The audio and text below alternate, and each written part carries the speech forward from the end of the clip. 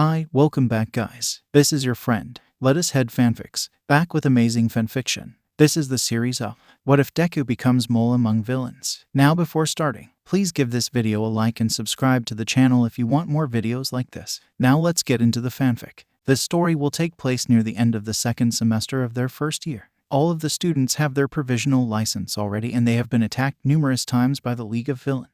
This does take place after the Shai Hasaski raid as well, which means Kurogiri is already in prison as it stands and Ri is at UA. Dive rejects from canon. Hero Commission isn't as corrupted as canon. Izuku has 50% of One for All under his control. He has 45% by the time the war happens in canon anyway. Izuku already has decent control of Float and Black Whip as well. Izuku has grown to be far more confident since the battle with Bakugo at Ground Beta at the start of the second semester of their first year. Izuku doesn't hold his intelligence back anymore. He clearly does in canon due to trauma because those analyses he does are really good and points towards him being far more intelligent than he lets on, which is likely due to his past. He will keep One for All since it requires the user to will it away, which prevents All Might from taking it back. This is what Izuku will look like as a villain. Third POV. It's been a while since we had rescued Eri from Overhaul, and everyone has felt a sense of peace except the constant threat from the League of Villains as it was nearing the end of the second semester of UA. They have made several attacks against heroes and even have had another attack against UA as well. Izuku wasn't dumb though, as he knew that UA believed there was a traitor that was selling information to the League of Villains that allowed them to commit all of these attacks on UA, which combined with their other attacks on heroes across Japan has made them a fearsome name. Though what Izuku didn't know is that he was about to be asked a large request that would change so many things, and he didn't know if he would recover from it. The government and UA were getting tired of the attacks as such. Officials in the government and the Hero Commission approached Nezu with a plan, and it was a plan that was so shocking that he outright rejected it, and they asked him to provide a different plan. Nezu tried coming up with a new plan in his mind with his quirk, but then he realized he couldn't. He realized they were up against the walls with their backs to it. The current path they were on to the future was one with a dead end right in front of their faces. As such, in the meeting with the president of the commission and the prime minister of Japan who had become involved in the matters, he looked at them both and spoke. "You are right. I hate to say it, but you are right. If we do this, it's going to be with a lot of demands because this could go wrong on so many levels that whoever we send could end up dead, and it wouldn't be honorable and justifiable to leave their name dirty if they died in the field. The problem is with picking the person to do it, since we need to be careful of not selecting the mole themselves," Principal Nezu said, and they both nodded their heads since this mission would carry so much risk. What was the mission, you may ask? Well, the mission was to accuse someone of being a traitor to Hero Society who had sold UA out. Once that was done, they would allow them to escape from custody so they could get picked up by the League of Villains, which would allow them to have a mole inside of their organization. The president of the commission looked at Nezu and asked if he knew of anyone that could be easily cleared and trustworthy for the mission. Nezu sat there and thought of who could fit the role, and he paled a bit, which they couldn't notice due to his fur, but a name had come to mind, and it would be devastating if they had this person join this plan.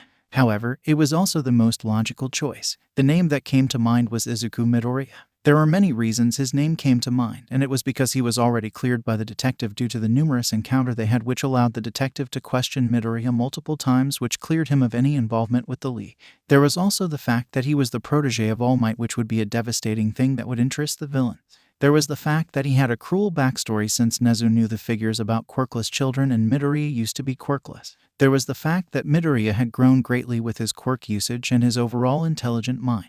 There was the fact that they could easily set him up as a fake traitor if he agreed due to his notebooks and his past. There are so many reasons why Izuku Midoriya would be the best fit, but also the worst fit, because there was a risk of him truly turning if he did end up breaking, because this mission would destroy any connections he had. This mission would destroy any friendships he had. This mission would destroy his bond with All Might. This mission would destroy his hero dreams of being the #1 hero, even if the commission and government cleared him later on. There was a chance he wouldn't recover from what he would need to do as he played the role of the villain.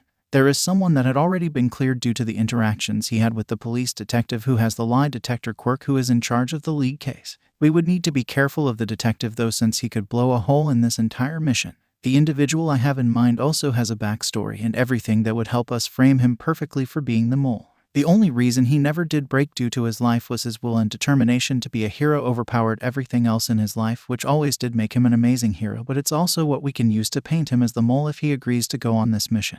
Principal Nezu said, and they asked who this individual was. Nezu was hesitant to say Izuku's name, so he spoke one more time. "If we do this, he has the right to say no to the request. I trust him to keep this mission a secret if he rejects it. I also request that he has the right to pull out if it goes too far for any reason. We would also need to inform his mother since it would destroy her since he's the only thing she has left and we could end up driving her to suicide if we screwed this up. He also has the right to make any demands that we need to agree with before he does this mission and even makes demands during and after. Is that agreeable? Nezu asked, and both the commission president and prime minister nodded their heads. Nezu sighed as he was about to condemn Izuku Midoriya if he accepted this mission, and he knew Izuku Midoriya would most likely accept it if it meant protecting his class, and that scared Nezu on how far Izuku Midoriya was willing to go for his class, to protect them, to ensure that they got to graduate alive. The student we can ask to undertake this mission is Izuku Midoriya of Class 1A.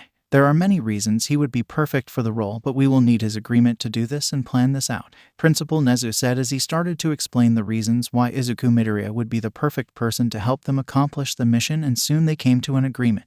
They would now plan how to meet Izuku Midoriya without raising flags and ask him to join the mission. As Nezu walked out of the meeting that afternoon, he looked up at the sunset that was on the horizon. I wonder how many sunsets will pass until I will have my student back by the end of this, Principal Nezu thought as he knew he had just condemned his student who he fully knew would accept this mission, and somehow Izuku would convince his own mother to condemn her son to a high chance of death. Nezu walked down the steps from the government building where he had met the president of the commission and the prime minister and got into the car that he had waiting for him. After instructing the driver to take him back to UA, Nezu sat there in silence as he thought of everything that was now going on.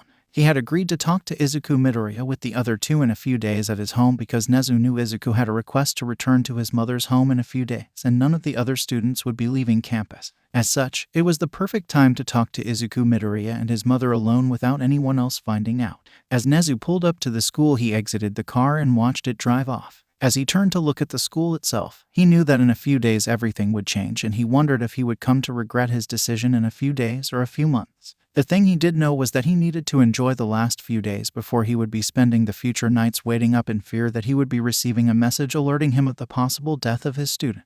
Now, Nezu isn't one that gets attached to humans, but Izuku Midoriya is different. Due to the past that they both have had, Nezu has grown fond of watching the boy grow, as Nezu was planning to take the young boy on as a personal student once the new semester started, but that wouldn't be able to happen anymore due to this mission.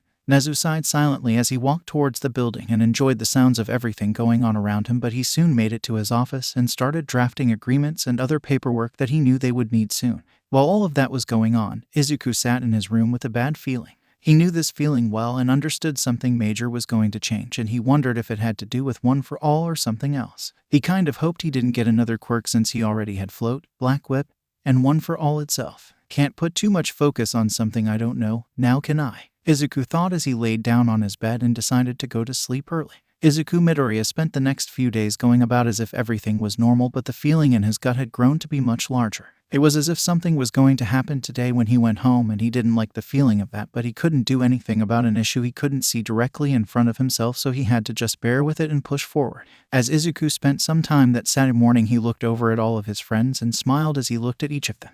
He then looked at Kaken and smiled even more as the both of them have become somewhat friends and rivals now instead of how they used to be in the past. As Izuku looked at the time, he noticed it was time for him to go home for the day since he would be returning before the end of the day, so he would make it back before curfew.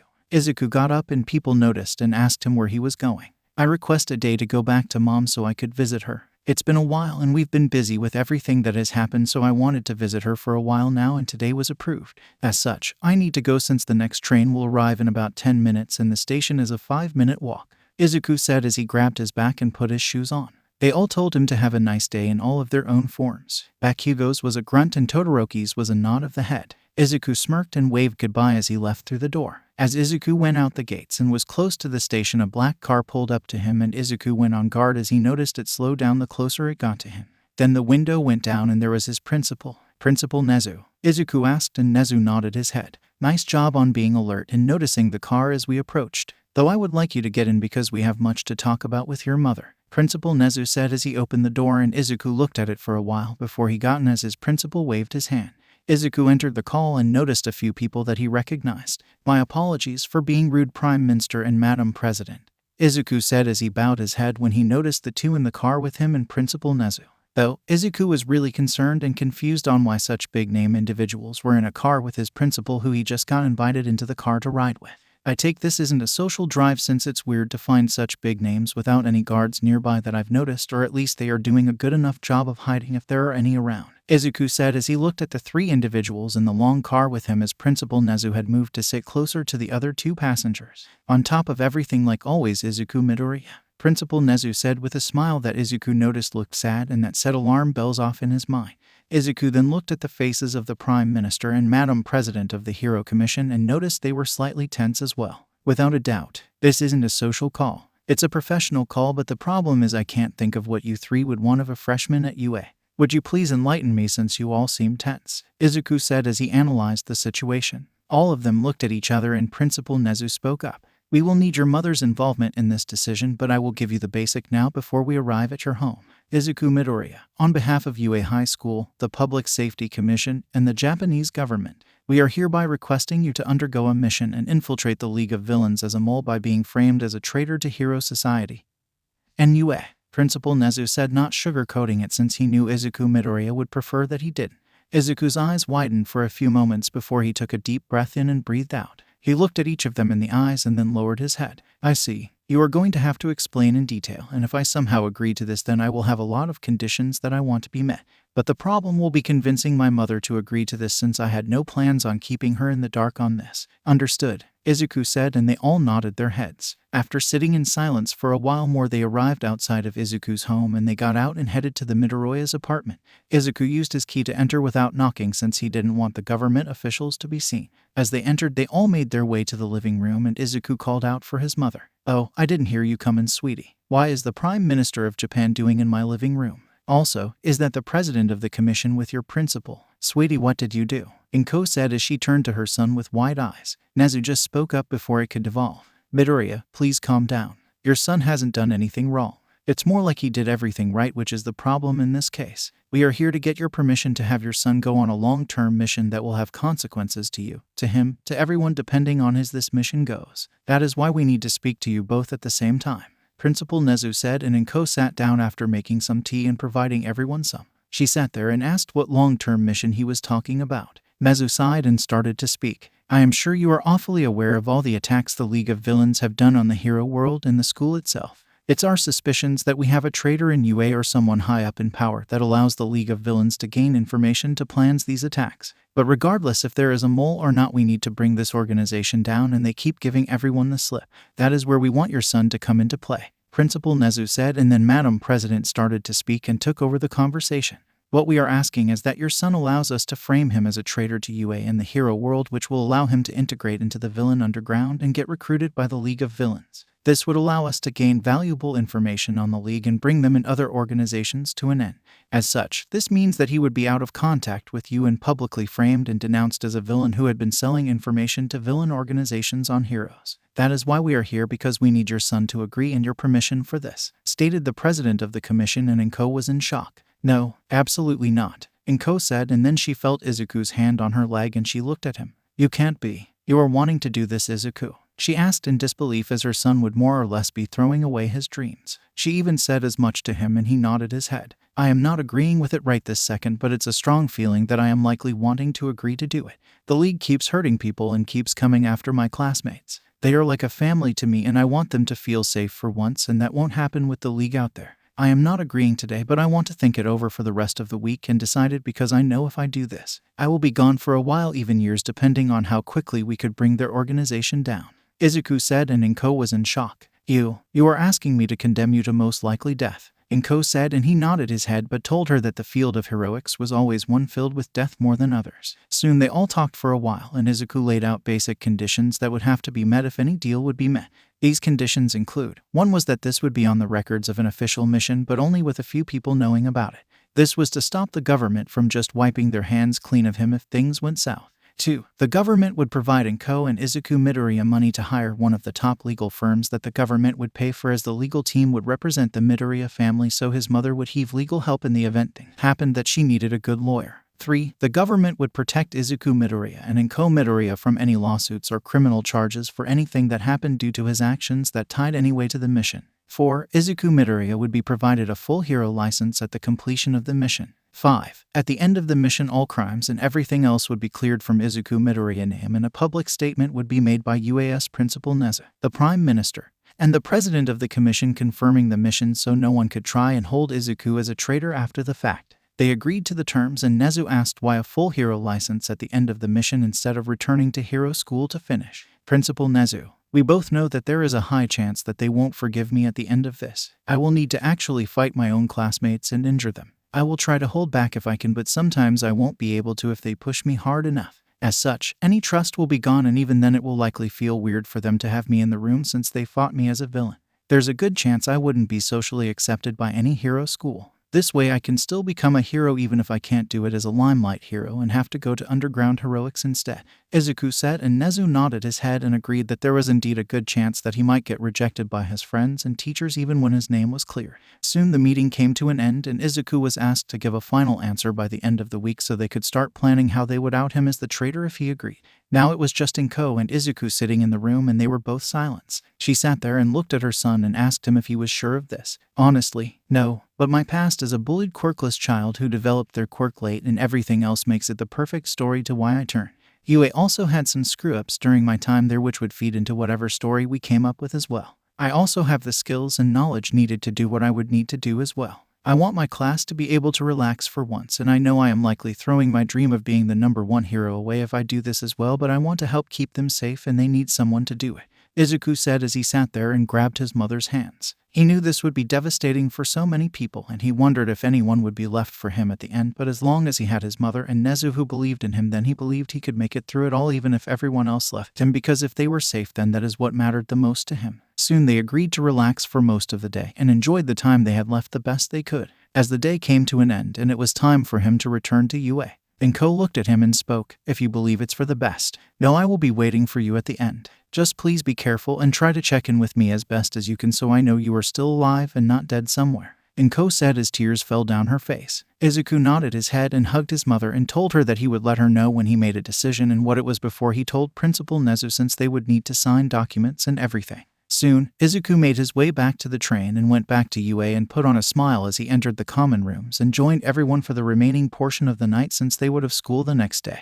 Third POV. As Izuku Midoriya was sitting in his dorm room thinking over the request he received a few days ago, he knew that if he made the decision to do the mission, then everything he was working for was gone. He likely would never use One for All to uphold society like All Might wanted from him, which was the biggest thing that held Izuku back since All Might gave him One for All to uphold society as a symbol. However, unknown to Izuku, the past users of One for All heard this entire thinking and knew all the details he was told about the mission since they were a part of him. As such, they got the exact information he knew and they felt that they needed to make their will known. This decision led to Izuku finding himself within One for All once again, like he has been a few times before, but this time it was different as all of the users were present and visible. Izuku noticed 2 users were facing the wall and hiding their faces for a reason. Izuku decided he wasn't going to question it since the users must not want him to know about them. It was most likely due to something they did, or they might not just like him. For example, Izuku was betting they may have been a bit more extreme in their actions back in the past since the quirk riots and all of the chaos. This would likely lead to them believing Izuku is too reckless, too forgiving, and many other things due to how their time shaped them, which Izuku was fine with for now, but he did hope to talk to them one day so he could understand them. Izuku tried moving around and saw his feet were stuck in place, but he was able to move his arms and head. "I see my mouth isn't blocked like last time. Is it due to the % control I have?" Izuku muttered out loud, and they all chuckled and told Izuku that he was correct in his assumption. Suddenly a chair appeared and Izuku found himself sitting in it just like all of the other users were sitting down outside of the 2 in the back. "May I ask why I am here?" Izuku asked, and the first user smiled sadly. "As you know, we are a part of you. This means we get fed information from the current user body, such as memories, if we choose to look for it, and unless you are doing something indecent, we are typically always watching so we can constantly know how things are in the living world. As such, we know about the mission you've been asked to complete and your thoughts regarding All Might," said the first user, and Izuku's eyes widened a bit, but he quickly controlled his emotions and just watched as the users spoke up in and started to speak about his worries. Nana Shimura looked at Izuku as she spoke, and he held eye contact with her as well. "Izuku, I want to correct something about One for All that you hold in your mind.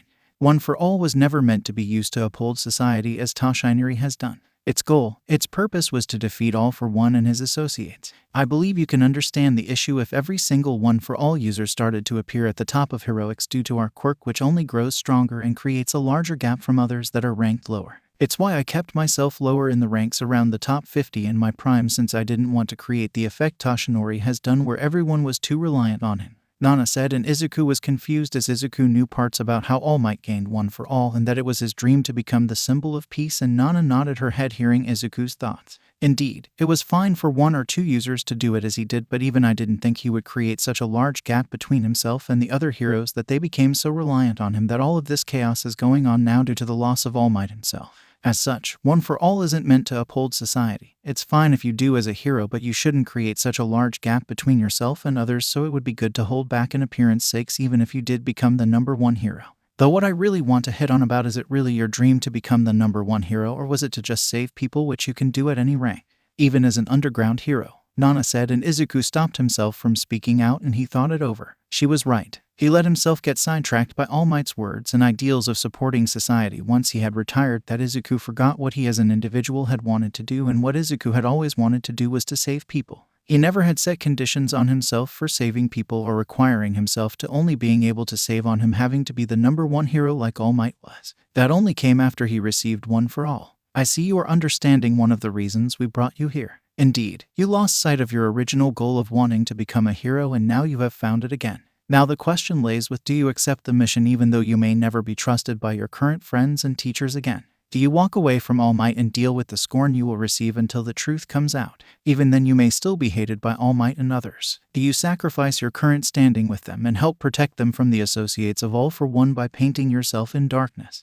Asked Shinomori Hikage, who Izuku knew as the 4th user since All Might had been doing some research into the past users. Izuku looked at his hands and clenched them. Do you think he will forgive me in the end? Do you think any of them will welcome me back at the end? Izuku asked as a tear went down his face. Nana walked over to Izuku and hugged him. She just stood there rubbing his back as everyone was silent because no one knew if they would welcome him back. They hoped they would, since they could see Izuku had made his mind up. He had made the decision on what he was going to do after the discussion with the past users. Izuku Midoriya had come to the decision to accept the mission that was asked of him because he wanted to protect his friends, the people he saw as a family. He just prayed that they would be there at the end for him, but even if they weren't, Izuku knew that the past users minus All Might would be there for him regardless. Soon Izuku calmed down and looked at them all and nodded his head. You have your decision now, and you know we will always be here for you. Before you go back, is there anything you want to ask us before you go, since we don't know when the next time we will meet? Asked the first user, who looked proud of Izuku's decision to forsake his own happiness and dreams to protect those he considered family and bring an end to the associates of All for One, but he was also sad at the same time since Izuku could see it in the man's eyes. The first user was sad that Izuku would have to push away all of those he cares for. Izuku thought it over for a while and asked if anyone had a good villain name for him to use, and they all chuckled. The 6th user, who Izuku's never found the name of, spoke up and suggested a name. Play the role in its fullest, as you shall become the accused in their eyes, so you might as well take it as your name. You will become the villain that will be known as accused, suggested the 6th user, and Izuku found the irony of the name so well. He will be accused of crimes he didn't commit, forced to commit crimes, help the villains so that he may protect his friends and family that he has made at UA. Izuku nodded his head and thanked them for helping him bring his mind at ease, even though he was sure he would be in turmoil in the coming days. As the conversations came to an end, Izuku noticed that the 2 users in the back were now turned halfway around. Interesting. I must have met some sort of test of theirs to bring them to that point, but I can think on that another day, Izuku thought as he started to vanish. The users all waved at him goodbye, and Izuku soon found himself awake the next morning.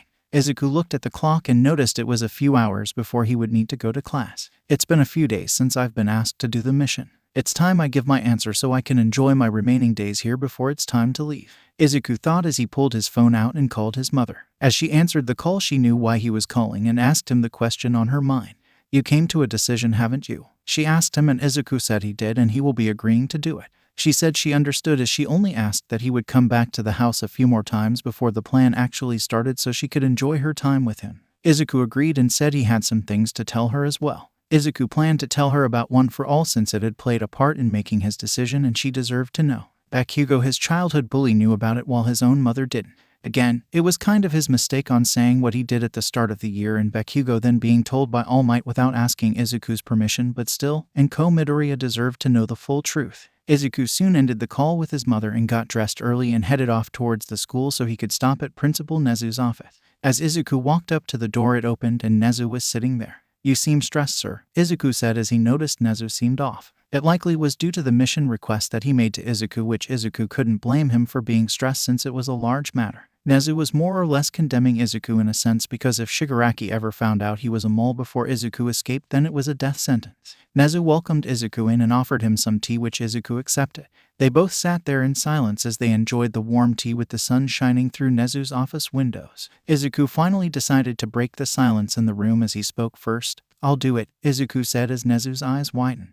Nezu knew Izuku would likely accept the mission, but it was still a shocking matter that it was hard not to be surprised about. "Are you sure? Once you start this, there will likely be no coming back. Your relationships with them all will be damaged, and you risk them never trusting you, never wanting to be friends with you. They likely won't ever forgive you, never wanting to be near you, and some may even want to scorn you even when the truth comes out in the end."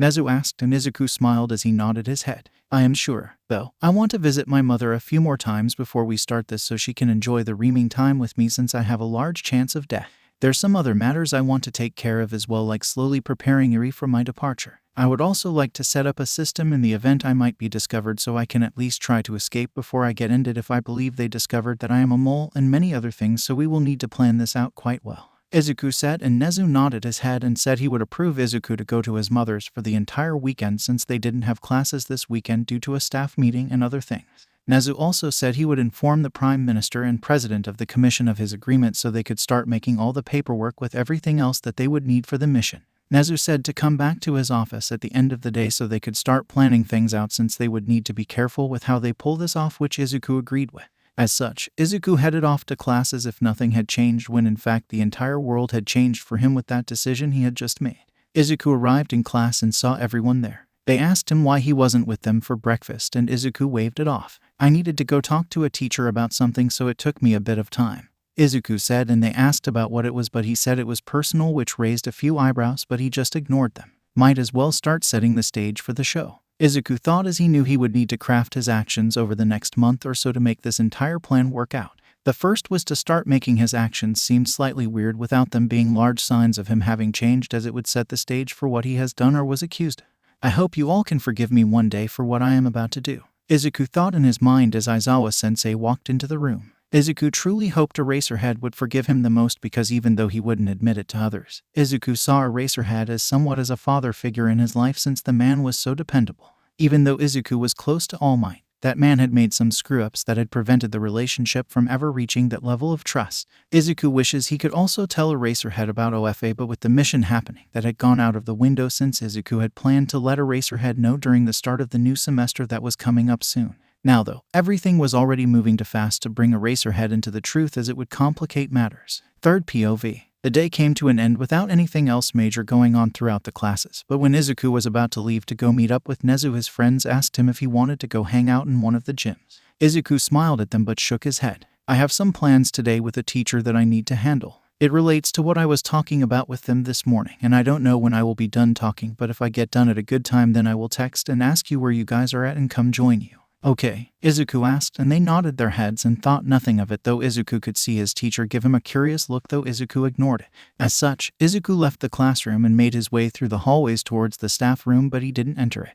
No, Izuku went this way to give his friends a slip, since if he didn't go this way he would have walked with them, which would seem odd if he needed to talk to a teacher who would have been in the staff room. Izuku doubled back around towards the principal's office, which was on the other side of the building with more administrative rooms, since the staff room was purposely near the classrooms for the teachers to get to easier between classes. Izuku walked into Nezu's office without knocking, since he knew Nezu would be ready for him. As he entered, Nezu brought him into a separate room that was hidden behind a bookshelf. "Nice hidden room. How many staff know about it?" Izuku asked, and Nezu said none, since this leads to his hidden home, which Izuku realized that he nor anyone actually knew where Nezu lived. Nezu chuckled at seeing Izuku's face, and soon they arrived at Nezu's home after going up an elevator that was in the hidden room. "If we are ever talking in secret, then we will meet here, since we can't have anyone discovering about this. I've set up some screens that we can use to talk to the Prime Minister and the President of the Commission, since we will do most of this via this method, since people would notice if we kept meeting in person for all of the planning." Nezu said, and Izuku nodded his head as Nezu told him that he was added to the system as well to get into the private home, and he would be given the hidden tunnels later so he could use them to get into UA if he needed to without being seen, since only he and Nezu would have access to the systems to get in via them. Izuku looked around the house and it was a decent floor plan. Izuku did ask Nezu how no one noticed this room out of the entire building, and Nezu chuckled and told Izuku that it was hidden with false walls between a floor that looks like a support structure for the entire tower when it fully a support pillar, but just made to seem like it was one entire thing that took up enough space to hide the home without the staff knowing about it.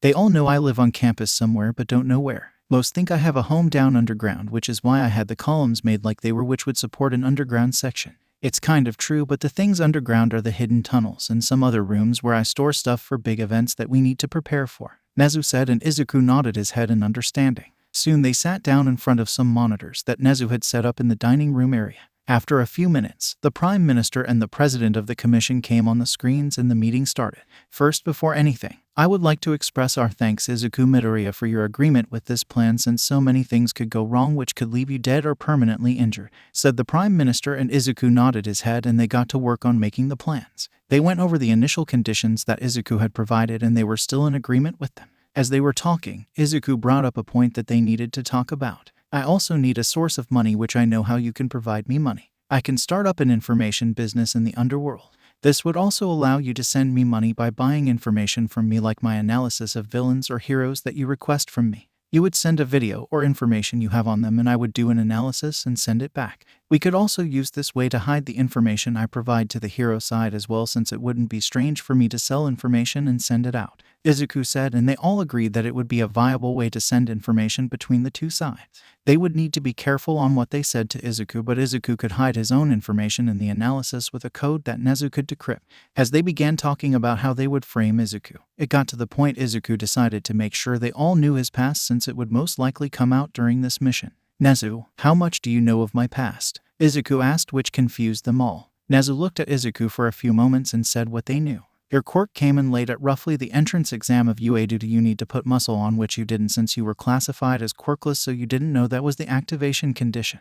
As such, you spent a decade being assumed quirkless, which isn't an easy life due to discrimination in our country, which was deeply rooted due to past events. Why? Nezu asked, and Izuku nodded his head. It will likely come out during this mission, but as you said, I was quirkless, which means I was heavily bullied and even suicide baited, but the issue lays with who went to school with me. Do you know what I am getting at? Izuku said, and Nezu's eyes widened and said what Izuku was hinting at. Katsuki Bakugo. Grew up with you, but I thought he was a childhood friend. Sheet. The teachers never record anything since you were quirkless and likely blamed you for anything he did, Nezu said, and Izuku nodded his head. I don't want you going after him for anything. He is growing and getting better, but I want to talk about this now since it will without a doubt get out, since the League will want to know details of my life that pushed me to betray Hero Society. It will likely hit him since he will blame himself most likely for what will happen, Izuku said, and Nezu nodded his head and asked for Izuku to give them all the details of his life so they could know what to expect to be released by the League. As such, Izuku explained everything from the doctor's office, middle school, the suicide baiting by Kaken, then the initial meeting with All Might before he corrected himself and trained him. I am sure Shigaraki will likely use the rooftop thing about All Might against him since he would want to rub it in his face, Izuku said, and Nezu nodded his head as he agreed. Though, the entire details of Izuku's past also made it much easier for the League to accept Izuku as well without much doubt. I want to bring someone in on the mission who will know about me being falsely accused. I would like to bring in Gran Torino, who trained All Might and trained me during the internship period as well, Izuku said, and they all asked why, but Nezu had an idea on why. Multiple reasons. One is so that Gran Torino could support All Might after my betrayal, which will hit him hard. Second, Gran Torino is still an active hero who I would like you to assign to be on my case to hunt me down. This gives us some control over those hunting me. 3. Gran Torino will be able to swap information with me or help me escape if things happen and plans change. It will also do good to have an active pro hero on the field that could stop other heroes from ending me if we need to suddenly pull me out of the mission in the middle of a battle for some reason. It would also do good to have him in the knowledge when it comes time to reveal the truth, since he will be able to help clear things up with All Might, who will be pissed at the end of this, Izuku said, and Nezu chuckled a bit. They talked it over and agreed that Gran Torino would be brought in on the case in the coming days so he would be in full knowledge of what will be going on. They then started to talk about how the day of the attempt to arrest him will go down.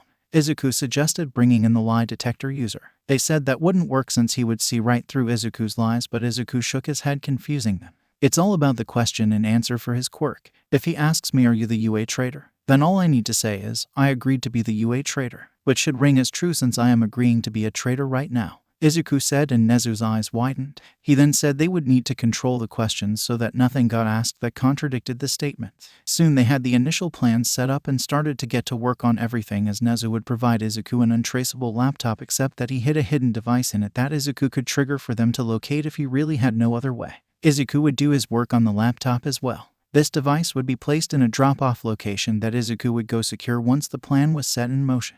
If anyone asked, he could just tell them he had retrieved it from his home before the police got to it. The government was also creating a fake case in regards to Izuku and using it to help make everything seem real for him being framed.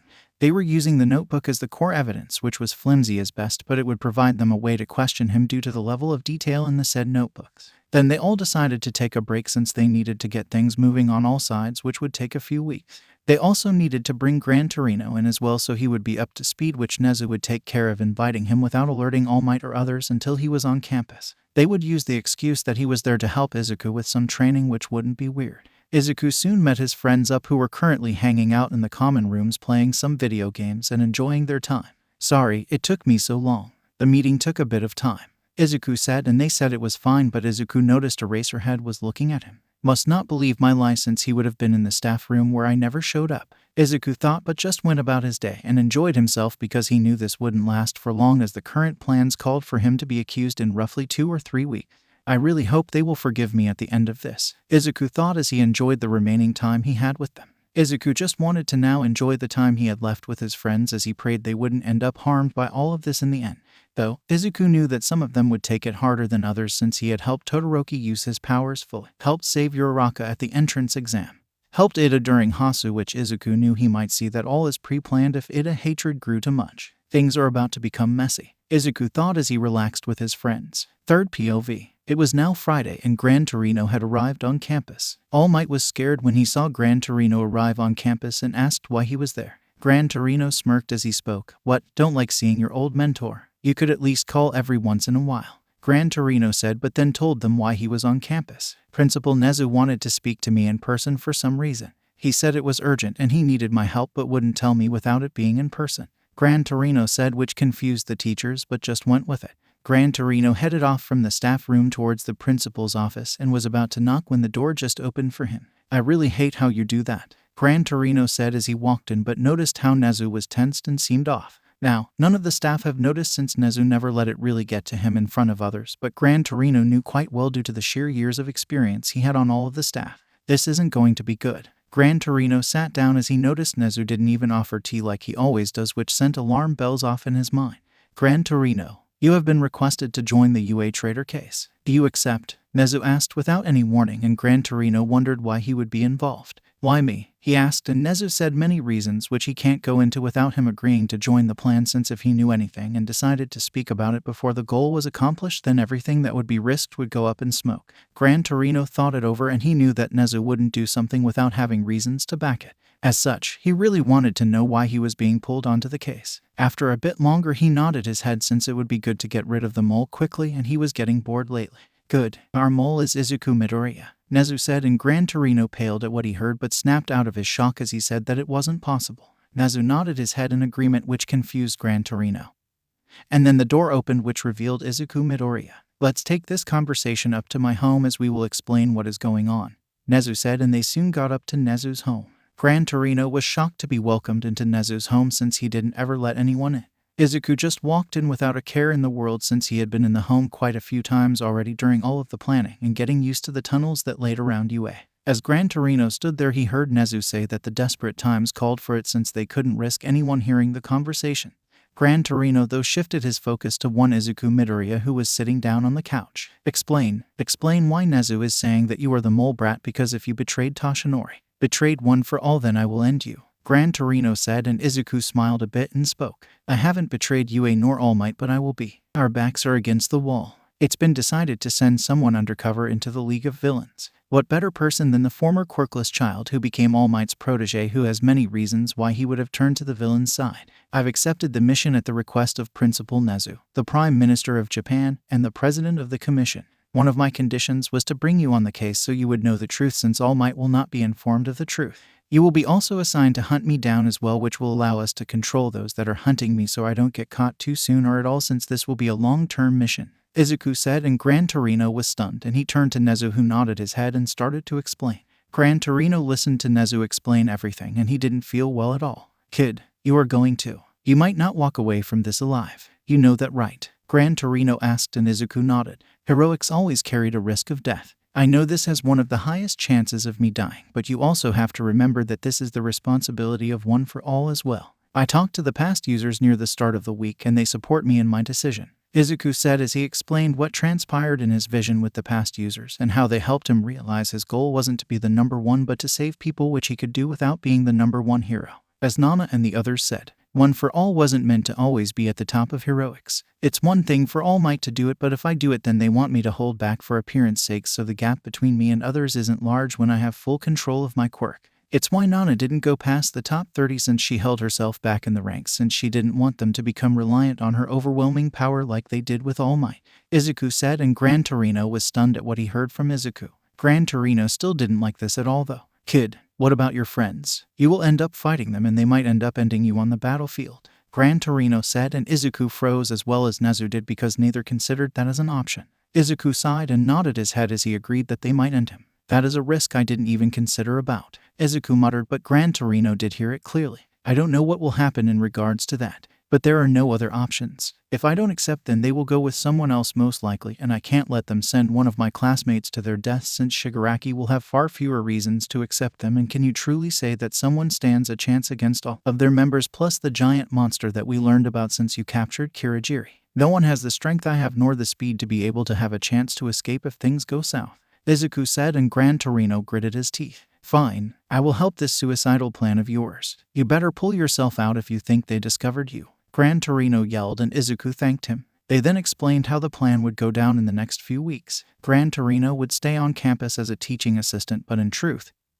he is here to watch Izuku because of Nezu's suspicions that he is the mole. If anyone questions it later, Nezu will say it's because Gran Torino knew how to quickly deal with Izuku Midoriya in combat, since he helped personally train him in the style that Izuku had adapted to use. As such, when it comes time to arrest Izuku, Gran Torino will be the one to fight Izuku and arrest him, which will happen during a class training or another good time to make it happen in front of others, since they wanted the news to spread of it quickly. They needed the League of Villains to catch word about it via the other mole or the media once it was released. They then explained the overall plan of selling information and how Izuku would support himself in the underworld.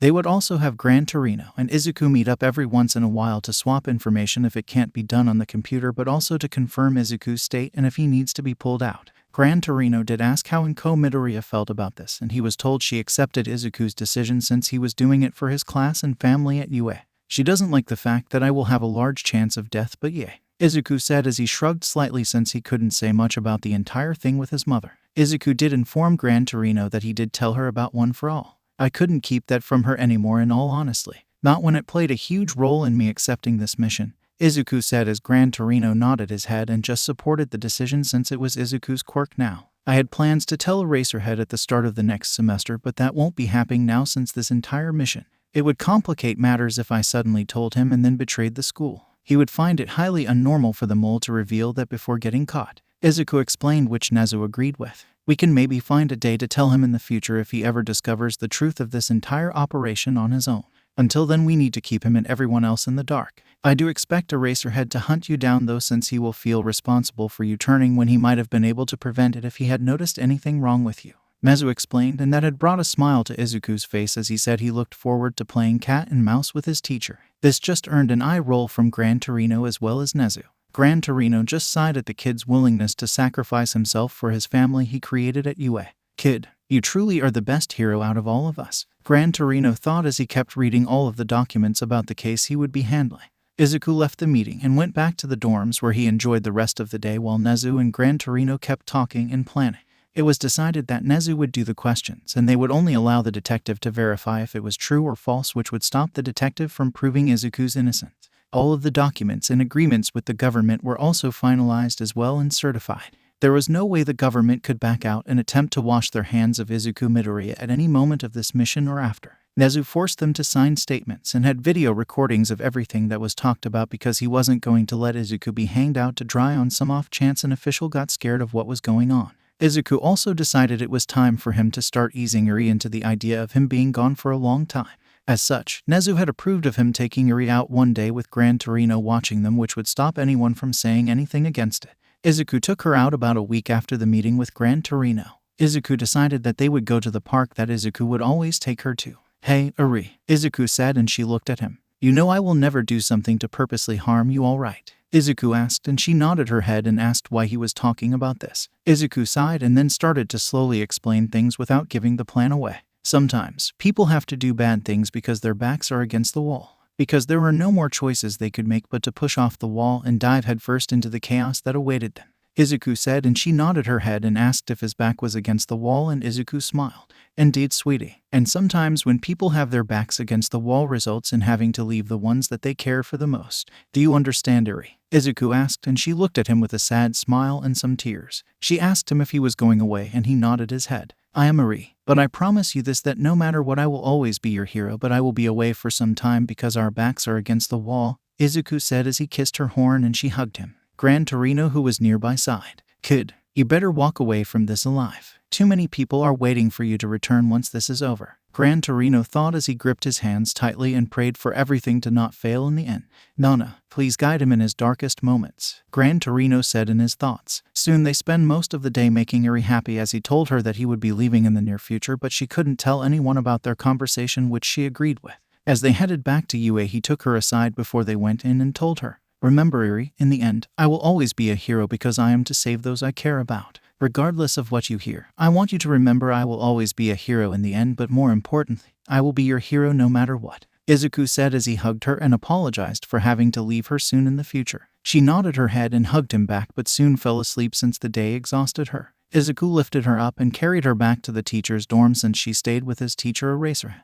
They thanked him for dropping her off, and Izuku was moving to leave when Eraserhead called out to him. "Problem child, is everything all right?" Eraserhead asked, which caught all of the teachers' attention as they were confused on why he was asking that. Izuku gulped a bit, but that went unnoticed to all but Eraserhead.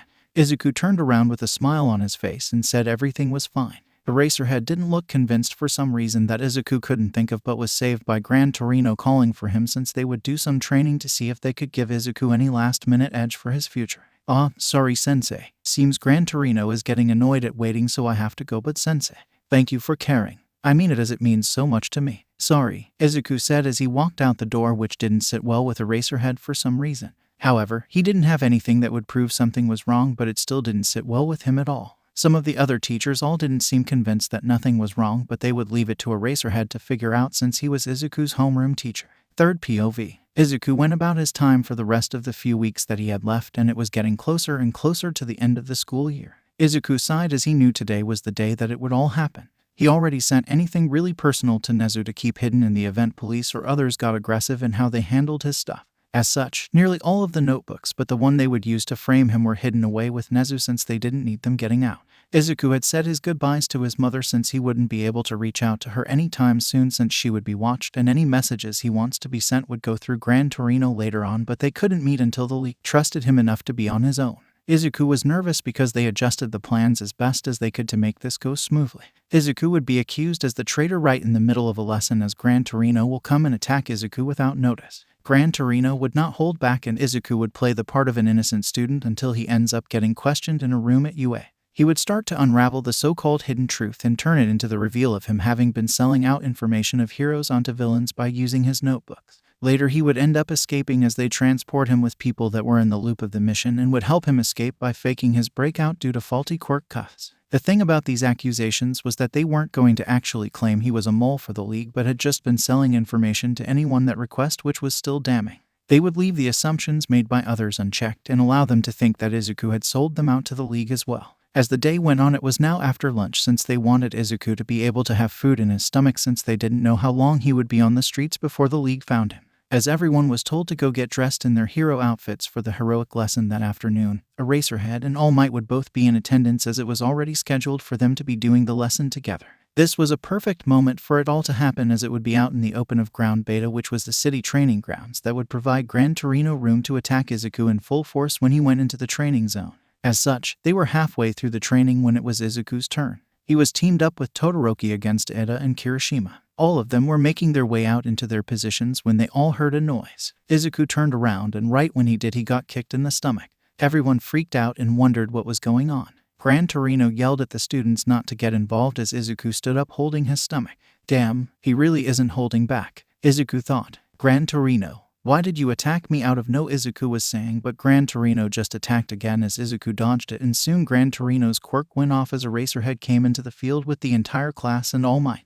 Gran Torino, what are you doing? All Might yelled out in shock, but Gran Torino just threw dirt into Eraserhead's eyes and blasted off into Izuku, kicking him again in the stomach, which knocked him on the ground as he pulled out quirk cuffs and placed them on Izuku. Good job, Gran Torino. Nezu's voice sounded out and everyone turned to him. Eraserhead looked pissed and demanded an explanation. Well, I called Gran Torino here to watch over Izuku Midoriya, aka the individual who has been selling information on heroes to the villains, Nezu said, and everyone went into shock at what they heard. Izuku started to deny it and say that was false, but Nezu pushed forward his plan.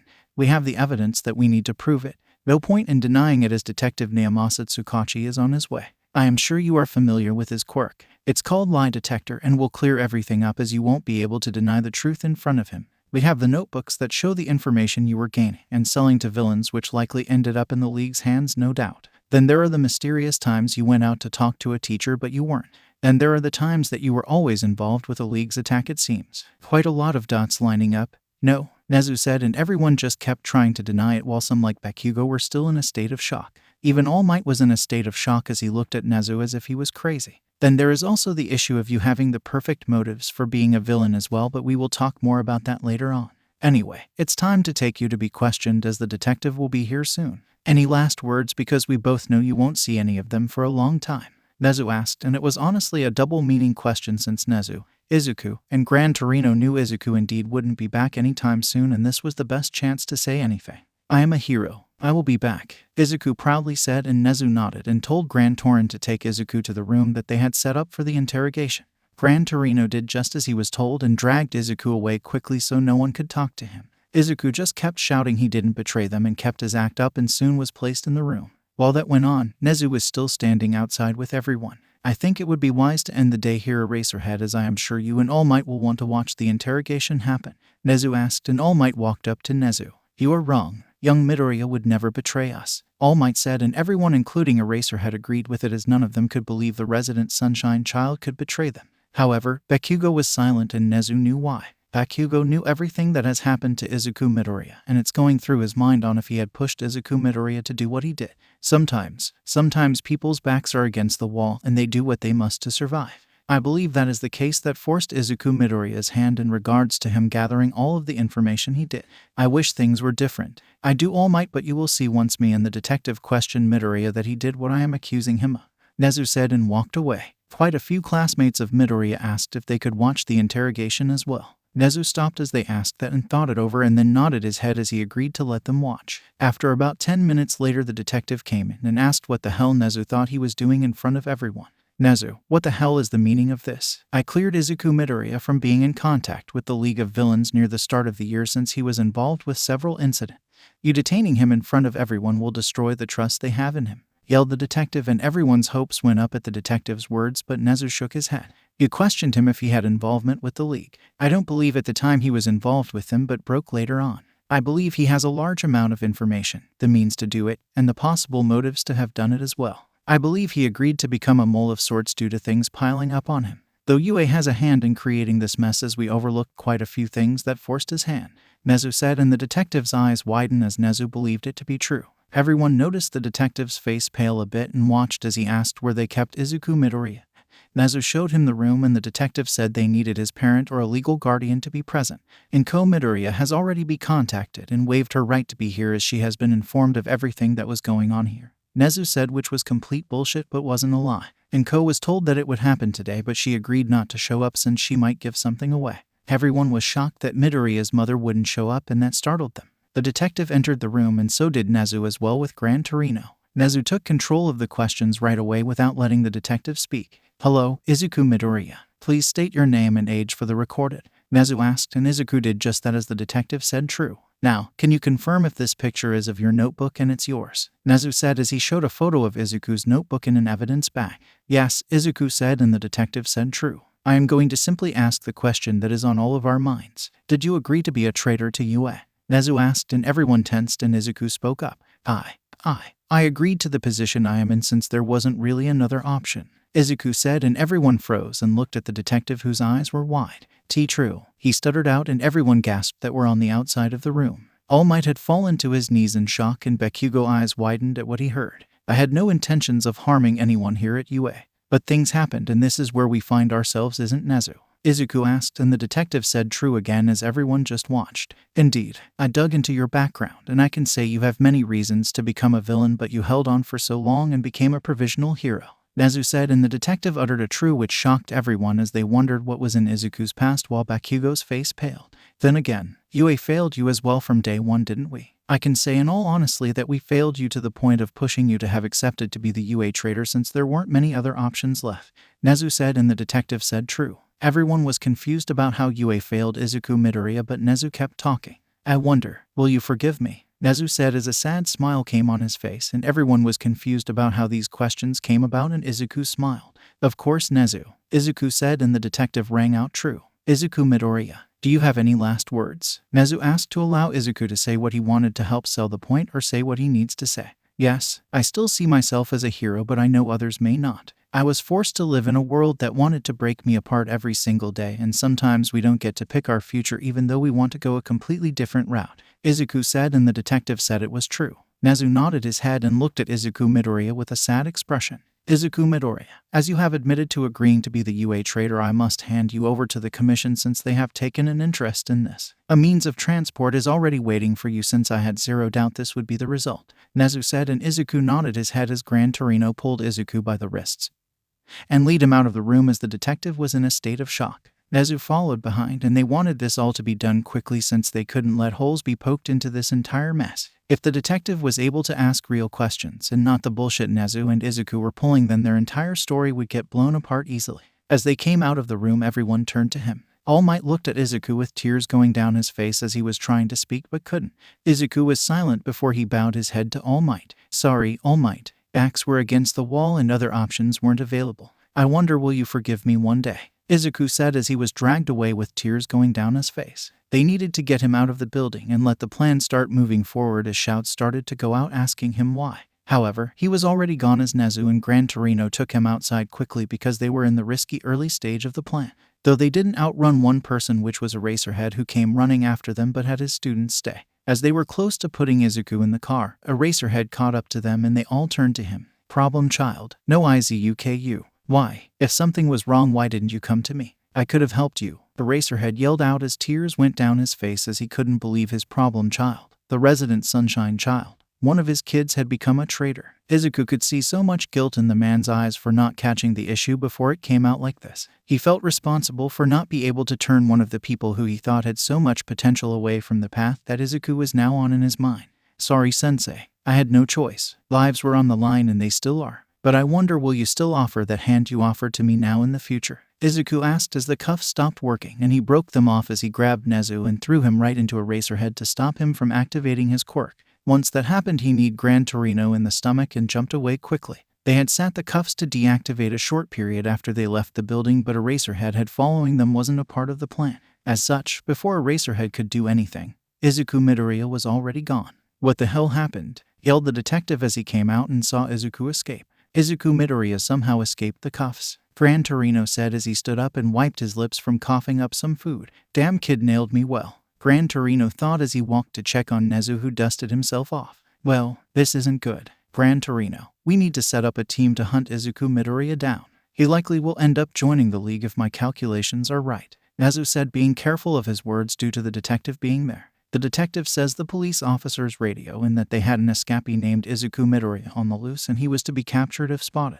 The detective gritted his teeth as he didn't want that going on since he felt as if something was off about this entire mess. Nezu didn't let him question Izuku Midoriya, instead the principal did it himself, which was weird since he never does it, since the detective always makes sure to ask certain questions to ensure no one is getting around his quirk. Soon they all made their way back to the wanted dorms where they informed the class and other staff that Izuku Midoriya had escaped custody somehow by breaking the cuffs or deactivating them. It's unknown how he broke them since they deactivated out of nowhere. However, as of right now, UA will be publicly making a statement declaring Izuku Midoriya as a wanted suspect in regards to betraying the school. If you see anything of Izuku Midoriya, then you are to report it to the school at once so we can track him down, Nezu said, and soon he went back to his office with Gran Torino. Third POV. As Nezu and Gran Torino entered his office, they just sat there in silence for a while before Gran Torino spoke up. You know, the rush interrogation will lead to Eraserhead, All Might, and the detective likely looking into the case. I know we couldn't do a really correct one since they would have had doubts if it was anyone but the detective, but still it may raise doubts regardless due to how quickly you went through it,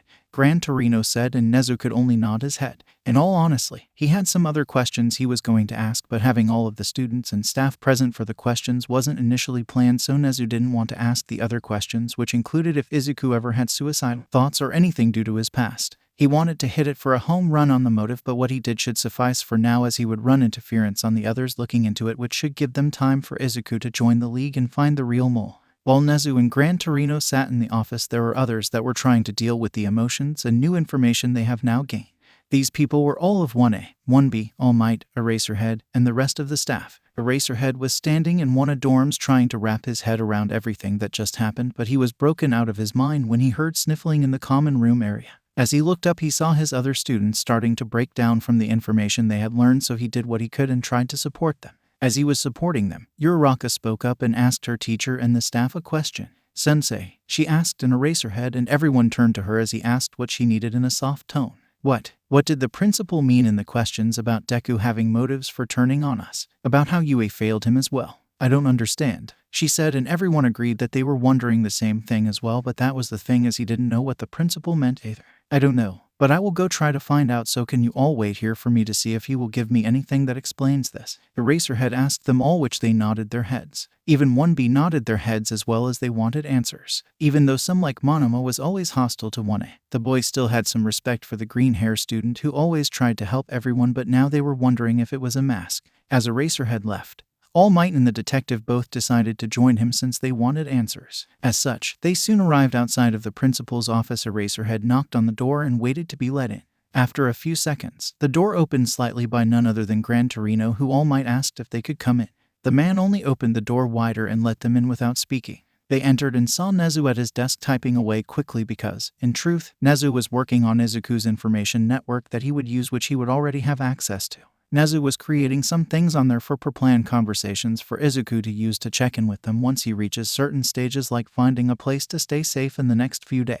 What can I help you with, because I am a bit busy preparing things regarding Izuku Midoriya, Nezu said without, as he was careful with his words since the detective was in the room. It's why Gran Torino hasn't said anything yet either, since they knew the detective found the entire thing a bit fishy, since Nezu questions were not typical ones. Then again, nothing about framing your own student is typical. Eraserhead was the first to speak up and ask what the hell happened regarding Izuku Midoriya, which caused Nezu to pause for a second before typing again. I'm assuming you're talking about his motives on why he agreed to become a UA traitor, Nezu asked with a raised eyebrow, since he needed them to direct the conversation so he didn't accidentally say something in front of the detective. Even though Nezu was smarter than most humans, watching every single word in a situation like this was a bit of a task to accomplish with a lie detector who could call you out on the smallest lie. Eraserhead nodded his head and directly asked the question he wanted to be answered, the question that his students wanted to be answered. Explain what you know about Izuku Midoriya past that would cause him to become a villain and how UA failed him, Eraserhead asked, as the man wanted to know if he could have prevented this. Could he have changed the path that Izuku Midoriya took before it was too late? Nezu nodded his head as he took a sip of tea. Did you know Izuku Midoriya was quirkless from the age of 4 until the entrance exam for UA? Nezu said calmly, as if he didn't drop a huge bomb of information on Eraserhead, who was now shocked. Eraserhead's eyes widened, but he noticed the detective and All Might knew, since they didn't have a large reaction or any reaction really to the information he had just learned. This annoyed him, since no one decided to tell him this fact until now, since he could have been training the boy better if his quirk came in that late. He also knew the numbers and information about quirkless people, and it didn't paint a good picture in his mind. Indeed, if Izuku Midoriya had anything as he thought for his life, then his problem child had a lot of reasons to go be a villain, but it still didn't make sense in his mind on how heroic the kid was when he saved people. There was something more, and the dread that he felt as he looked at his boss only increased when he heard the next set of words. Did you know Katsuki Bakugo went to the same schools as Izuku Midoriya did and grew up right next to Izuku Midoriya? Now, tell me what you know of those two. Nezu said, and Eraserhead explained that they were childhood rivals and that they always got rough with each other, but stopped when he saw Nezu starting right at him as things started to click into place. Aizawa remembered what he knew about the life of quirkless people and the huge-ass pride that Bakugo had at the start of the year, which had only recently calmed down a bit. Then it hit him right in the face as he figured it out.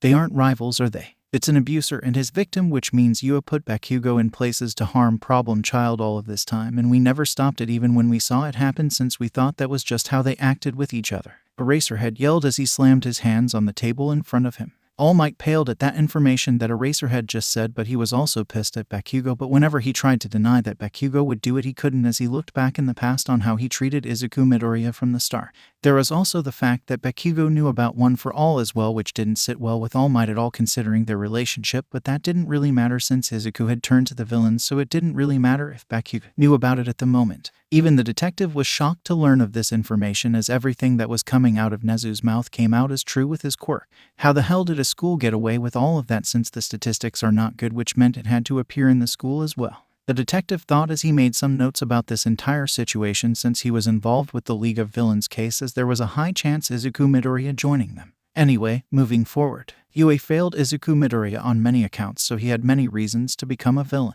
Nezu said, and Gran Torino just rolled his eyes at Nezu, who was dragging this on. We allowed his abuser to be right next to him. We glossed over the attempted murder thing during the battle training that All Might did. We paired them up for the final exams and so many other situations as well. Izuku Midoriya had many reasons on why he would become a villain.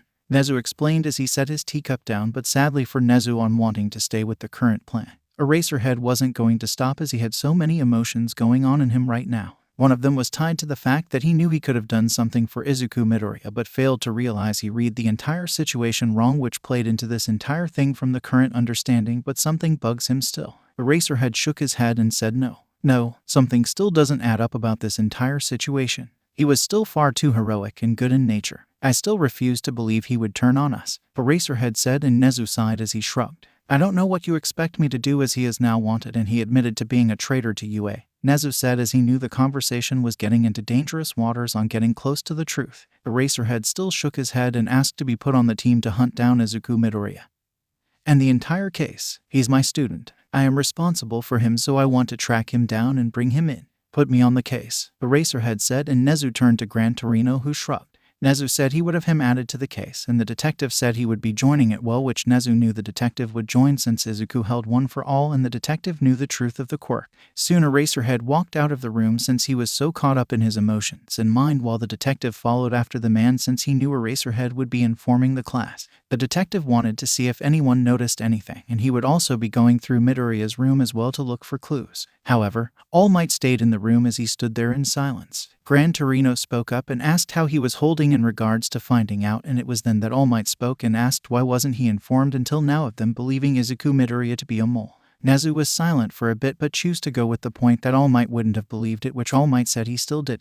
He said backs were against the wall and other options weren't available. I believe he was forced into this and didn't have an option. Why wasn't that looked into before you questioned him? All Might said, and Nezu said there was nothing that indicated that beforehand in what they had found.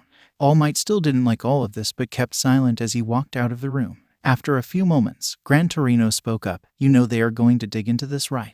I am doubting All Might believes the bullshit we are pulling fully, so he will start digging, which is going to risk Izuku's life, Gran Torino said, and Nezu was silent for a while but sighed. I know, but he needed a real reaction to this in the event of the mole being anyone from 1 or 1B. If they get really close to the truth, then we might need to consider bringing them in, but for now, we need real reactions out of them, or else Izuku's done all of this for nothing if the League doesn't believe him having turned his back on Yue. We will be framing it in the media that he is suspected of having a hand in the USJ and the summer camp, which should bring interest by the League, Nezu said, and Gran Torino nodded his head as he sat in the office. As we switch back to Eraserhead, we can find him entering the dorms of Wano, where everyone turned their attention to him. Everyone was still in denial, but Eraserhead could see Bakugo having a different reaction with some denial mixed in. They all looked at him and prayed he would say it was all a joke, but he sighed. Nezu has given me information on the possible motives of Izuku Midoriya doing all of this, and let's say it's compelling. As it turns out, Izuku Midoriya is a late bloomer, which means he was quirkless from the age of 4 to roughly the entrance exam, which the life of a quirkless person is highly unhealthy and filled with pain, suffering, abuse, and many other things which could have filled him to do this. I also found out how Yue failed him, but at this time I can't disclose those reasons, but Yue most likely helped him go down this route. Aizawa said, and everyone's faces fell into mixed emotions of learning this. As of now, Izuku Midoriya has been classified as a villain and will be hunted down. If you come across him in your work studies, I want you to retreat if you can and get your work studies supervisors to fight him instead. You need to remember he's been with you all and knows your weakness and strengths. As such, he is a high threat to all of you. Myself and Gran Torino have been assigned to the case to hunt him down and are in charge of it. He was my student and is my responsibility to bring to an end, dead or alive, Eraserhead said as a tear went down his face. Everyone was in shock at what they heard, and Bakugo just ran out of the dorms and you could hear him scream outside. Eraserhead went outside and found Bakugo breaking down on the sidewalk in front of the dorms. He's blaming himself for it due to what he has done, which with what I know most likely did push Izuku Midoriya to this path, but we had our hands in it as well. Eraserhead thought, I know why you are being hit harder than everyone else. We found out about Izuku Midoriya's past of being quirkless and you attended school with him. I don't know all of the details as Nezu didn't give me at all, but I think it's quite clear that you have done quite a lot towards him, haven't you? Eraserhead said and asked, but Bakugo was silent. Eraserhead spoke up once again about what you did. You aren't being expelled, but there will be punishment moving forward. However, you have a long path in front of you to ever make up for what you did, and you will be telling me everything you did. When we find him, I suggest you apologize to him and maybe we can just save him from the path he is on before he goes too far, Eraserhead said, and Bakugo nodded his head as he sat there. Eraserhead refused to believe his problem child couldn't be saved as the emotions in Izuku's voice when he asked Aizawa if he would still be offered a helping hand before he fled bugged the man. Aizawa believed something larger was going on and that Izuku didn't have full control of his situation, so he wasn't going to drop it and he was going to find out what was going on, because as his emotions cleared he realized the questions Nezu asked were fishy for one, and two, he realized his boss hardly ever joins in the questions for anyone. As such, it didn't sit well for him and he was going to find out what the hell was going on. Soon they went back inside as Bakugo sat down with everyone and they all just started to work their emotions out as the Deku squad took the hit really hard. From what Eraserhead could see, Izuku Midoriya had a role in everyone's lives and it was a large one. Without him, the class seemed empty to everyone. Even Aizawa felt the gap in the class. Damn problem child. I will bring you in no matter what and find the truth out, Aizawa thought as he hoped this would come to an end as soon as possible. Aizawa just helped his students, however he could sense each of them was taking it in different ways. Some were silent, some were crying, some were pissed, some were just void of emotions as if they still couldn't grasp what happened. Third POV. Izuku had broken out of his cuffs in a quick movement, and as he did this he grabbed Nezu, which resulted in the principal being tossed into Eraserhead to prevent OFA from being taken from him. As Eraserhead was now blocked for a short moment from using his quirk, Izuku quickly kneed Gran Torino as he had one for all to help him quickly do things. Izuku's knee went right at the stomach of Gran Torino, which knocked him down to his knees. With that done, due to them being the main threats to him escaping in this plan, Izuku activated his quirk once more and bolted. This was the start of the plan, and he decided to go from UA and towards his home to help cover up the fact that he needs to get to the secure laptop for his work.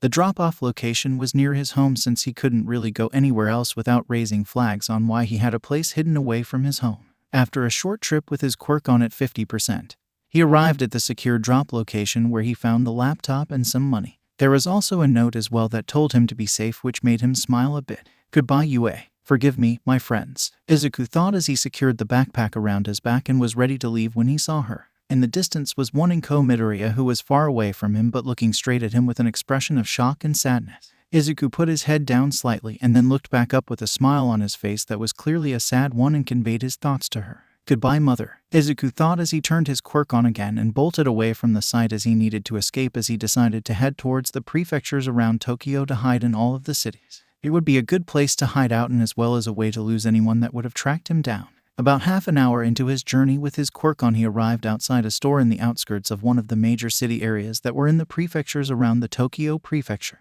The reason he headed towards this direction was that he had no clear idea, nor did the police, on where the League was currently based. Also, with One for All, Izuku could travel across Japan quite easily at a fast speed since he was slightly faster than the trains going at full speed. There was the side fact that he needed to avoid cameras as well so that he couldn't be tracked down by random people that were after him for his fake crimes. As Izuku took a quick break to get his breath steady and calm down since he was running non-stop, he saw a TV report which didn't shock him one bit about what it was about. On the TV was a news report that there were rumors that a student had been a mole in UA. At this time, we are receiving a press release from UA that states the following. The former UA student Izuku Midoriya is hereby wanted for the crimes of betraying UA and conspiring with villains. It is believed that he may have assisted the villains in the attacks on the USJ. and the attack on the summer camp which allowed them to get to the UA students, said the short press release from UA. At this time, if you see Izuku Midoriya, the former provisional pro hero Deku, then you are to report it to a nearby authority, or call the police line at 30 to 30 to 40. Do not attempt to come close to this individual since they are dangerous, said the TV news report, which Izuku stayed to watch so he knew what was reported about him. After a few more minutes, Izuku headed off to go deeper into the cities as he needed to start finding himself a home to hide out at as well as make connections in the underground world. Thankfully, I was given information on where a lot of villains meet up in this part of Japan, Izuku thought as he made sure to study all of the information he could for this entire mission. Izuku headed deep into the heart of all of the villain lairs in the surrounding Tokyo cities and got to work. Goodbye Hero World and hello Villain World, as accused is here, Izuku thought as he put a determined face on and had a small smile on his face. Izuku soon found himself in a dark alley as he made his way past fights that were going on between criminals. Though one guy did want to start trouble with Izuku, but sadly for that man, Izuku wasn't in the mood. As the man tried to mug Izuku, he found himself thrown into the wall with his knife stabbed into his shoulder. I suggest you F off and leave with only the knife in your shoulder as your only wound. Do you understand? Izuku said in a tone of voice that expressed that he wasn't to be F'd with. After the man ran away, Izuku soon found himself in a bar filled with people yelling and causing issues, though it didn't matter to Izuku as he went to the far back and opened his laptop up. As the hours passed, Izuku spent his time getting his analysis out in the deep web of different villains since he didn't want to target heroes right away and draw too much attention, as he wanted to slowly build up his network of information and not seem like he wanted to join the league right away, or else they would seem fishy of him. All in all, it would be ideal if they came to me instead of me going to them, Izuku thought, but unknown to him there were already eyes on him since quite a few people in that bar were some villains that used to belong to the Shy Hasaski but were lucky not to be at the main compound on the day of the raid. These villains wanted to get at Izuku Midoriya, who screwed their lives up. As such, they were waiting for a perfect chance to attack him. With a bit more work done and getting his initial network on the deep web going with the help of Nezu having already made some requests on the network, Izuku closed his laptop and saw that it was starting to get really dark out, so it's closing in on being the end of the first day. Izuku thought as he looked at the clock and saw it was 11:30 p.m. Izuku was a bit shocked at the amount of time he spent on his laptop in the bar, but it worked for him since he was able to do a decent job on setting up his network. Izuku's network was called the Golden Leaf, which allowed people to request information from him or talk to other people. Overall, it was a simple coded network, but it relied on bouncing off other networks and devices so that it couldn't be traced back to him easily. As Izuku packed his things up, he knew he would need to find a place to stay for the night, and there was quite a handful of abandoned buildings in the area he was at, so one of them would become his temporary spot before he moved on to another location to start making a name for himself in hopes of tracking the league's attention to him. Though as Izuku walked out of the bar, he noticed several people get up from their bar tables a bit after him. At first, he didn't make much of it until he noticed they were following him from behind. Are they underground heroes or villains? Izuku thought to himself, but soon concluded it was villains since they were bad at staying hidden. Izuku led them into an alleyway that was a bit ahead of him, which he knew from walking into this area that it was an open-ended alleyway, so he would have an escape route. The villains followed him into it and he turned around. So why are you gentlemen following me? Izuku asked them, and they chuckled a bit. Brat, you don't have your heroes to back you up anymore. We are former members of the Shy Hasaski, and we are going to get you for your part in destroying our old boss, said one man, and at the name of the organization they used to be a part of. Izuku felt all restraint in his body leave at that moment.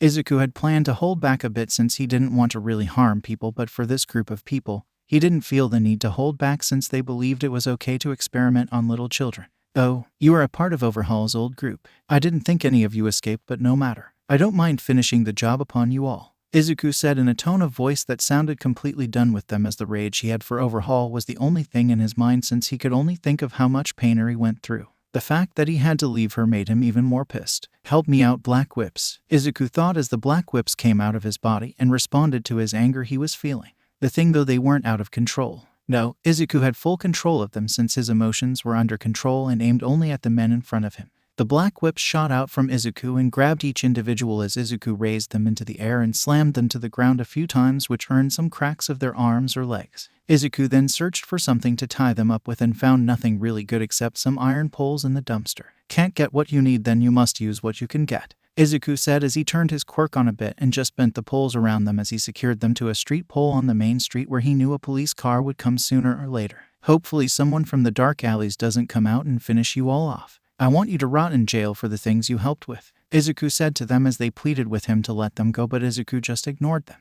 Soon he made his way to the dark parts of the city again and found an abandoned building which he broke into an apartment to sleep in. This was how Izuku's first night on the run came to an end, but there were quite a lot of reactions from others about what has happened to Izuku Midoriya. One reaction was from the leader of the League of Villains, Shigaraki, who was looking at the TV in the house they were currently hiding out in. Though, he's been accused of crimes he didn't even commit since he wasn't how we got into the USJ, or the summer camp. Interesting. Mr. Compress, call Grain and tell him to find Izuku Midoriya for me. I want to talk to the kid. We might just have a powerful new recruit, Shigaraki said with a twisted smile on his face as he remembered how much Izuku Midoriya had screwed him up in the past. Thinking about the strength that Izuku had made him want to bring Izuku Midoriya to his side if the news report had any truth to it, since it would have destroyed the faith that Izuku had in the Hero Society. Mr. Compress nodded his head and started to make his phone call. Third POV. The next day arrived at the news of what one Izuku Midoriya was accused of, and everyone was impacted greatly by the news. Even those in other classes outside of 1A were impacted, as even 1B expect Momona, who was in a hole to everyone, was a bit down at what they learned about the green hair sunshine kid from 1A. Over in the third-year dorms where Mirio sat with his classmates. They were talking about the news they saw on the news channel and had gotten it confirmed by their teacher, which devastated them. Mirio was trying to come to grasps with what he learned, as he had done a work study with Izuku at Sir Night-Eye's agency.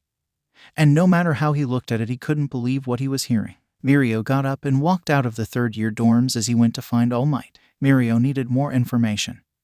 He needed to find out what truly drove Izuku Midoriya to this, because he couldn't believe this is the actions of the same person he did a work study with. As Mirio walked to the staff dorms, he asked where All Might was at, and the staff said he was out walking on one of the paths across campus, so Mirio went out searching for him. After about 10 minutes of looking for All Might, he found him standing near one of the small ponds on the campus that the path went by. All Might noticed Mirio but didn't say anything as Mirio came up to him, and they both stood there in silence. Sir, do you have any information on why Deku did this? It doesn't add up to the individual I knew during my work study. It doesn't add up to the person that went beyond everything to help save Yuri. Mirio finally asked as he turned to look at All Might, who was looking at the rising sun in the morning.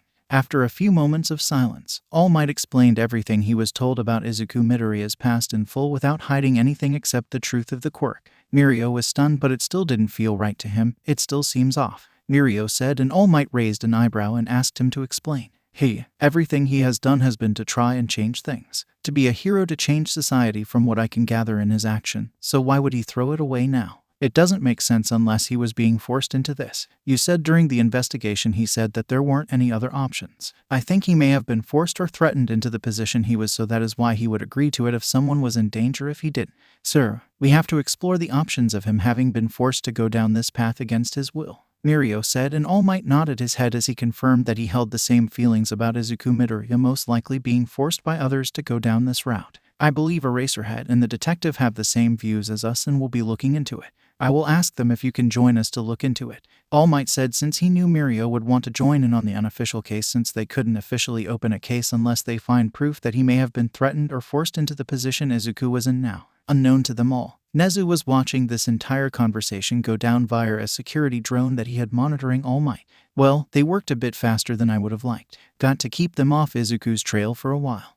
Nezu thought as he texted Gran Torino what All Might talked about with Mirio. Gran Torino had already set off to keep appearances of him tracking down Izuku Midoriya, since there had been a sighting of him somewhere near Tokyo after he fought several former Shy Hasaski members that somehow had escaped the raid. Nezu was surprised to find a description of Izuku so quickly, but understood why he did when he found out what organization the men had belonged to. Even acting as you are still heroic, Izuku, Nezu thought as he got to work on some things. While all of this was going on, one Katsuki Bakugo was in the gym training as hard as he could, even though his friends tried to get him to stop. However, he wouldn't stop no matter what they tried to do, as even Kirishimiya hardened himself and tried to grab Bakugo, but the boy just slammed into his friend and forced him away. They were confused about why Bakugo was acting the way he was, since they thought he disliked Midoriya. They knew they were childhood friends, but they only knew that and how hostile their relationship had been until recently. Though Eraserhead came into the gym since he got notified of his students being in the gym, and he was concerned about them driving themselves into the ground as an outlet, which he was right, but at least for Bakugo. As Eraserhead stood there, he sighed and turned his quirk on Bakugo, who froze. Give it back, Bakugo muttered out, and Eraserhead told him no, since it wasn't healthy on what he was doing. I need to get stronger. I need to stop him. It's my fault, Bakugo yelled out as a tear went down his face, as you could see he had dark bags under his eyes. It was clear he didn't sleep at all last night, and his friends were confused on why Izuku Midoriya turning would be his fault. This is due to your guilt for what you did. I hold some of the blame since I read everything wrong between you two. I thought it was a strong rivalry, but I was wrong. A lot of people hold blame for the path that problem child went down. You hold a lot more, but you're not the sole person to be blamed for it, so you need to rest since I know you've been in here since early this morning, meaning you never really slept. Eraserhead said, confusing the Baka squad on what the hell he was talking about, on how Izuku Midoriya turning was Bakugo's fault in some way. If I was just less of a D, he might have not chosen this route. If I could have at least grown the courage to apologize for everything I did to him, then maybe he would still be here. He's always been following me around, but now, Bakugo said as he cut himself off, and Eraserhead knew a portion of the problem for his student. Izuku Midoriya had always been a constant factor in Katsuki Bakugo's life. No matter how hard Bakugo had tried to push Izuku Midoriya away, he never went away until now. As such, Bakugo didn't know how to deal with the loss of a constant in his life. Eraserhead was sure that deep down under all of the emotions that Bakugo had was some form of respect and desire for friendship with Izuku Midoriya, but now it was likely too late. But now he's gone. That is what we need to deal with now, as he will be hunted down and brought to justice, but this also means you need to face what you have done. Go take a break and come to my office later, as I think it's time you tell me every single detail of your crimes. Understood, Eraserhead said, and Bakugo nodded his head as he sat down on the floor and his friends checked on him. Eraserhead waited a bit longer and made eye contact with Kirishimiya, who looked confused and concerned, but Eraserhead said nothing as he walked away. Bakugo sat there in silence for a while before Kirishimiya decided to ask what their teacher and Bakugo were talking about, though Bakugo still stayed silent for a while longer. I was a bully. I was to Izuku's bully, Bakugo said as he got up and walked away, leaving them in shock at what they just heard. Bakugo, instead of taking a break, just went straight to his teacher's office to let the man know the truth of everything, since the man needed to know what happened and Bakugo needed to talk to someone about it.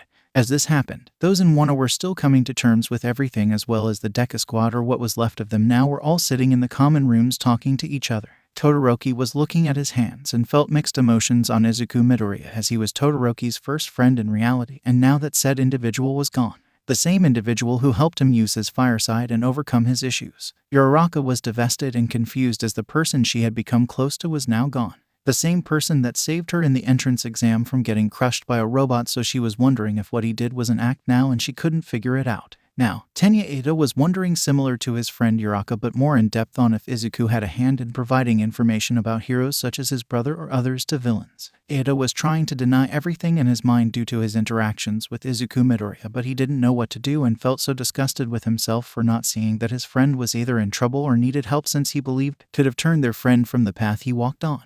Ada couldn't bring himself to hate Izuku Midoriya, even if he truly was a villain, because of how much Izuku had helped them all, since he didn't believe any of that was fake. Though there was some like Minda who was denouncing Izuku Midoriya for being a villain and saying that he needed to be locked up quickly. This didn't go over well with really anyone, as a lot of them glared at him until someone finally spoke up. This individual was none other than Tsu, who told Minda to shut it. Shut up, Minda. Do remember, you and me would be dead if he didn't save us at the USJ. With his plans and actions, I refuse to believe he purposefully intended to become a villain but was left with no choice due to life, unlike you, who actively decides to be a pervert and sexually harass us, females, Sue said, shutting Minda up as she had slapped him with her tongue. Minda walked out of the room in silence, and everyone was left back to their individual thoughts after that incident. Some, like Satu and Kuda, were making sweets and food for everyone to help them relax, as neither were very close to Izuku but still felt affected on his departure from the class. All they could do right now was sit in silence with their thoughts, though there were others affected, such as Inko Midoriya, who was sitting in her friend's home. The Bakugos. Inko went to their home since they didn't want her to be harassed by reporters, and they were also the only friends that Inko currently had, so they wanted to make sure she was supported. Inko was in tears, not because of her son becoming a villain, but because she knew there was a high risk of him dying, and she hated it but couldn't only hope he would make it back. Though even Kodo from the Wild Pussycat heard of the news, he refused to believe it due to the actions that Izuku had done at the summer camp. Everyone was in complete denial of Izuku Midoriya becoming a villain, but there was nothing they could currently do about it. Third POV. It was the mid-afternoon of the next day when Izuku truly started to get to work on things in an attempt to start making a name for himself, as he needed a way to draw the attention of villains and, more importantly, the league itself to him. As such, Izuku headed out as it started to get a bit darker to acquire what he would need to start himself out with and start laying connections around with local villains across the Tokyo area and surrounding cities. One thing for sure was that he needed to change out of his hero outfit, since it stuck out like a sore thumb. As Izuku moved across the rooftops, he heard a scream and decided to look into it, and discovered a lady was being held down by some thugs who seemed to be getting ready to rape her. I can't keep saving people since it wouldn't make sense for a villain, though if I hide the true reasons why I do it for other things then I can easily make excuses," Izuku thought as he jumped down. Everyone came to a stop thinking a hero had arrived, but then the villains grinned when they saw it was the recent hero to villain Izuku Midoriya. "Hey Brad, I recognize you from the news. Want to join us with her?" one man asked, and Izuku looked at the woman who looked like she was asking for help. Izuku silently walked up towards them without saying yes or no, which made the criminals think he was going to join them when suddenly Izuku punched the man guy out. There are many things in this world that happen, but raping a woman is pathetic even for us villains. It shows you are powerless and lack any guiding principles except to seek just harm to others. I am not like that, as I seek change due to the life I lived. Though, I will gladly take your clothing," Izuku said with a smile on his face that really didn't belong with the situation they were all in. Izuku quickly dispatched all of the other low-level criminals without any issue. The lady seemed shocked and confused about what just happened, but she just watched Izuku take the clothing from the other man and change outfits right in front of her. Izuku quickly changed without wasting time, since the screams from the lady would most likely have earned a call to the police from anyone that might have been around. As Izuku finished, he took out his notebook from his bag and discarded his hero outfit, though he did keep some of the things that helped brace his arms and legs, like his reinforced boots for combat, as he didn't want to destroy his arms even more. Overall, Izuku looked quite scary with his new outfit and facial expression he was sporting. "Interesting that I lucked out on a man wearing some green," Izuku muttered as he wrote a note in the book, which he tore out and gave to the lady with his old hero outfit. "Don't worry, I won't harm you. I may be a villain, but I have things that even I won't condone. Rape is one of them. If you would be helpful, then can you have this note and outfit delivered to Detective Naomasa Tsukachi, as I am sure he got assigned to my case, or to Principal Nezu of UA. Tell them the accused one says hello and that I have many things to do before I can be caught," Izuku said, and asked the woman, who was still scared but nodded her head as Izuku could hear sirens coming in the distance. Izuku just jumped away and used the float quirk to get to the roof easier, where he just quickly gained distance away from the crime scene. After a few minutes, the police arrived, but Izuku was long gone. Instead, he was now miles away, moving through alleyways as he was searching for the place he was needing. The place was another location that had large gatherings of villains sometimes, but Izuku also knew info brokers gathered in this area. That was the sole reason heroes, or rather underground heroes, didn't break into the place Izuku was going, since it was somewhat of a natural area. It was an underground fighting ring that was technically legal. The only illegal thing that was going on would be the criminal individuals that visited the place to make deals, but the place had strict no drugs or contraband policy that allowed them to keep operating, since it didn't give police or heroes legal reason to arrest people there. As such, people met there to swap information or to agree to trades that would happen at other places. Otherwise, people fought in the ring and placed bets which were 100% legal in the eyes of the law, as long as both sides were truly 100% willing to do it. It was her thing that the business had a strict policy on to ensure they didn't get shut down or targeted. They made sure everyone going in wasn't under a quirk and could legally agree to waive all rights on they knew what they were doing. As Izuku arrived at the place where he knocked on the door, and a small hole opened so the person on the other side could see outside. The man asked for a password and Izuku shrugged. "Sorry fella, I am new on the scene since I just escaped custody yesterday. You may have seen me on the news lately as well," Izuku said, trying to gain entrance since he knew he would have some trouble, since the password is given out changed each month and current core members of the business had to provide it to others. The man looked Izuku over and his eyes widened slightly, and the man was silent for a while before telling Izuku to wait outside as he would check to see if anyone was willing to entrain him as a guest for the night, to see if he would be accepted moving forward. That was indeed one way to get inside. If a current member that was in high standing with the business was willing to allow him entrance on one-time biases, then Izuku would need to prove his worth, for example in the ring, to show that he means business and was willing to commit to being a member. Otherwise, he would need to get the password from someone that was willing to tell him. It was more or less that you put up or shut up, because strength in the underground world ruled. After waiting for a bit, which was in reality about 10 minutes, the door opened and Izuku looked to see if he was going to be allowed to enter. A man came out and Izuku was downright shocked to see who the hell it was. It was none other than one of the best information brokers for the villain underworld, Jiren. There were suspicions that the League of Villains had used this man to recruit villains and random criminals into the organization before, but they didn't know if he was still helping the League out with the loss of All for One. "Why, hello Izuku Midoriya. I wonder if you know who I am?" Jiren asked, and Izuku slowly nodded his head but kept his guard up since he did not plan to meet this man so soon. "Indeed, I do know who you are, Jiren. Though that isn't surprising since you are one of the top information brokers that had even helped All for One," Izuku said, and Jiren nodded his head. Both of them looked at each other in the eyes as Izuku also planned to escape if need be, since he didn't know how likely this man wasn't going to just try to get him ended, since he hasn't really made a name for himself as a villain, which means credibility of not still being a hero was still low and breakable. How about you come inside? I think I will be willing to host you for the night. Let's see what you are made of now that you are no longer a hero, Jiren said, and Izuku felt a chill go down his spine as he nodded his head and kept a calm appearance on his face as he followed Jiren and the guard for the door down a flight of steps. After what felt like minutes, they arrived in a larger room that had a lot of people in it that were shouting, but there were also others away from the middle of the room against the wall talking to each other. Izuku glanced down into the hole to see why everyone was shouting, and he saw two people fighting it out inside the pit. Though, Izuku did also notice all of the blood on the walls and ring area as well. So I take it from your words you want me to fight in the ring? Izuku asked Jiren without changing his expression as he watched one opponent break the other side's leg. Izuku knew there was a no-killing rule, since that was a surefire way to get the place closed down if bodies were being taken out of the place. Broken bones were easily healed by some staff they had on hand or with time. Jiren nodded his head as he stepped next to Izuku and spoke up. Indeed, after that, I think I have an offer for you depending on your results. So you will want to do good in your fights, as you will keep going until I say otherwise, Jiren said, and Izuku knew this was a test for him. Not to stay in the club but for whatever offer, and Jiren wanted to see how committed Izuku was, because if Izuku held back then it meant he was wavering. Izuku agreed to the fight, and then he was taken by another individual down to a waiting room where he was given some spare shorts to change into that were fresh out of a package, since Izuku was wearing nicer clothing. The guy said it was standard for them to do this so the fighters could change back into their normal clothing when they needed to leave.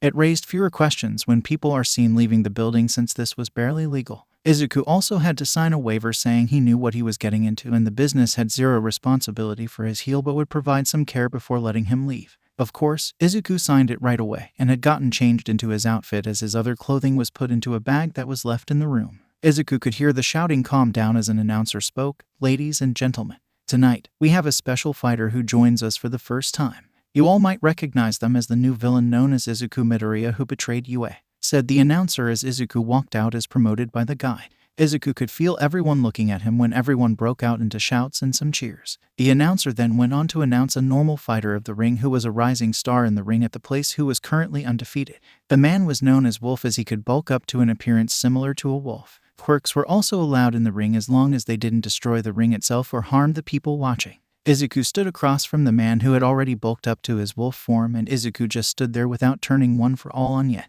The announcer called the fight to a start, and Izuku just watched the person charge at him as Izuku took a fighting position and waited until nearly the last moment as he twisted his body as he quickly turned OFA on and rotated around the arm, the float quirk and OFA at 10%. Izuku then grabbed the man's arm and snapped it right away without holding back. Sorry, but I have people I want to protect. I can't lose the possible connection to the league right out of the gate, Izuku thought in his mind as he quickly got off the person and swiped the feet from his opponent out from under them. As Wolf went down to his knees, Izuku grabbed his neck and pulled back on it as he grabbed the other hand as well and put Wolf into a chokehold.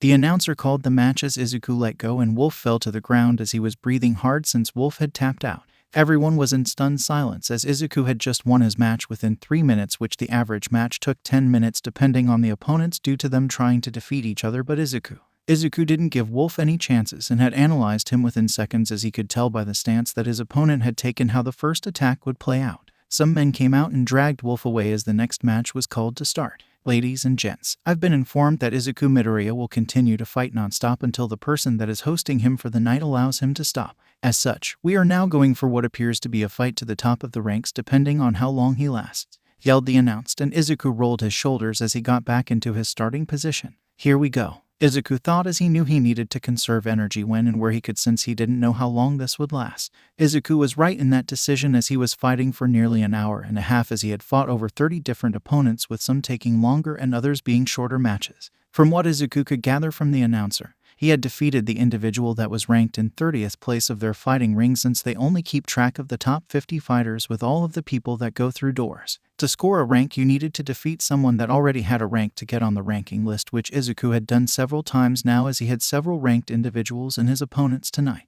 As the next match was about to be announced, Jiren put a stop to the fighting as he had seen enough and had the announcer alert Izuku that he was done and could step out of the ring. Izuku surely had completed what he had set out to do that night, as he had created an initial name for himself as he had the announcer start to call the villain name he had started to use, so people were shouting out accused one on repeat. Third POV. Izuku changed out of his fighting outfit and was escorted to a new area of the business where Jiren was waiting for him. Before Izuku could even say or ask anything, another individual walked up and dropped off quite a bit of money. Izuku raised an eyebrow and Jiren laughed a bit as he explained he bet on Izuku to earn himself some money since he knew Izuku was strong already, but was shocked how quickly he made it through so many matches, which earned him quite a bit of money since he had placed bets and was the host for him for the night. Jiren then took some of the money and handed it to Izuku as he explained that each fighter gets a percentage of the bets placed if they win if they were a normal member without being hosted, but Jiren still thought Izuku deserved some of it since he paid him a lot of money in one night. Accepting the money, Izuku just placed it inside of the bag that he had with him and looked at Jiren as he asked about what the offer Jiren wanted to make to him. Jiren nodded his head slowly and spoke after a few seconds of looking at Izuku. As you know, I've helped the League recruit quite a few of their newer members that would be called the Vanguard Action Squad. Shigaraki had put in a request for you to be found and brought to him, Jiren said, and Izuku went on guard right away since this could go either way. 1. Shigaraki wanted to recruit Izuku, or Shigaraki wanted to finish the job and dust Izuku for good. Oh, I take it he wants to finally get rid of me since I happened to annoy him when I was still at UA, Izuku said, and he made his defensive posture visible enough for Jiren to notice it, so he didn't seem eager at the fact that Shigaraki wanted to speak to him. Calm down. He isn't wanting to dust you from what I've been told. He wants to offer you a place, a new home with the League. Even though he indeed has been pissed at you for all the shit you have done, he still wants to talk to you about joining the League, Jiren said, and Izuku still kept his guard up but lightly relaxed visibly for Jiren to see it. Oh, even after all the times I interfered with his plans, did he mature as of late? Izuku asked, and Jiren laughed at that and nodded his head. Indeed, without all for one, Shigaraki had greatly matured more in his attitude. There's still some childish in him, but he is getting far better in his actions and leading, Jiren said, and Izuku pretended to think it over. Why would I join the League when it would more or less confirm what UA is reporting on me being responsible for the League getting into the USJ and the summer camp when I never did those things? I only analyzed people and quirks, which has been used to pin me as helping the League and others, Izuku said, and Jiren raised an eyebrow and asked if he had some of his analysis for him to see, which Izuku pulled out one notebook and showed it. This notebook was on random villains and some heroes he suspected of being dirty, so he wouldn't feel completely horrible if they somehow got attacked due to his notes. Jiren was astonished at the level of details in the notes and asked if Izuku was currently selling and providing this information to others. Izuku nodded his head and explained he had a network currently set up where he takes requests from for his work. Jiren asked for the name and Izuku provided it, as Jiren said he would likely submit some requests. Though Jiren did move back to the original topic at hand and explained that Izuku didn't have many other options outside of the League unless he joined some random villain groups or worked alone.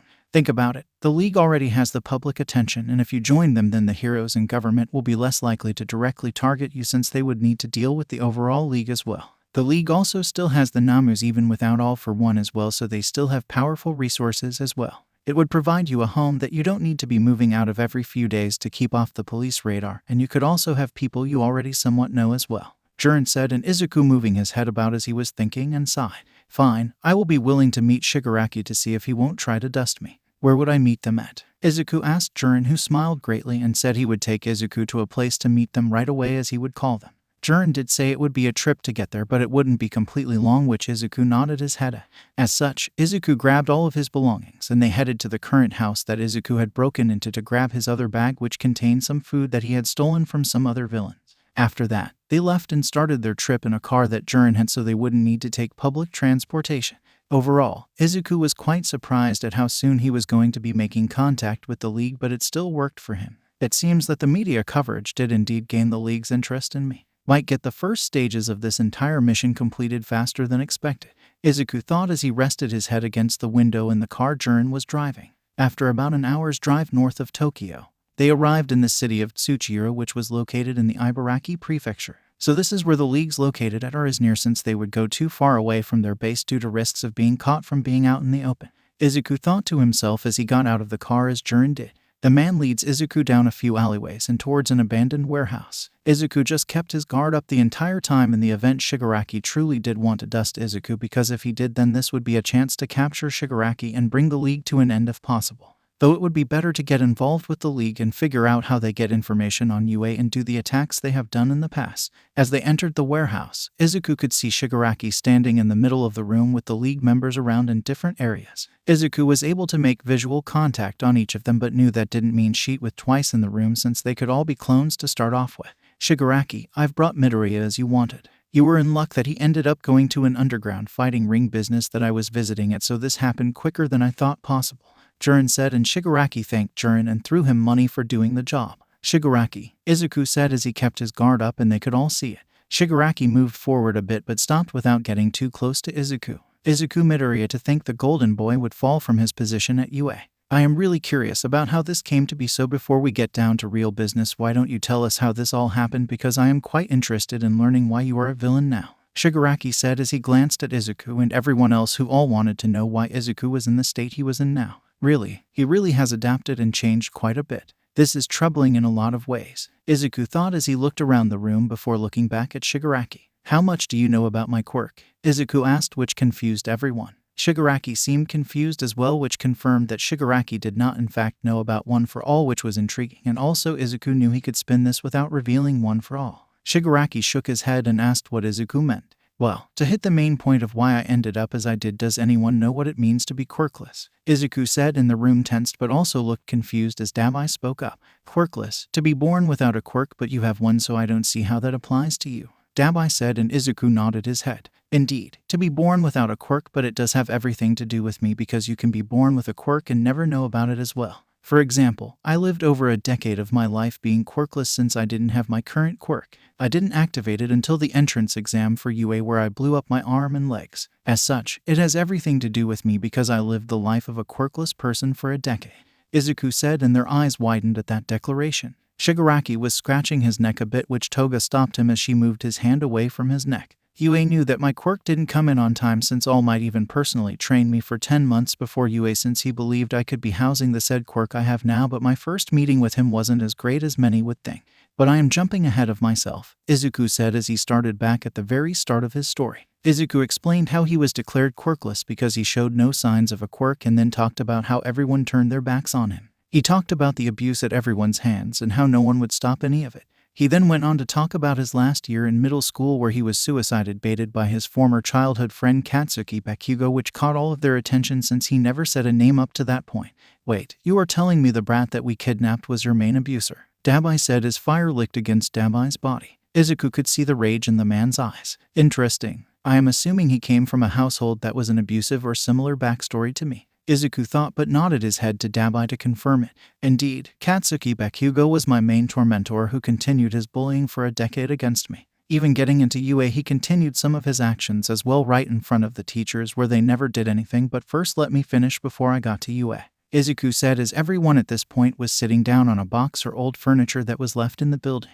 So after being suicide baited, I retrieved my analysis book that Bakugo had used his quirk on and blew up with his quirk, which survived somewhat. After getting it, I took a long route home that day because I wanted to calm down my emotions. My mother, I am sure, never knew of a lot of what happened to me since I hid it so well. Even though she wasn't the most supportive, she still loved me. Anyway, I walked under an underpass where I was attacked by the sludge villain but got saved by All Might. This is my first actual meeting with All Might, which didn't end well, Izuku said as he remembered that day and what All Might told him. In honest truth, the word still bugged Izuku, but he couldn't do anything about it, and he still forgave All Might for them anyway. As All Might jumped away, I grabbed onto his leg like an idiot, but I needed to ask my question. The question that only All Might could give an answer to at this point, as everyone else always said no. The question I asked him on that rooftop was, if a quirkless person like me becomes a pro hero, does anyone want to take a guess what he said? What the symbol of peace, who said on all of the interviews and TV that anyone could be a hero, said. Izuku asked them all, but they had to guess what All Might said, and Shigaraki was pissed as he had disintegrated several things near him. He said, no. He said that without power, someone quirkless couldn't be a hero. That it was good to dream, but that I should be realistic. He told me to go be a cop or a nurse, but even in those jobs you really need a quirk due to regulations they impose, so realistically those were an option for a quirkless person. It was also on the rooftop where we had landed where I learned about All Might's smaller form, since he had run out of time that day, Izuku said, shocking them all that Izuku knew about the form beforehand, but they kept silent. I heard an explosion in the distance, and like the fanboy nerd I was who liked to analyze quirks and people, I was about to go watch, but All Might's words came back in my mind. Shocking myself, my body ended up walking to the fight without me realizing it, which is where I found the sludge villain who had escaped due to me latching onto All Might's leg. Izuku said with a chuckle as he remembered that it could be considered karma for Bakugo to have been hit by the said villain after telling Izuku to end himself. The villain had captured a hostage, which was none other than Katsuki Bakugo. The heroes on site weren't really doing anything outside of the few containing the damage like the fire. But my stupid self ran out there aiming to save Bakugo because my body moved on its own. I ended up buying him a few seconds before All Might somehow was able to power up again and saved the day. I ended up getting scolded by the pro heroes that did nothing while Bakugo was praised for being brave and his quirk, even though his quirk caused a lot of damage in the area. Izuku said, and then he explained how he walked away still without receiving medical treatment from the first attack or having run out in the second time, which hero protocols state they should still do so. On my way home, after Bakugo yelled at me for saving him, which is stupid, All Might showed up for the second time. It was here where he offered to train me because of my quirk that I would later activate because he knew I needed more body mass to be able to use my quirk. Somehow he thought I was worthy of his training, but I still sadly needed a quirk to become a hero. After 10 months of training, I was able to activate my quirk at the exam since All Might believed I was ready to be able to wield it in my body since it was so strong. Skipping the part where I destroy my legs and arms saving a girl in the exam, we get to the first day. Izuku said as he explained how Bakugo attempted to attack him in the quirk apprehension test, and that his teacher threatened to expel him due to his uncontrollable quirk. Ironic. The school knew for a fact that I only had gained access to my quirk since I know for a fact All Might knew, the principal knew, and Recovery Girl knew. It would have also been updated in my file as well since I was registered as quirkless for the exam itself. Moving on to the second day, Bakugo tried to murder me in the first combat exam, which wasn't surprising, but I don't think he has ever gotten a true warning besides a scolding in class. Then we have the USJ, where we first meet Shigaraki, Izuku said, and Shigaraki straightened up at that point. You might wonder why I was so determined to interfere that day, and especially with All Might. Well, it was because I knew about his time limit and how close you were to actually end him at that moment. At that time, I was also still trying to copy All Might since our quirks were similar, but mine has more aspects to it that I have been discovering, which isn't strange since I've had it less than a full year, Izuku said as he floated and black whips came out. Izuku then sat down again as he talked about how the school still hadn't helped him get his quirk under control and that it took an internship with an older pro hero to get it under control in 3 days when he had been at the school for a lot longer. Moving forward, we get past the Kamino battle into more recent time, which I am going to skip ahead a bit. After a while, we gained our provisional licenses, which Bakugo failed to get, which resulted in him fighting me in ground beta since he blamed himself for All Might's fall, which is stupid. I got punished for that even though it was self-defense on my part. Then we have the work studies, which I end up at Sir Night Eye's agency, who hated me. The man knew All Might had been training me and didn't see me as being worthy of being All Might's personal protege like I was, which I guess was true in the end, but oh well. The Shai Hasaski raid with Overhaul, which you were all that happened, and we saved Eri from that bastard, Izuku said as he explained a bit about the raid, but they knew parts as well since they were involved in it. Izuku then explained how in recent times Nezu had Gran Torino, who was his internship after the sports festival, training him. Turns out Nezu had him watching me as Nezu had found my notebooks, which had a lot of details about pro heroes, my classmates, and others in them. They confiscated a lot of them, but Nezu believed I was selling information out to people, which I do have a network set up that Jern will be requesting stuff from me on. The interrogation was more or less a clown show as Nezu asked the questions instead of the detective asking them. He talked about my past and how I had all of the motive to sell them out. I ended up being arrested since I admitted to the notebooks being mine, and well, I do have my network now, don't I? Anyway, the Hero Commission took interest in the case, so I was to be transferred to them, so I think Nezu was wanting the questions to be done with quickly, so I was framed as the UA mole that helped you all get into the USJ and attack the camp based on what they released to the media. Though that is complete bullshit that they are claiming since I've never done that, but all of the interactions you had with me, Shigaraki, like the mall and me being alone for a while at the camp, convinced them I had sold them out to you, Izuku said as he finished his story. The room was silent and Izuku wondered if he screwed up. What the F is your life? Dabai said, and twice just fell over at the comment from Dabai. I don't know, but this is my life now. I wanted to be a hero to change things, but sadly it seems I can't change things inside of the system like I wanted to anymore, Izuku said with a sad tone and a shake of his head. Shigaraki got up and everyone watched him move towards Izuku, who was on guard. Society, heroes, those that you trusted to care for you have abandoned you. I plan to wipe it all out, so I'll make my offer. Join us, Izuku Midoriya, and help us destroy those that harmed you, Shigaraki said as he raised a hand with a glove on all fingers but one. Everyone watched Izuku, who looked at Shigaraki's hand. This was it, and Izuku accepted his new fate as tears went down his face and he accepted the hand offered to him. Forgive me, All Might, Izuku thought as he took a hold of his new future. It's time for change to happen, Izuku said as he looked up at Shigaraki's face, who had a large grin on his face. Izuku Midoriya had successfully infiltrated the League of Villains. 3RD As Izuku was accepted into the League of Villains, they took him to their base, which was a hideout in the middle of a forest area. Overall, Izuku discovered that the League of Villains was in a critical state for their resources, but Jiren had mentioned they were still able to produce Namus, so something didn't add up to Izuku, but he held off on asking, since if he pushed for too much information right out the gate, then he would be raising a lot of flags. As such, Izuku just went with it, but did decide to ask what the current plan that the League is doing, since he needed to know how to help with whatever was going on. Shigaraki scratched his neck and sighed as Izuku asked that, and everyone looked at Shigaraki, since even they didn't know what the League would be doing next. So I take it there is nothing going on right now, Izuku said, and twice confirmed there was indeed nothing going on with his two answers, which confused Izuku a bit, but he was able to figure it out.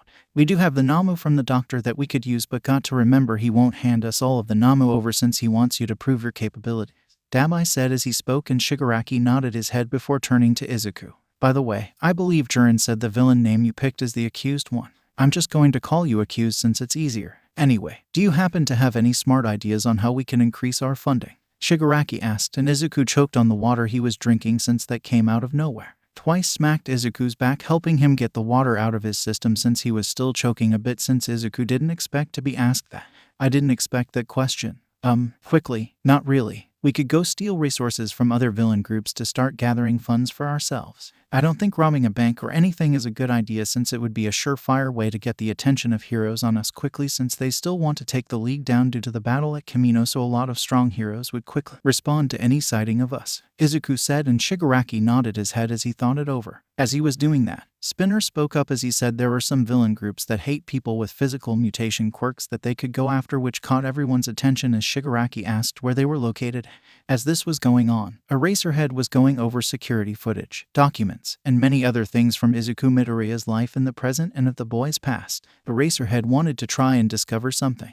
Anything that would prove that there was something that forced Izuku Midoriya to do what he has done against his will. He knew a lot of what Izuku Midoriya had gone through based on what Katsuki Bakugo had told him, but there was also evidence that supported that Izuku did what he did. One thing was the multiple quirks that were appearing, as it made no logical sense for those quirks to appear together.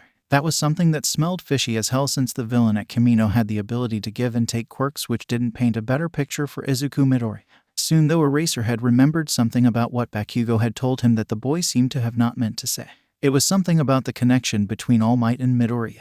Bakugo, he said something about the quirk connecting them, but he tensed when he realized what he said. All Might knows something, Eraserhead thought as he decided to go get some answers from the man himself. As such, he crossed the campus from dorm apartment in the staff dorms to the main building where All Might was currently at, or was meant to be at based on the last text the man sent to the staff chat. As Eraserhead arrived at the office location, which he knew didn't have any hidden cameras or recording devices, he opened the door quickly and found All Might sitting in the room looking over files which he tried to hide quickly. What are you hiding? Eraserhead said as he moved quickly across the room to see the files which All Might was still trying to hide. Eraserhead saw that the files were documents about Izuku Midoriya. I take it you're looking into his life like I am. Though I guess we both already had the same plan in mind, as something is fishy about the entire thing, Eraserhead said, and All Might calmed down and put everything back as he forgot Eraserhead was likely already looking into it from what All Might knew previously. All Might was just being careful since he didn't need others blocking him from looking into it.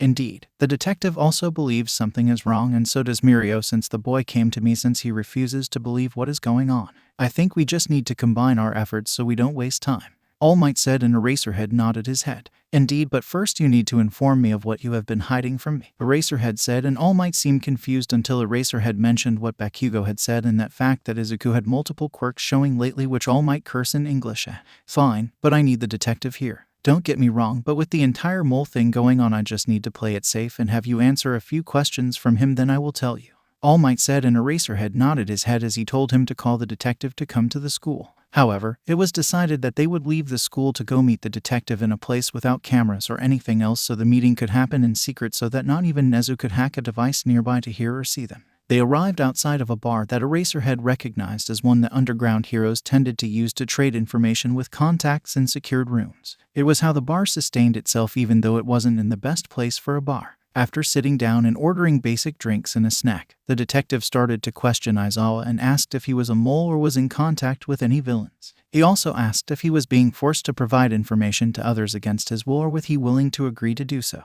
Everything came back clear and the detective said that the questions he just asked were how the questions Izuku Midoriya should have been asked, but Nezu didn't do it as he should have. Whatever is going on, I think Nezu has a hand in it, the detective said, which caused both All Might and Izawa to tense a bit since that was a large-ass issue if their boss was somehow involved in the mess. Soon they moved on to the topic of Izuku Midoriya's quirk, and let it be said that Eraserhead was pissed with All Might for putting so much pressure on the boy. I should have been informed from the start that he was in my class. His broken hands and scars from the quirk is on your head, All Might. The moment he broke his bones the first 2 times should have been a call straight to Gran Torino, since he taught the boy to control the quirk in 3 days while you had many months. I also share some blame for not recognizing he only had the quirk for so short, since if I dug into his file I would have seen the fact he signed up for the exam as quirkless, Eraserhead said, and All Might admitted it was indeed his fault for Izuku's broken hands and damaged body. However, before things got even further, the detective decided to inform them why he wanted them to meet at the bar instead of at UA. Turns out the kid is already making a name for himself, the detective said, and Eraserhead didn't like the sound of that. The detective showed the note and bag of evidence he had brought. It seems he has picked a villain name out for himself. He has chosen the accused one as his villain name. He stole some new clothing off a criminal as the man, and some others were going to rap a woman. Here is the note he left, the detective said as he handed a copy of the note to both of them to read. Overall, the note read as the following. With my back against the wall, the path I am now on shall be one filled with chaos, and I will gladly bear the burden. Until next time, Nezu. Read the short note, and that just confirmed for them that Nezu had some important role in this entire mess that had been created. The rat, he has something to do with all of this. The way he did the questions, the way he asked Midoriya if he would be forgiven. Something doesn't feel right about this at all, Eraserhead said, and the others could only agree, but they didn't know what was wrong with the entire situation. Eraserhead then looked at the detective and asked him if he has questioned Izuku Midoriya. And the detective's face twisted a bit, which confused them. She has lawyered up with the top lawyers of the country. I don't know how she is affording them to begin with, but they won't let her answer any questions, so I have been unable to ask her anything without them blocking me. I have to go through them for any official matter, which makes it impossible to get anything, the detective said, and All Might was shocked since he knew for a fact that the Midoriyas couldn't afford such lawyers, because even he would have to pay quite a bit for them to represent him. Something didn't feel right whatsoever. What if I were to go ask her questions? I am not a pro hero anymore, nor a cop. All I am is a retired pro hero that works for UA, All Might said, and the detective said it could work since legally the detective has to contact the lawyers if he wanted to question her, since she's already directed him to them once. As such, it was decided that All Might would go visit Izuku Midoriya and see if there was anything he could gain out of the situation. Third POV. It had been about 2 weeks since that meeting that All Might, Eraserhead, and the detective had together in the secured room in the bar that underground pro heroes used a lot. All Might need to time his so-called accidental meeting with Izuku Midoriya, since Nezu seemed to have been keeping a closer eye on all of them whenever they were in UA. They had no proof, but they felt as if they were being watched more often, and there was no real good place to speak about Izuku Midoriya without Nezu finding out in UA. As such, when All Might needed to go off campus for an already scheduled doctor's appointment at a hospital, he decided to make a stop before returning to UA since he didn't have any classes for the day. This was how All Might found himself in front of Izuku Midoriya's front door, where he knocked on it and waited for it to be open. After a few minutes, the door opened and there stood one Izuku Midoriya, whose eyes widened greatly at seeing All Might. I'm sorry, but I can't talk to you. You need to leave, Izuku said before starting to close the door, but All Might put his foot in the doorway, stopping it.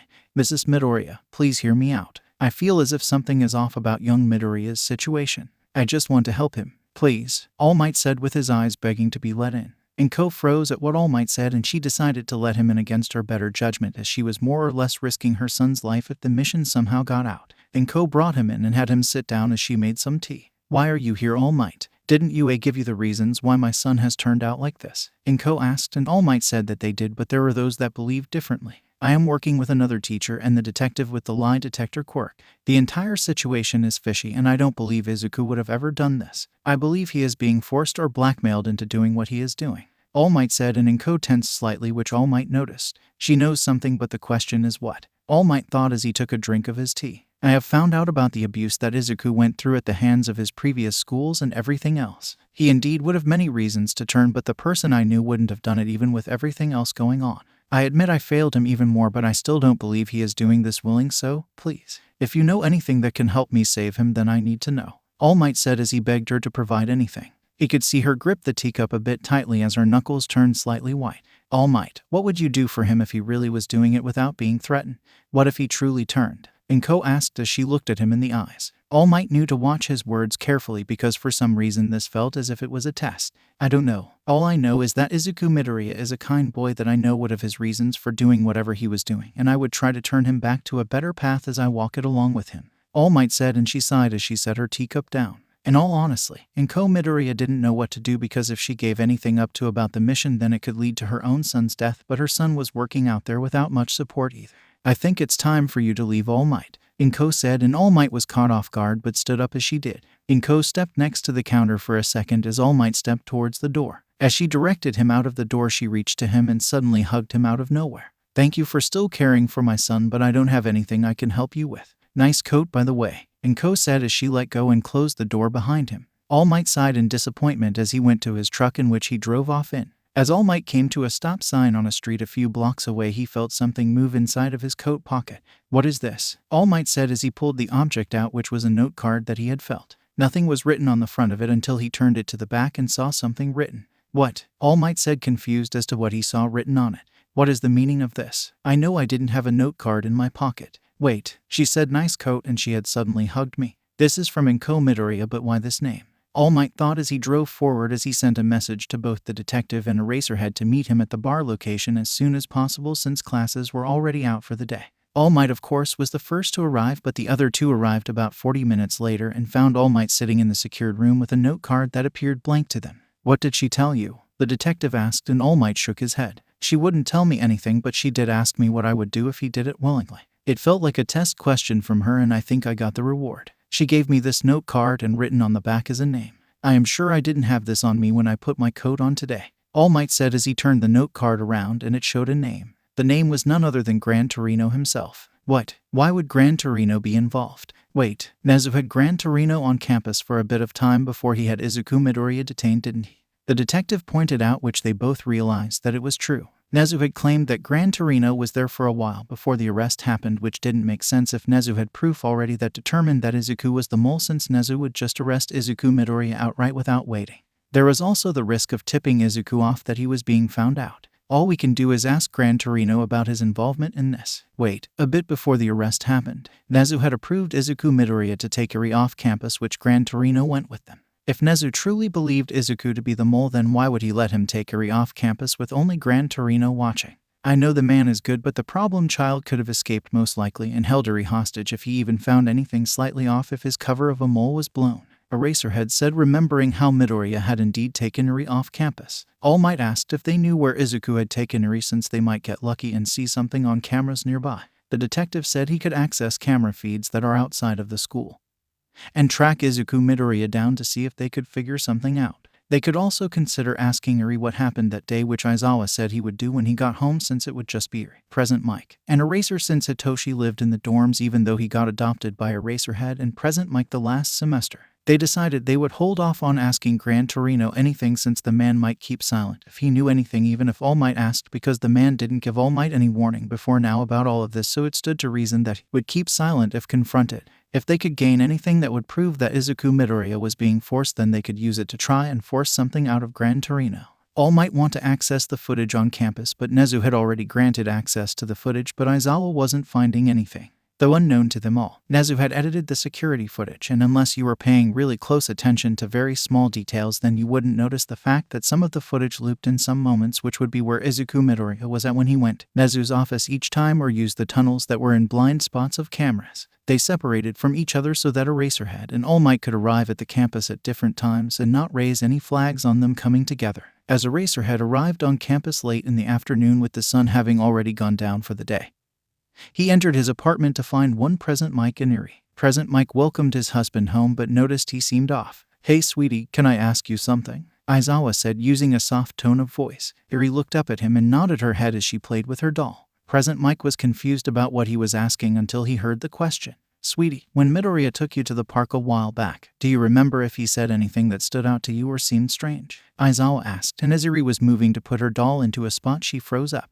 Both Eraserhead and Present Mike noticed it, even though Eri tried to hide it with different actions. "What the hell did you talk about, problem child?" Aizawa thought as he watched Eri deny that anything stood out to her. "We played in the park," she said without saying anything else, which was odd for her since she would always talk about the smallest thing if she was with Izuku Midoriya doing anything since he was such a large factor in her life. She knows something but won't say. The question is why, Aizawa thought as he thanked her and went to his room. Present Mike waited a few moments before going into the bedroom as well, with the door closed behind him. "Why did you ask that?" Present Mike asked, and Aizawa filled his husband in on everything about the situation since the detective had already cleared Present Mike as well from being the mole a few days ago when Present Mike left campus, so Nezu couldn't easily learn about it. Though who was Aizawa kidding? Aizawa was sure the principal knew about everything that was going on. "I think Problem Child told Eri something since he is a huge part of her life. He's leaving out of nowhere should have had a larger effect on her, but it hasn't. She cried a bit the first day, but overall she hasn't had a large change which stands out. From what we know at the moment, we think Izuku Midoriya is being forced into the position he is in.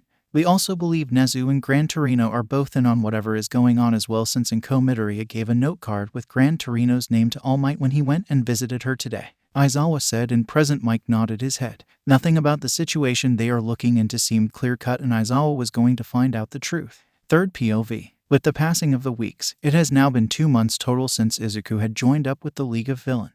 Many things have happened during this time, but some of the main things that had happened were that Izuku had started to make public appearances with the League of Villains, cementing his ties to the group. The very first public appearance he went out on was when the League went to secure more resources, which turned into a bit of a small battle as the group they went after tried opposing the League when the League only wanted to steal the resources from the group. Though, in the end, the opposing group was wiped out as Dabai had burned the members alive when they had made quirkish comments against Spinner due to his mutation. This battle had drawn the attention of some local heroes who were passing by in the area, and Izuku decided to take them on to avoid any members of the League ending the said heroes, since Izuku knew for a fact that they would have been ended while Izuku had already expressed his distaste for outright ending to the other members of the League.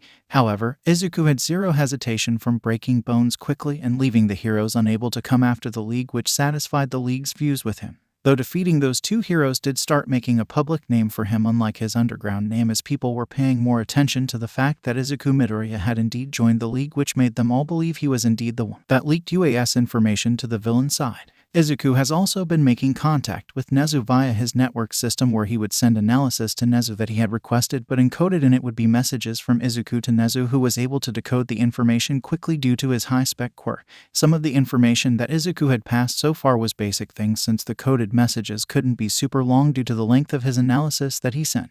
The information so far included the fact that there was another unknown member of the League that was simply called the Doctor, who was the one truly producing the Namas, and that Shigaraki currently needed to prove himself worthy of receiving man's assistance to keep receiving more Namos. Other information included the fact that the League was currently running low on resources as they were stealing from other villain organizations to start building up a war chest, or the fact that the League did have one Namu on standby that Izuku had yet to see, but did have hints that it was as strong or on a higher strength level than the one from the USJ, with some different quirks. Overall, the information was a mixed bag of good news and bad news for the hero side, as Izuku had already learned some critical pieces of information, like a hidden member that was the actual person creating the Namos. Though Izuku still had no clue on how the League was able to get the location of the summer camp, though Izuku expected that the USJ was done via Kurogiri warping into the building, but that doesn't answer the camp issue. As Izuku sends his most recent update to Nezu, he sighs and pushes the laptop away from himself. In all honesty, a quarter of the League's finances were now coming from Izuku himself due to his analysis that he has been doing on other villains for Jiren.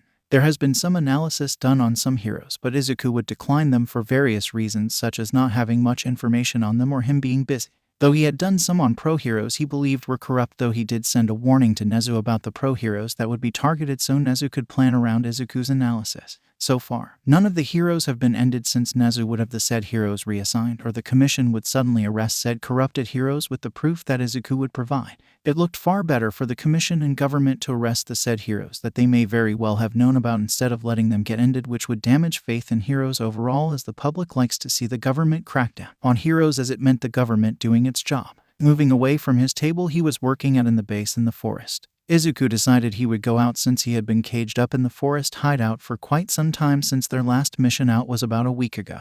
Izuku moved to the main room where he found the others and spoke up, catching their attention. "I'm going to go out since I feel caged up in here, since I haven't been out for about a week now. Anyone want to join me?" Izuku asked, and no wanted to go, but some did have things they wanted to be grabbed from a store, which Izuku agreed to do so. He decided to take some of the money he earned and would buy the stuff since he didn't want to draw attention to himself over petty theft. Izuku waved his hand and told them he would be back as soon as he can since he wanted to enjoy the fresh air for a bit first before returning. As Izuku left the hideout, over in another portion of the city was one underground pro-hero, Eraserhead, who was going out on patrol as he was moving between cities that were surrounding the areas that his problem child had been sighted in before. He was doing this in hopes of finding the said problem child, Izuku Midoriya, because just recently Eraserhead, All Might, and the detective had made a breakthrough in the unofficial case looking into Izuku Midoriya. The breakthrough was the fact that they were finally able to locate the security footage they needed to with a view of the park that Izuku had taken Eri to. The city cameras didn't give them a view of where Izuku was in the park but only saw him enter it, so they had been at a dead end until recently when Eraserhead had discovered that a building next to the park had a clear view with audio of the spot that Izuku, Eri, and Gran Torino were at. Overall, the audio was limited in what it picked up, but it picked up enough to provide the clues to the point they believed they were right in their theory that Izuku was being forced. The portions they heard were, "I am Eri. No matter, I will, your hero, but backs are against the wall," is what they heard on the recording, which made Aizawa remember a constant theme that he has heard the entire time during this entire mess. He had pointed out to the others that Izuku Midoriya had repeatedly stated that backs were against the wall, which leads to them believing that they were correct in that somehow he is being forced or blackmailed into the situation he was in because someone's life may be in danger. This increased the determination that Eraserhead had to find Izuku Midoriya, even if it was pure luck that he found him, because he wanted to know the truth, as they haven't confronted Gran Torino yet but would be doing it soon in the coming days. Hitoshi had noticed the sudden increase in night patrols that his father had been doing, which he asked, but Eraserhead said he needed to find someone due to a case, which he left the conversation at that. Though Hitoshi had a feeling that his father was actually searching for Izuku Midoriya, which Shinso had mixed feelings about. Hitoshi always thought of Izuku Midoriya as the golden boy but got proven wrong with the truth of Izuku's past came to light as Bakugo had admitted to what he had done to both classes. The situation with Bakugo has been tense for the past 2 months or so since he admitted to what had happened to Izuku Midoriya, but he was still in the hero course since Eraserhead didn't want to get rid of him yet, as he was improving and had been changing. Eraserhead also admitted that they failed Izuku Midoriya since they didn't realize what was going on at the start of the year and allowed things to continue in UA, so the school shared some blame. Though things did change in the dorms slightly, as Bakugo had gotten on his knees as he asked both classes to help him turn Izuku Midoriya back to the path of good. The class accepted his plea for help, and he was mending relationships as best as he could, as he had actually gained his provisional license this exact night, as All Might had taken both Todoroki and Bakugo to complete their makeup exam and would be returning to UA late in the evening. Though it would seem people are fated to meet, as while Izuku was out finishing his shopping, he noticed a commotion going on in the distance, so he decided to see what was going on. As he came up through an alleyway, he saw what was going on, which shocked him. "Oh, seems you finally have your provisional license, Kaken," Izuku thought as he watched both Bakugo and Todoroki fight some villains in the street as people were being evacuated. Izuku decided it was time to leave since he needed to get back to the hideout, so he started to walk away, but sadly fate seems to always dislike Izuku Midoriya, as he felt the danger sense quirk go off. Now you might wonder, when the hell did he get this quirk? Well, he actually got it during all of the times the League was going out and raiding other villain groups for funds. There was a villain who could conceal their presence even to the naked eye, which triggered the quirk of the fourth user of One for All to come out to ensure Izuku's survival, as he ended up going against this individual. It was a close call since the person was a bit skillful compared to the other villains, but once Izuku had danger, since he was able to defeat the individual within a few minutes due to the quirk triggering where the attacker was coming from. Now, back to why danger sense was going off in the alley. Turns out that Izuku's luck or fate is pure shit, as he was halfway down the alleyway when none other than Eraserhead dropped into the alleyway. "Stop right there, Izuku," Eraserhead yelled out as he prepared his capture weapon. "God damn it, this is going to be troubling if those two hear a fight going on," Izuku thought as he looked at his former teacher in the eyes with a blank expression that made Eraserhead slightly flinch, since he's never seen his former student like this. "Didn't you hear? The name now is accused. I suggest you leave, Eraserhead, or you might not go home tonight," Izuku said as he turned One for All on slightly to release some pressure. Izuku remembers how All Might said that the quirk pressure acted in a way that made people feel calm, since that is what he intended for it to do, but it could also cause fear when he faced enemies that invoked in anger. Eraserhead just kept his fighting position firm and took a step forward. "Damn, he really won't let me go. I need to think of something," Izuku thought. "Seems you won't let me go. Fine then," Izuku said as he quickly grabbed a trash can lid and tossed it as a weapon, since he used 10% of One for All with the throw, so the lid became a very powerful tool. As he threw it, Eraserhead had to dodge out of the way, but that gave Izuku time to get close for a punch, but Izuku changed his movement at the last second due to danger sense. "Got to love this quirk," Izuku thought as it warned him that Eraserhead was going to catch his punch and throw him over his shoulder. As such, Izuku dropped low and swiped Eraserhead's feet from under him. What? Eraserhead said, startled since Izuku was fighting better than the man ever predicted of Izuku in the short period of time, which and honestly was greatly due to danger sense, which alerted him of dangers in his fight. He also did spar with the others as well, which helped him as well since they all had unique fighting styles, which forced him to grow as well. Didn't you always say never underestimate your opponent? Izuku said as he dropped the bags on the ground and grabbed Eraserhead in his arms and tossed him into the wall. This though caused a bit of noise which drew the attention of 2 provisional heroes and 1 retired hero. Bakugo heard a shout which he thought sounded like their homeroom teacher. "Oi, did you hear that?" Bakugo asked, which confused All Might and Todoroki, who raised an eyebrow, but then they heard another shout which they all 3 heard.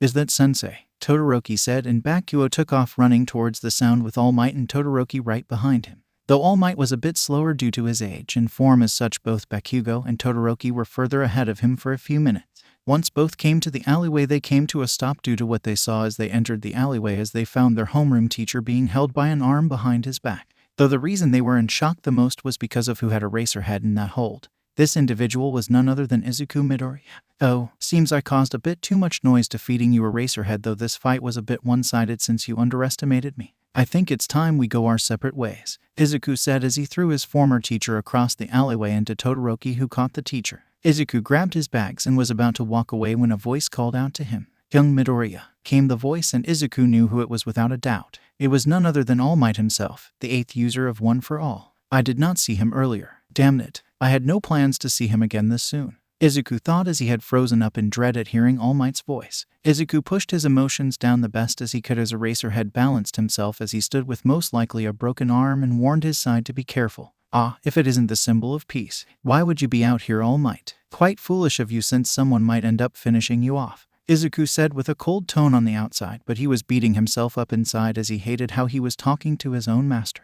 He hated this so much. All Might, though unaware of Izuku's inner feelings, pressed forward as he stepped in front of the 2 students who were staring directly at Izuku without saying anything, though it was clear they both wanted to say something. "Young Midoriya, please stop this and come with us. There has to be a way out of this, as I refuse to believe you truly turned your back on UA without being forced to do so. Please, my boy, come back to us," All Might said with a tear down the man's face, which ate at Izuku inside. "Sorry, All Might, but I don't know why you believed in me. The person you knew needed to be sacrificed for survival. Also, get the name right as it's accused now," Izuku said as he started to walk away, but Bakugo and Todoroki weren't going to let him go, it seems, as they both came charging at him. "Sadly for you too. I can sense you coming," Izuku thought as danger sense was providing him a way to avoid their attacks, which he did just like that without turning around as he dodged to the left to avoid the ice. And then did a quick backflip over Bakugo as he kicked off him and onto the roof, out of Eraserhead's view since the man had turned his eraser quirk on. The moment Izuku was on the rooftop is when he turned float and One for All on as he quickly got out of the area. That was too close for comfort, Izuku thought as he moved further and further away as he took detours and headed to a completely different city before heading towards the hideout, in a completely opposite direction. Third POV. Izuku finally arrived back at the hideout, and everyone looked at him as he had some blood on his face from when he threw Eraserhead into the wall and made some open wounds on the man. "What?" Izuku asked as he wondered why they were looking at him. Toga said he looked cute when he had blood on him, which confused him until he wiped his face and found the blood. "Damn, he must have splattered some blood when he hit the wall," Izuku muttered as Dabai asked what happened. Izuku sighed as he looked in a mirror and cleaned himself up after setting the bags on the counter. "On my way back, I heard a commotion and looked to see what was going on from an alleyway. I saw Katsuki, Bakugo, and Shoto Todoroki fighting some villains that started to rob places and people. They didn't see me, but turns out Eraserhead was in the area and noticed me. As I was leaving, he dropped in front of me and we fought. I won and he has a broken arm or something. I left as the 2 new provisional heroes heard the fight, but All Might was there as well, which caused me some issues. Even though I had issues with the man, he still trained me for a while, so I have emotions still attached to him. I threw Eraserhead at them and escaped as I dodged some of their attacks and got out of Eraser's view, which gave me my quirk back. Don't worry about any tales, as I went to completely different cities in the opposite direction before going into the sky, as I used clouds to cover my flight here," Izuku said as he finished cleaning himself up and sat down to eat as Toga warmed up the food they had made for dinner for Izuku since he missed it.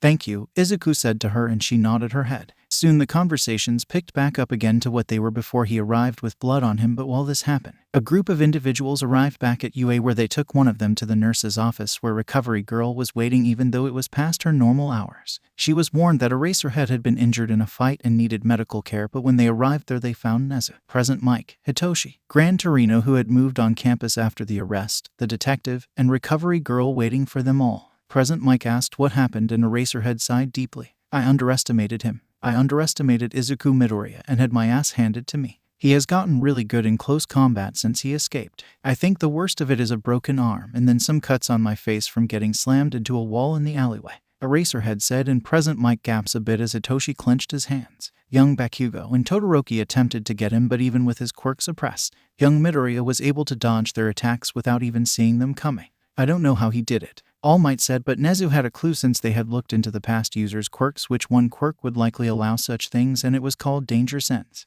though Nezu wasn't going to say anything about it. Soon, Eraserhead was healed up and his arm was put into a sling to help pull stress off of it, since it was the lower portion of his arm that had broken a bit with only pulled muscles in the upper portion. Everyone went back to do their own things as Eraserhead was going to be off the streets for a few days due to his injury, since Recovery Girl would heal it in sessions to speed it up instead of doing it all in one go due to Eraserhead's lack of sleep all of the time. Though, the group conducting the unofficial investigation still wanted to confront Gran Torino in the coming few days, but were unable to since the man had disappeared. When Nezu was asked, he only told them that the man was searching for Izuku Midoriya and was going out for a long period of time as he would stay in the area he was searching. Though, in truth, Gran Torino was doing a meetup with one Izuku Midoriya due to disturbing information that they had gained via the coded messages that requested a meetup. The reason that Izuku had requested to physically meet was to inform Gran Torino of the horrifying truth of what he discovered. As such, we can switch back to one Izuku Midoriya to see what he had discovered in the few days before Gran Torino was going to be questioned by the others. A few days after Izuku defeated Eraserhead and escaped, he learned some disturbing information as he came face to face with the giant that Gran Torino had faced. As everyone was sitting in the hideout, the ground started to shake, which caused them all to go outside to see what it was. They were shocked to see a giant that suddenly laid waste to their hideout building in one strike as he broke the ground. Everyone was confused about who this individual was, but Izuku wasn't. "If I remember correctly from the little information I heard, I believe this is Gigantomachia," Izuku said, and the monster turned slightly to Izuku, who spoke and sniffed before his face turned into one of rage. Everyone was confused why the giant in front of them suddenly got enraged as the giant pulled his arm back ready to attack, but was stopped by a voice calling out to him. "Gigantomachia, calm down. That young man isn't opposed to the master. The legacy has fallen to our side," called out the voice from the radio on the giant's neck. The giant suddenly stopped as Shigaraki spoke up, as he recognized the voice, which surprised Izuku as Shigaraki said it was the doctor's voice. "That is the doctor's voice. It seems familiar to me for some reason," Izuku thought, but didn't put much time into it since he was staring at a giant that had a radio on his neck that somehow knew Izuku was holding the legacy, which Izuku knew meant one for all. The giant seemed confused, and so did the others on what was going on about a legacy. "Remember why you are there, Gigantomachia. You are there to test the successor of All for One, Tamura Shigaraki," said the doctor's voice, which the giant nodded his head at but spoke as well as the giant asked if Shigaraki was truly the successor of All for One as he asks him to prove his worthiness. This triggered a battle between the League of Villains and the giant, which even with Izuku's ability to go to 50% of One for All proved impossible to win currently, as they were all wiped out due to the overwhelming power of the giant.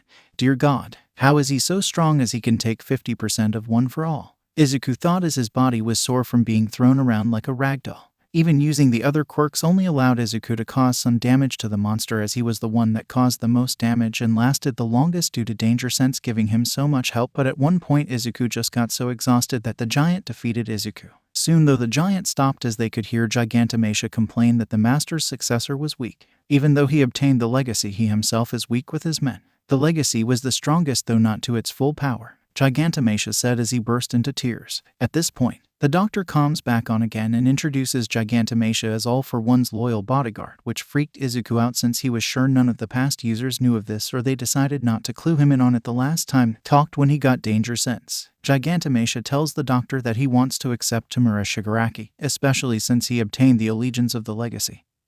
But he was still too weak. It was then that the doctor explained that Gigantomachia possessed multiple quirks but was sent into hiding after All for One received his initial injury by All Might.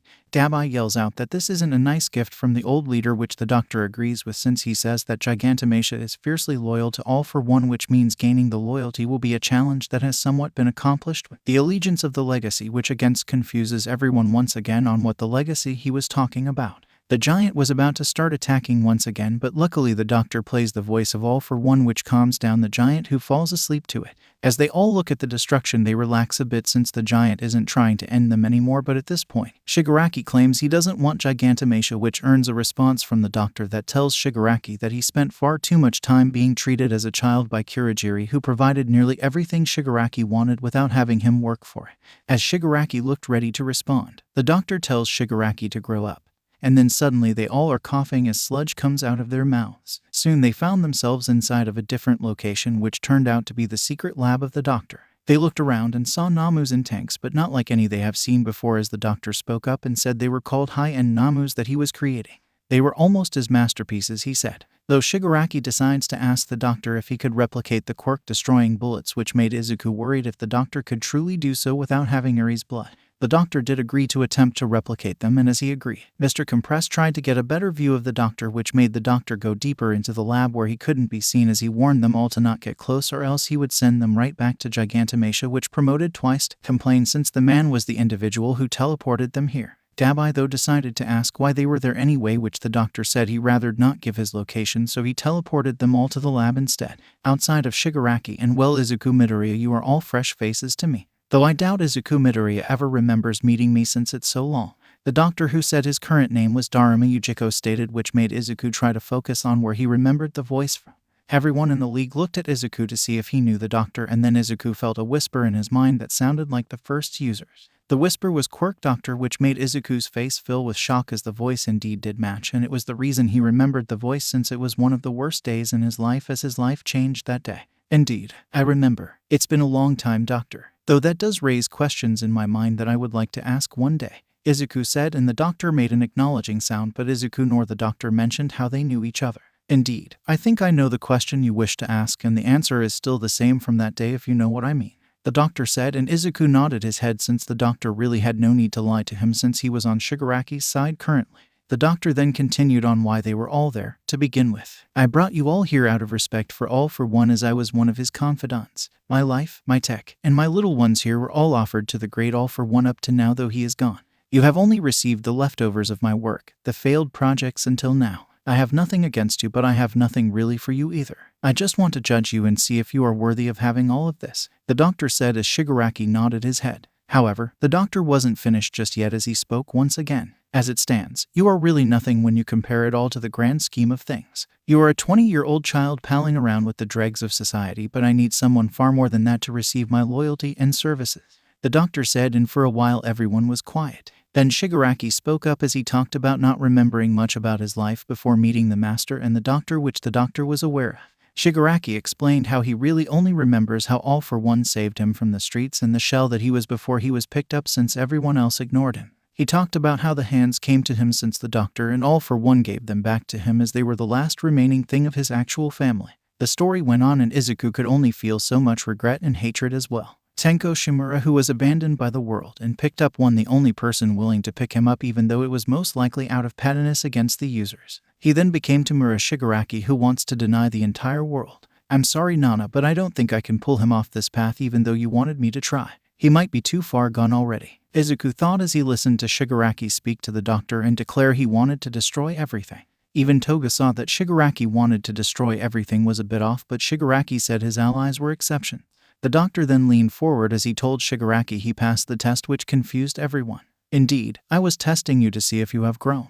If you haven't, then I would have limited what I would have given you, though I must admit you did things outside of expectations when you obtained the legacy on your side. That was one thing that even All for One failed at doing for 200 years old, said the doctor, and a shiver went up Izuku's back as he wondered if the doctor would tell them what Izuku was, since he was the legacy. Just as Izuku feared, Shigaraki decided to ask what the doctor meant.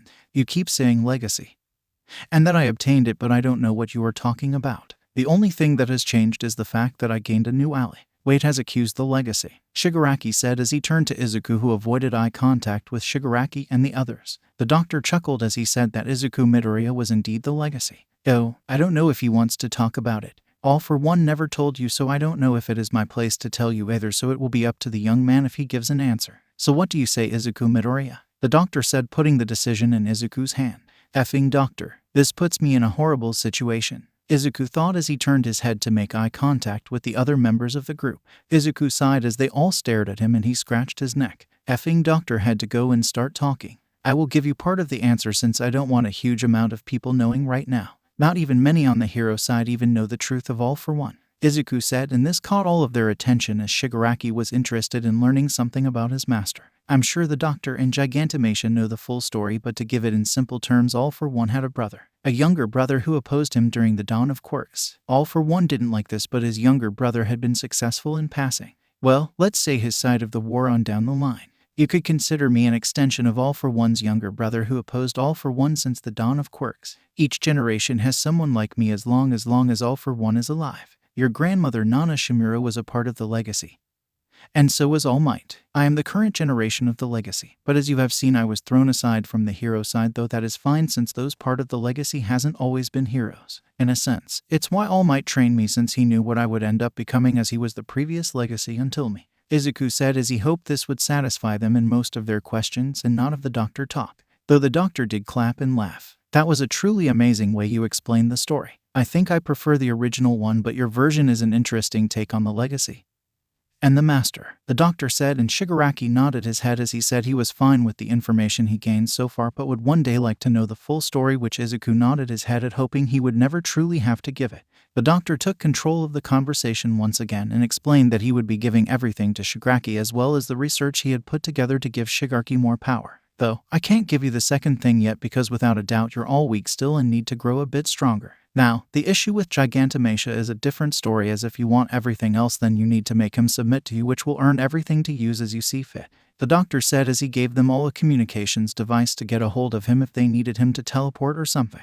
Dabai, though, didn't want to go back to fight Gigantomachia as he didn't want to die next to their leader at the hands of the giant, though the doctor decided to have Dabai help test a high-end Namu instead since he wasn't going back to the fight. They all ended up getting teleported and appeared before Gigantomachia once again, where Shigaraki declared the arrival of the future king, which Gigantomachia said a king must inspire dread, must be strong and must be strong. This was how they ended up fighting the giant once again until they were able to take breaks, as the giant really only focused on Shigaraki. As the other members wander and tried to help, Izuku decided to break off for a while. Hey guys, I'm going to go use some of the cash the doctor gave us. If we do this, we will need some medical supplies to treat our wounds, and I feel like this will take us some time, so we need a place to live as we can't take this fight anywhere near a city, so we will be staying out here for a while. Anyone need anything directly, and remember I can only bring so much since I will fly it over here using black whips to carry most of it so I don't get tracked down, Izuku said, and they wrote out a list of things they would need. Izuku asked Shigaraki if he wanted anything to add to the list. Shigaraki said just to make sure to get enough supplies and food for them to last out in the forest so they didn't have to make too many trips away, else they would draw attention to the location, which Izuku nodded his head.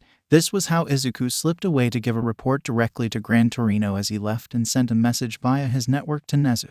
Third POV. Izuku had quickly made his way from the fight that had been going on with Gigantomachia and made a straight line for the pre-designated meetup location for when they needed to meet up in physical person. When Izuku had sent the short message via the network to Nezu, Nezu had quickly responded with fast speed since Izuku had yet to request a physical meeting, so something must have happened.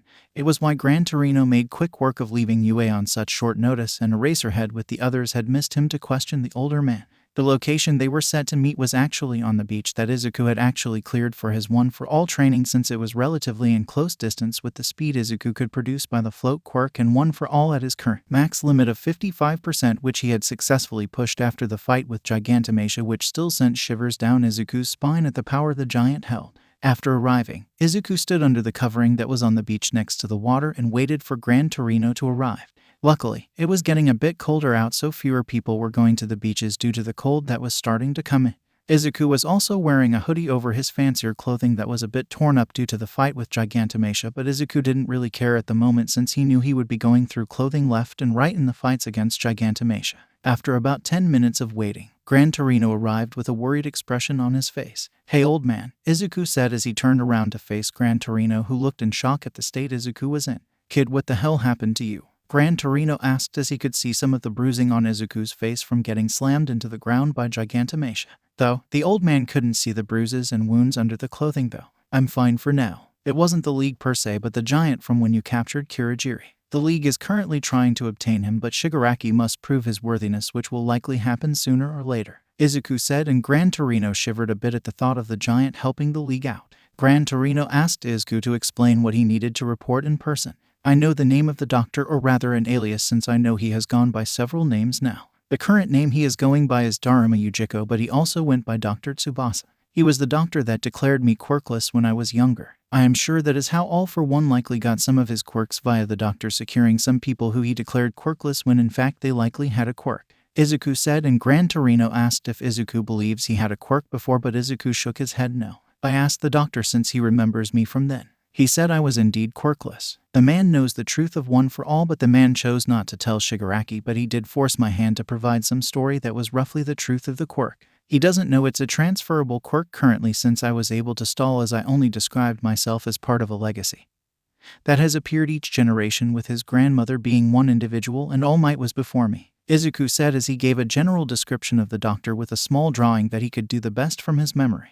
"I didn't see him directly, but he indeed should look something like this. Maybe my mother may have a better memory of how he looked, since she saw him back then as well when I was in his office. Now to our big issue. There are likely hundreds of Namus, Gran Torino. We got teleported to a lab that the doctor is running, and he was creating stronger versions called high-end Namus. We need to find the lab location, but I don't know where it's at since he teleported us to the lab itself. You might want to try looking for high electrical consumption that stands out from other places or hospitals, since he might still be a doctor at a different place or something," Izuku said, and Gran Torino nodded his head as he made notes about everything that Izuku was telling him. Gran Torino did ask if he had any leads on if there was indeed a mole in the school or somewhere else. "That is the thing. They have never talked about a mole. I think there may never have been one to start with. It's possible that they used Kurogiri to place trackers on the buses or something, as so far there hasn't been any talk of a mole, as they either get help from the doctor or information from Jurin, the information broker. It's also possible All for One used one of his many quirks to find the information out as well,"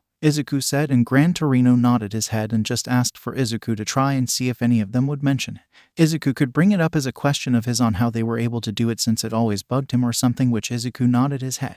Izuku then sighed as he explained the issue with Shigaraki. Shigaraki has grown greatly since the previous encounters that he has had with heroes. He is far stronger and smarter as he plans better and thinks things out, but the worrisome part is that he plans to destroy everything unless one of his allies wants something. He doesn't plan to leave anything left in this world, most likely. The doctor plans to help him achieve it, as somehow he plans to give Shigaraki even more power, which I don't know what he means by that. It's some sort of research he has been working really hard on for a while outside of the Namus, I believe," Izuku said, and Gran Torino nodded his head and asked if there was anything more. Izuku thought about it and said he had Danger Sense now unlocked, which Gran Torino said Nezu figured he did, since Izuku wiped the floor with Eraserhead, which made Izuku have a pale face a bit. How is everyone?" Izuku asked with a sad tone as he lowered his head. Gran Torino sighed and said that everyone was divested by him leaving and being labeled a villain.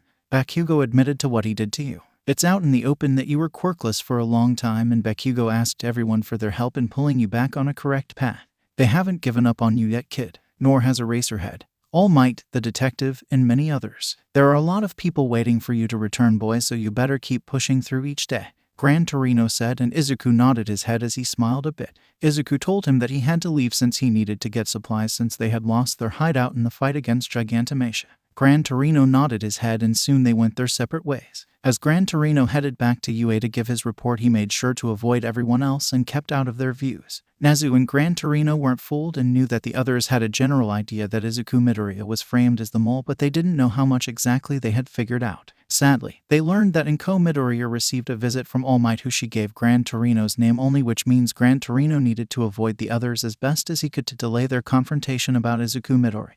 The longer they could keep them in the dark, the better, since they still had no idea if they had a mole or not. As Gran Torino made it into the secret tunnels, he entered Nezu's home since he didn't want to get seen in the building. Nezu arrived soon and received the reports from Gran Torino. Overall, it's a sheet show, but at least we got some very important information about the League. We need to locate the Doctor as a high priority because if he has that many Namus, then he is a huge threat that needs to be dealt with. Gran Torino said in front of the monitors that had the Prime Minister and the Commission President on them as they joined the meeting, as Nezu had warned them that they had an emergency meetup request from Izuku Midoriya. Indeed, it's sad that we don't know about a possible mole, but his theories of how they have done it do hold value, as they haven't launched attacks on UA or other places really that are secured without Kurogiri. All for one, using a quirk is also a viable option as well, but until we know for sure, the danger is still present, said the Prime Minister, which everyone agreed with. The Commission President also spoke up and talked about the Doctor that had worked for All for One. So it's clear that the Doctor is at least a rank villain as of now. Overall, he lacks combat power himself, but he can create combat power since he is somehow providing quirks for the creatures he creates, she said, and everyone agreed to that as well before Nezu moved on to the topic of trying to find the Doctor. Overall, we can't touch the League itself unless we get the Doctor out of the picture. If we go after the League, we risk Izuku's position in the League and any future information we can gain. As such, even if there is no mole, he won't be able to leave unless he is made, Nezu said, and Gran Torino hated that it was true. They needed to deal with the Doctor before they could even think about going after the others. It was a shitty situation that Izuku Midoriya was now trapped in, because at first they wanted to find the mole, but now they needed to find the Doctor even more than a possible mole, since they know he exists and the huge danger he presents. The conversation then moved on to how close All Might and others were to finding out the truth of the Izuku Midoriya situation. As it stands, they believe from what we can gather that Izuku Midoriya was blackmailed or is being forced into what he is doing. It's not far off from the truth, but also not the real picture. We can probably stall maybe another month or two before they get really pushy on the situation, as they are trying to get a hold of Gran Torino. And Midoriya received a visit from All Might trying to get information out of here. All she did was give him a hint towards Gran Torino, which works for us. This allows us to control their efforts a bit into trying to get a hold of him to find the truth out, which is a bit easy for us if they can't lock him down.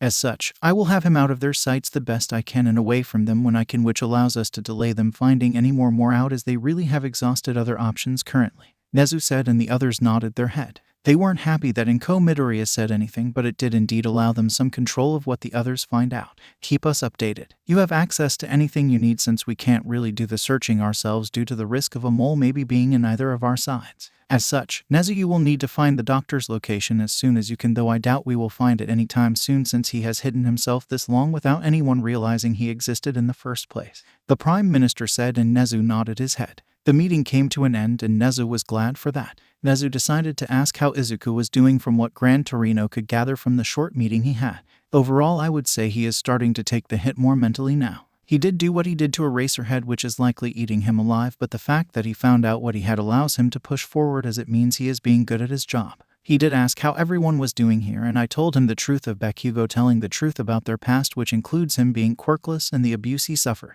I told him how people haven't given up on him and continue to seek to bring him back to a path of good, which did seem to help him, Gran Torino said, and Nezu was glad that Gran Torino told Izuku about all of that. I saw you moved the kid that Eraserhead adopted into wanted to replace Izuku. How do you think that is going to go with the kids? Gran Torino asked, and Nezu shrugged a bit. I think there will be some resistance, but they will accept him into the fold. It really depends, I think, on his views of Izuku Midoriya, since he might sink himself if he opposes Midoriya, while the class for the most part still wants to find Midoriya to bring him back, Nezu said, and Gran Torino brought up what happens when Izuku does come back, since Gran Torino refuses to consider the kid's death. Nezu said there would just be 21 students in one instead of 20, which Gran Torino just accepted, as there was nothing else to really talk about at the moment. Third POV. Eraserhead was pissed because he knew they were getting the runaround by Nezu and Gran Torino by this point. It had been over a month, and every time they would try to question Gran Torino, he would be called away on his so-called hero duties, or he would quickly disappear, and it pissed Eraserhead off past his point of patience anymore. All Might, the detective, and present Mike, who had been helping more often now, had been keeping him calm, but Aizawa didn't know how much longer he was going to be able to stay calm, since it had been months since Izuku Midoriya had been arrested, then escaped from custody for being the mole of UA, which Aizawa finds complete bullshit. It had also gotten to the point that the students of WANA had started to lose hope on finding Izuku Midoriya, since there had been no reports of him being cited or committing crimes either for the past month and a half, which had Aizawa honestly worried. The class instead has thrown their emotions into training, which Aizawa had fulfilled by giving them harder training to help them vent everything out. The class also had to take some time to accept Hitoshi into the class since Nezu had suddenly transferred the boy from general studies into wanted to replace Izuku Midoriya, which had the effect of crushing everyone's hopes since his desk was no longer empty. One day, though, they all confronted Eraserhead and asked if they could start an investigation into Izuku Midoriya to try and prove that he was not the mole, as they still had refused to believe him. Aizawa was also surprised to find Mintia had joined the group to request it along with the rest of the class, which included Hitoshi, who had been more or less silent about Izuku Midoriya, but Aizawa knew that his adoptive son wanted to apologize to Izuku for what he said at the sports festival. Aizawa said they would all need to answer questions by the detective before they were allowed to start such a case. This was how they all found themselves in a forest area of the campus where Aizawa was pretty sure there were no recording devices or cameras so the principal wouldn't overhear them. The detective questioned each individual person in Wana, and after a bit of time, due to all of the questions and individuals, they were able to prove that no one in Wana was a mole or would leak the information.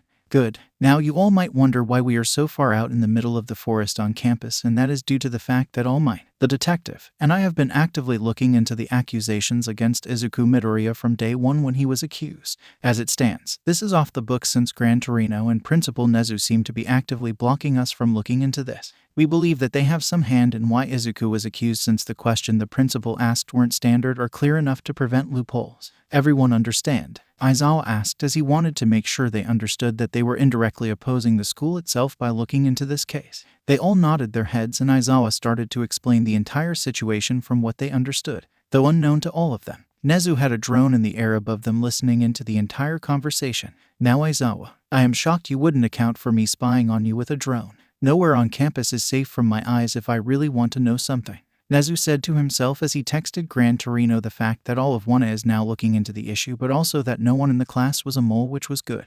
Though that didn't exclude 1B or anyone else in the entire school who had the ability to give out information. Now, while all of this was going on, things for the League of Villains haven't been the best, as even though the League had been working non-stop for the past month and a half to try to defeat Gigantomachia, the giant wouldn't give, though they kept getting closer and closer. However, things sadly took a turn for the worse with a simple phone call that they received from Jurin, or so they thought, as they were resting while Gigantomachia was asleep on his normal schedule. They were talking about how to move forward against the creature since they were getting closer and closer to having it done when Twice answered his phone. However, the person on the phone wasn't Jurin, instead it was a different voice with a voice changer. The individual told them to check the news since they had asked where Jurin wasn't on the news. It provided information about fingers and articles of clothing that had been found in different locations across Japan. Though if they looked close enough, they would notice that each location had significance to one group, which was the League of Villains, as each location is where they launched a major attack or action by their organization. Then the person on the phone revealed who they were to the League. The person you are speaking to is none other than the Grand Commander of the Metal Liberation Army, Redestro, said the man on the phone, which made Izuku and the others freeze a bit. Are you effing kidding me? How the hell did the government never find out about this group? Izuku thought, as he knew he needed to figure out a time to alert Nezu and Gran Torino of this huge development, as Japan would need to prepare for the coming troubles if that group truly had made a comeback. Redestro talked about how Jurin was alive but wouldn't be freed even though Shigaraki asked for it. Redestro talked about how the MLA wanted people to be free to use their abilities as they wished and saw fit, which Izuku found stupid. If people sued as they saw fit, then that is nothing but anarchy, as humans are not creatures of logic. People would be far worse than they are in current days in discriminating against others. Izuku thought, as Mr. Compress said he didn't see a reason to oppose that. Redestro then went on to talk about how their broker was an impressive man who deleted his client list even though he wouldn't give anything up as he had his fingers removed. Then Redestro went on to talk about how they finally recovered it even though he resisted in the end. Also, you said we are a merry band of revolutionaries. I don't think an organization of 116,516 fellow liberation warriors that are lying in wait and ready for action would be a merry band. That is quite insulting after all, Redestro said, and Izuku was honestly terrified if that was indeed true, which the man proved his abilities, as Spinner said he had to be bluffing as Redestro provided their exact locations, which meant they had the resources to at least do that, which was a massive ability to do. Redestro wanted them to come to Deku City in Hi Prefecture to fight them, as the Metal Liberation Army would wipe the League of Villains out before making their declaration of war, as it would serve them for their awakening into the world. Soon the call came to an end with a warning to either come and be destroyed or wait for heroes to come to them to capture them, and that was a bold threat, which means the numbers might very well be true on the Metal Liberation Army. This isn't good at all, Izuku thought. Soon the group broke out into conversation on what to do before Shigaraki removed Twice's mask, which sent him into a panic since he used it to keep himself a bit sane. Shigaraki then asked if the doctor had heard the entire conversation, which he said he did indeed. Goto thing, I left my communication device here when I met Gran Torino last time. Izuku thought of the luck he had in leaving it behind and pre-planning. After a bit more talking between Shigaraki and the doctor, a plan was made as they were going to Deku City in the Hi Prefecture, as Shigaraki knew Gigantomachia would track him down, which meant Gigantomachia would fight everyone that belonged to the MLA, which would wear the giant down.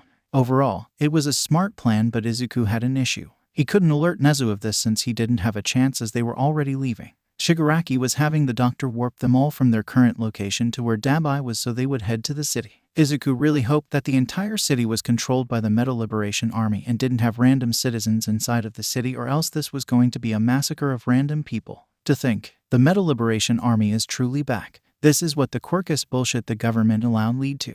Also, it's idiotic to allow quirks to be used as the user sees fit. That is no better than anarchy, Izuku said as they all looked at him as they were standing on the hill, which Mr. Compress asked him to explain his thoughts since he didn't see an issue with it. Mr. Compress, if you see no issue with it, then you see no issue with Spinner being ended simply for his mutation. Humans are no logical creatures, as they are weak to desires and being lead down dark paths. How do you think most of us ended up in our positions? It was due to a lot of people using their quirks freely as they saw fit, like how I was a quirk test dummy during my childhood. Without laws governing humans, we would not have left the Stone Age, because laws allow humans to act within boundaries that society deems normal for the most part. Japan's biggest issue is that they never updated the laws for almost 200 years, which lead to a lot of the current issues for discrimination.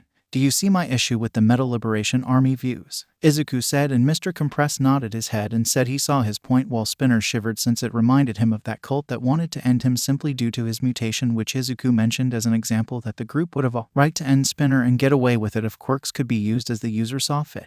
Mr. Compress then asked what Izuku would suggest, which Izuku said common sense and logical laws that needed to be updated every decade at least to keep up with the times and changes. Soon they were spread to go down into the city when someone came up to them, went to send them all on guard. It was a pro-hero who was called Slidengo, which confused Izuku why this pro-hero would be here since he didn't have any patrol routes near here. Then Izuku got his answer, which kind of unnerved him. The pro-hero told them to follow him if they want to get the face-to-face meeting with Redistro. Are you effing kidding me? If effing sheet. We need to worry less about the League having moles and more about the Metal Liberation Army having moles inside the heroes and government. Izuku thought, as they now had two large threats against their current society, and Izuku blamed the society itself for allowing them to return. I need to warn Nezu about this so he can start preparing, because this is something bigger than just our small group that was looking into the League. Izuku thought as he followed the group behind the pro-hero, but the moment they entered the town his danger sense went off. Izuku moved close to Shigaraki and whispered to him, with the MLA pro-hero hearing him. Be careful, we are surrender. I think the entire town belongs to the MLA. Izuku said in a low tone that only his group heard, and they all nodded their heads and could notice pro-heroes on the roofs around them. Shigaraki decided to ask the question, the whole city, huh? Shigaraki asked as they came to a stop, but then someone else answered as a man in a black coat came out to speak. Indeed, 90% of the population, including the heroes here, are liberation warriors that have been waiting for action. This is a liberated district, said a man that Mr. Compress said was called Hanabata, who was the leader of the Hearts and Mind political party. Then, suddenly everyone came out of hiding to attack the League of Villains. Well, sheet, Izuku thought as the entire league started to fight and defend themselves against the attacks. This was going to force them to get desperate. Third POV. Looks like I won't get to warn Nezu about all of this, Izuku thought as he knew he wouldn't have time to get a report out to Nezu so the principal could try to hack into the cameras for the raw footage. As Izuku avoided people left and right, he landed blows that incapacitated people left and right as he went for bone-breaking blows on each individual. Though, Izuku knew very well that the other members of the League of Villains would not be holding back like he was, as they were ending people left and right. Izuku knew that no matter what, a lot of people were going to end up dead, so this battle needed to end as soon as possible, which meant getting Shigaraki to the tower. As Izuku was thinking, he noticed that Toga was no longer around, as he wondered where she went, because he learned something a bit terrifying. She was able to use quirks of other people now. I know very well she couldn't do that before, Izuku thought as he had watched her drop dozens of people from the sky down on the ground, as she had used the zero-gravity quirk from his former classmate.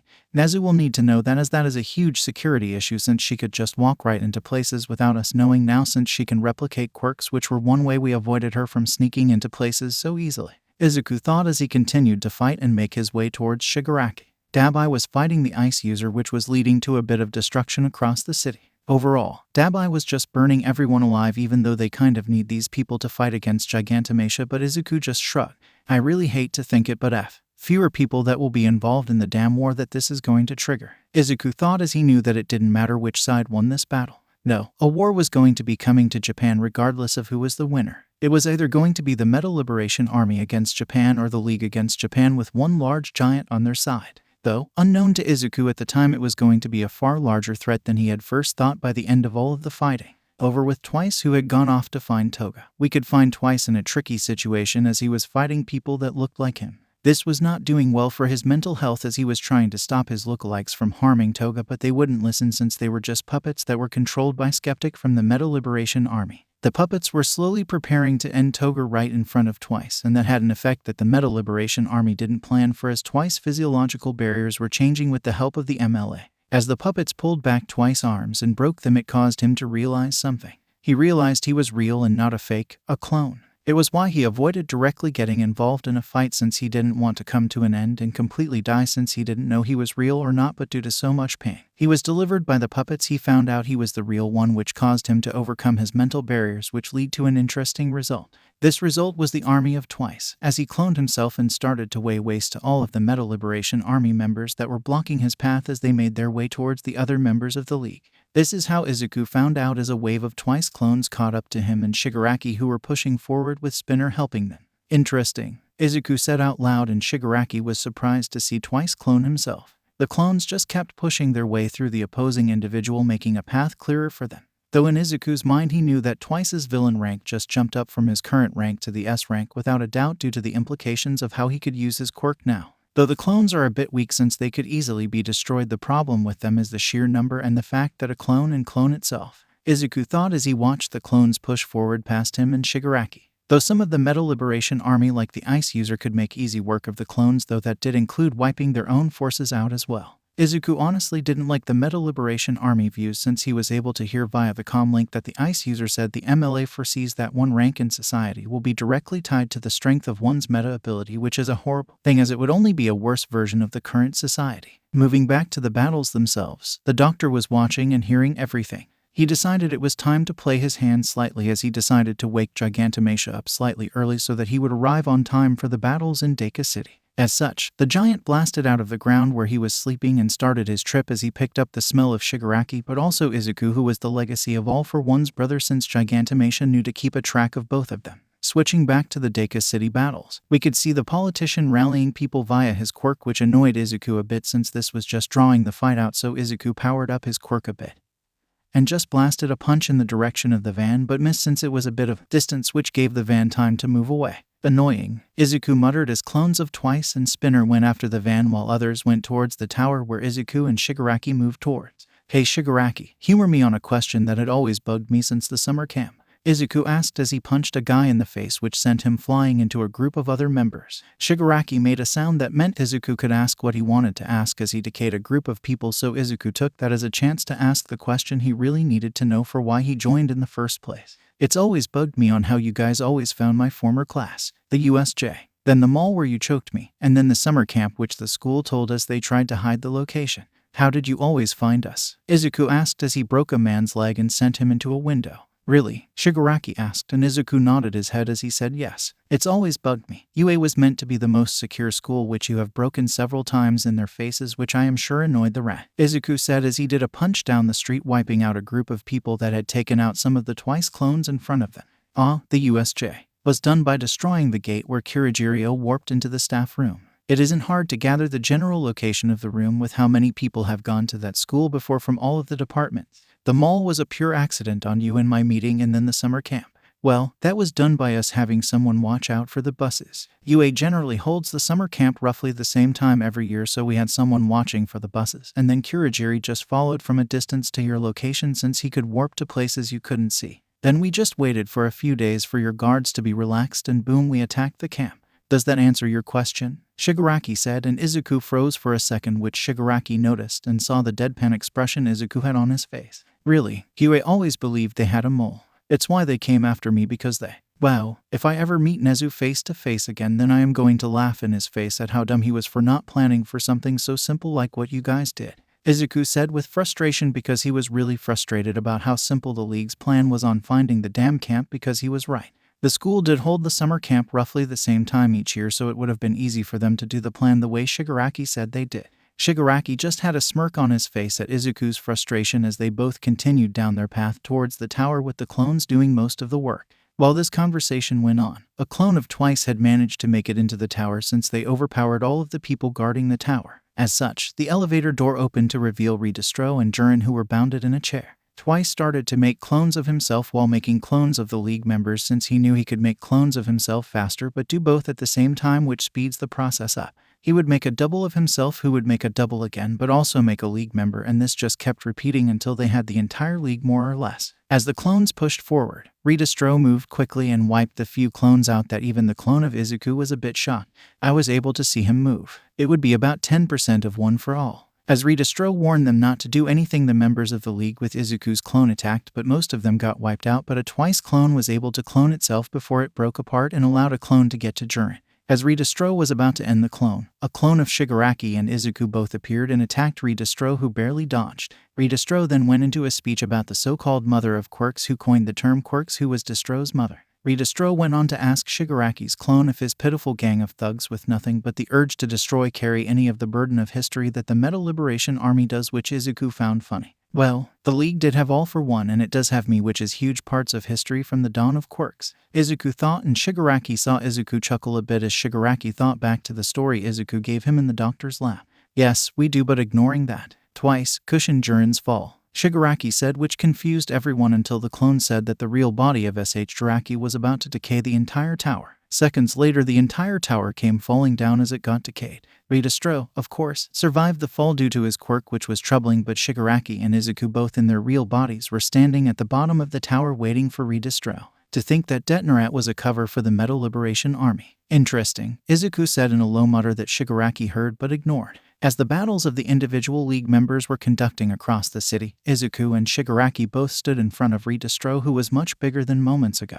His current must somehow boost his strength and overall abilities. I wonder what is used as the full source for said boost, Izuku said as Redistro chuckled. Within seconds, Redistro and they were fighting as the man spoke. He explained that he lets his rage build up inside, and that is why he looked the way he did. His quirk must have to do somewhat with emotions, Izuku thought, as suddenly Shigaraki's hand blew up a bit from an attack, shocking Izuku and Shigaraki. Redistro had Shigaraki in his hold as Izuku came flying towards them and slamming into Redistro, forcing him off of Shigaraki. Let him go, Izuku yelled as he grabbed Redistro with the black whips and slammed him into the ground. Though while this happened, Redistro kept talking about how Shigaraki only caught destruction and nothing more, so he would never measure up to the Metal Liberation Army. Though unknown to Izuku and Redistro, Shigaraki was undergoing a transformation with his quirk as Shigaraki suddenly lashed out and touched Redistro with his destroyed hand, which only had a few fingers left, and decayed a part of Redistro's blackness that covered his body. What? He can do it without all 5 fingers now? Izuku thought that just made Shigaraki even more dangerous, as a simple touch of a few fingers instead of all 5 could mean death for anyone now.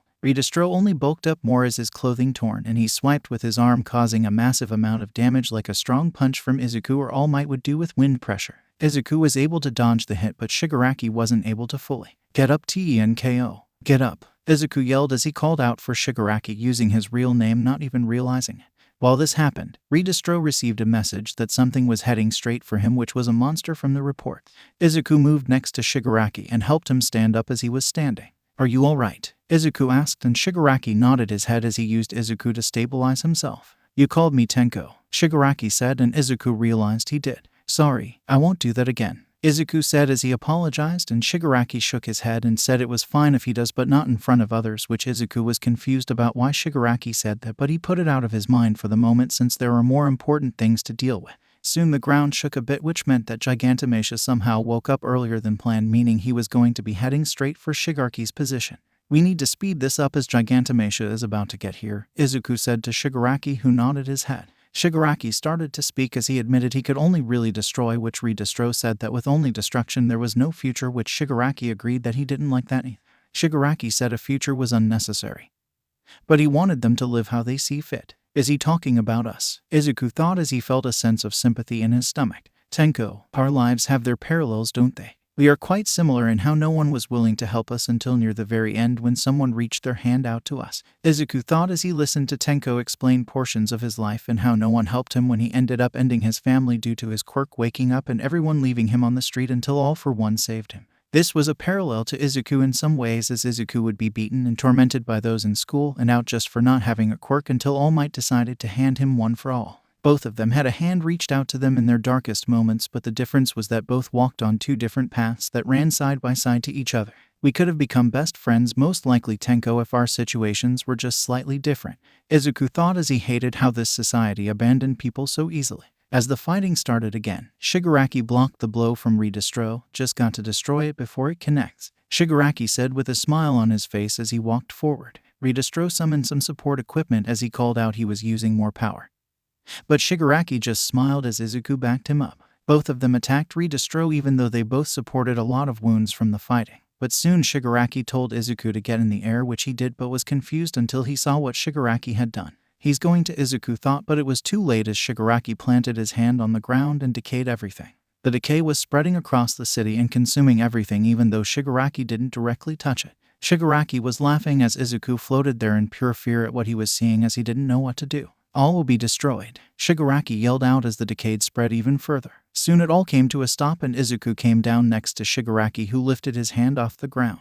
Izuku could see Gigantomachia near them, but he didn't come closer. He could also see Redestro, who had cut his legs off. He must have touched the ground in the decay zone, Izuku thought. Both Shigaraki and Izuku dragged themselves forward to Redestro, who was wheezing as he was breathing hard due to having cut his own legs off to stop his death. Shigaraki asked why they were even fighting since he didn't remember anymore due to all of the destruction. That's right. You picked a fight with me," Shigaraki said as he raised his hand, but stopped as a large amount of Metal Liberation Army members showed up. Izuku jumped in front of Shigaraki and prepared to fight even though he was exhausted from the constant fighting they have been doing and exchanging blows with Redestro during the main fight. "That man went toe-to-toe with me while I used 50%. Good thing I can use 60% now due to all of the training and quirk usage I've been doing during my time with the League," Izuku thought, as even at 60% it was a struggle for both Izuku and Shigaraki to take the man on until Shigaraki decided to just decay everything in one go. As some yelled out to save the Grand Commander, both Shigaraki and Izuku released their pressure that they held due to their quirks and made everyone freeze up. Before either of them could move, Redestro told them all to stop. Redestro moved and bowed to Shigaraki as he submitted and surrendered the Metal Liberation Army to Shigaraki. As this happened, Gigantomachia watched it and had flashbacks to his master as he could see that Shigaraki was now indeed a true successor who holds the allegiance of the legacy as well. "Master would be pleased," Gigantomachia called out. This was how the League of Villains gained control over Gigantomachia, but also the Metal Liberation Army as well. Third POV. Nezu was sitting in his office worried as things have happened recently that he didn't know how to deal with. The students of Wano with All Might, Eraserhead, Present Mike, and the detective have been trying to lock Gran Torino down as best as they could, but Nezu had been lucky in keeping them away from the man, but it was getting closer and closer on them getting a hold of Gran Torino, who was getting exhausted on avoiding them all of the time. Outside of that, there has been an issue with the fact that one Izuku Midoriya had dropped contact and has missed his check-in, which made Nezu worried. The reason he was really worried about that is due to the recent news of one particular city, Deku City, which had been attacked on a large scale with countless deaths being reported, though no one has said it was the League of Villains, which is why Nezu is unsure if it was connected to the League. However, the fact that Izuku Midoriya was no longer making contact over the week or so that has passed since the devastation of the city, it had led Nezu, Gran Torino, the Prime Minister, and Commission's President to believe that the League may have been involved but also wiped out. They decided they would wait 2 more weeks before declaring Izuku Midoriya and alerting Inko Midoriya of her son's possible death. The reports that the public was receiving was that the town was attacked by a group of 20 men and women with a particular grudge against heroes who had lured the heroes out of the city before launching the attack directly on the undefined city. It was also said that the citizens of Deku City banded together to fight against the villains that had attacked before the heroes arrived back from being misled about the attack. The villains were reported dead, which is why Nezu and the others believed the League may have been involved since Izuku had gone on them. Gran Torino was no better because the news was weighing heavily on him because he believed that All Might should be informed of the truth, which Nezu was honestly considered but wanted to hold off for a bit longer due to the situation. Even if they told him now, it would change nothing in the current situation. As such, they were taking the tactic of stalling and waiting to see if they would receive any news from Izuku Midoriya. While Nezu and Gran Torino were off worrying, Izuku Midoriya was back with the League of Villains, who were all recovering from the large-scale battle still. Mr. Compress was eating some sushi that they had been provided while Twice was crying and praying to a picture of a dead toga. Now you might wonder, how did she die? Well, she didn't, because only the clone that donated all of the blood died while the real one was sitting behind Twice, who told him to knock it off since she was still alive, as it was creepy. It did seem as if Twice's mental health became worse even though he could make clones of himself now, but all of the conversations came to an end as Trumpet and Skeptic came into the room to gather them, as Skeptic and Twice started to argue over eating the sushi that the Meta Liberation Army was paying for. This earned a remark from Izuku, who pointed out that the Meta Liberation Army was only around still since Redistro surrendered, otherwise the League would have wiped them out since they had Gigantomachia, who had arrived. Soon they left and headed down towards the underground portal of the Villa Mansion that housed the Liberation Army. On the stage, you could find Redistro in his new chair to help him move around, as well as Shigaraki and Trumpet. Izuku was standing right next to Shigaraki, as well as the rest of the League members decided to stay in the back until they were called out to the stage. Redistro went on a long speech about him being blind about the League of Villains and that they were truly liberated more than the Redistro was. As such, he abdicated his position and that the army was being revived with Tamura Shigaraki as the new Grand Commander. As such, our Liberation Army and the League of Villains will conduct a merger under a new name. Please hear the new name from Tamura Shigaraki, Redistro said as the other League members all came out on the stage at that call. The other leaders from the Meta Army also came out as well that had survived, and Jiraki announced the new name. The Paranormal Liberation Front, Shigaraki said as he explained how the name came, and he said those on the stage would be his lieutenants who would have teams suited to their separate needs under them. Shigaraki said the name was just a decoration and that they would do as they wanted. Izuku had a smile on his face, even though inside he was honestly afraid of what has happened over the last week or so that has passed. Shigaraki now has an entire army that can contend with the heroes or even stronger. Izuku thought on the outlook of the future as it currently stood, as he knew this would turn into a bloody war. An army of soldiers united under a single will, a company with network control, and a support gear company to supply the army. Add in all of the Namus that the Doctor is making with Gigantomachia, then they are nearly unstoppable. Izuku thought as he stood on the stage. Soon they were retreating as Redistro and Trumpet moved away, and as they did, Shigaraki started to fall, but Izuku caught him. Easy there, Ten, Shigaraki, Izuku said, almost calling him Tenko in front of the others. After a bit, the Doctor came over Shigaraki's communication link and Izuku could hear it since he was holding Shigaraki up. The Doctor said the new name was overblown but was better than the League of Villains, which was so tacky. Shigaraki shot back that he had tamed Gigantomachia and that he had proved himself like the Doctor wanted, which the Doctor confirmed he had. Indeed, you have the army, you have Gigantomachia, and you even have the legacy of the younger brother. You truly have proven yourself. If the Master was here, he would be laughing with pride, said the Doctor, who promised to deliver Shigaraki even more power if he desired it. Izuku didn't like that one bit, but he had no way of knowing what that power was at the time until about 2 weeks later when he was more lean from his wounds. It was at this point that Shigaraki was called by the Doctor to start the process to achieve greater power, and Izuku asked if he could come along, which Shigaraki thought about it but agreed, as the Doctor thought it would be interesting for the legacy to see it as well. This was how Izuku and Shigaraki found themselves in the secret lab with the Doctor, who was currently in scrubs. Your quirk really blossomed in that last battle. Now it's not only the object you touch, but anything that is connected to the said object that will be destroyed as well. So I must ask, why do you see even more power when you are the embodiment of absolute destruction? The Doctor asked, and Izuku wondered as well. Shigaraki's answer was simply that if he was offered something he would take it. But he showed his arm that was a bit broken after going all out in that last attack as a reason on why he needed to be stronger since Redistro had survived it. I'm done taking the heroes lightly. I'll use everything I've got to obliterate the dregs All Might left behind. I'll finish them off the next time I meet them, Shigaraki said, and the Doctor laughed as he said that Shigaraki was doing it to make his enemies miserable. The Doctor explained that his research was meant for all for one, as with each passing generation the quirks became more mixed, complex, ambiguous, powerful, and numerous, that the memories expand faster than the hardware of the body does, which limits the evolution to keep up quick enough with the changes of quirks. I call this concept the quirk singularity, which no one but all for one took seriously. The Doctor said, which Izuku wanted to laugh at since one for all is the prime example of the theory. The Doctor then said that if Shigaraki could withstand the next 4 months, then he could have everything in the palm of his hand. I would say even one for all, but you already obtained that legacy, the Doctor said, and Izuku froze as Shigaraki repeated the name and then turned to Izuku as he asked what the Doctor meant. Damn Doctor, forcing my hand, Izuku muttered, but Shigaraki heard it as the Doctor laughed. This is why the Doctor allowed me to come. He had planned to force my hand, Izuku thought as he glared slightly at the Doctor, who only smirked. Izuku then sighed and gave Shigaraki the entire version of One for All and All for One. That is the full story as I've been told by the past users. Your grandmother Nana Shimura was the 7th user, All Might the 8th, and I am the 9th. All for One hunted the users down since he wanted the quirk back under his control since his younger brother had passed it on. All for One never meant to create One for All since he didn't know about the so-called useless quirk his younger brother had, but by then it was too late as the quirk kept getting passed around.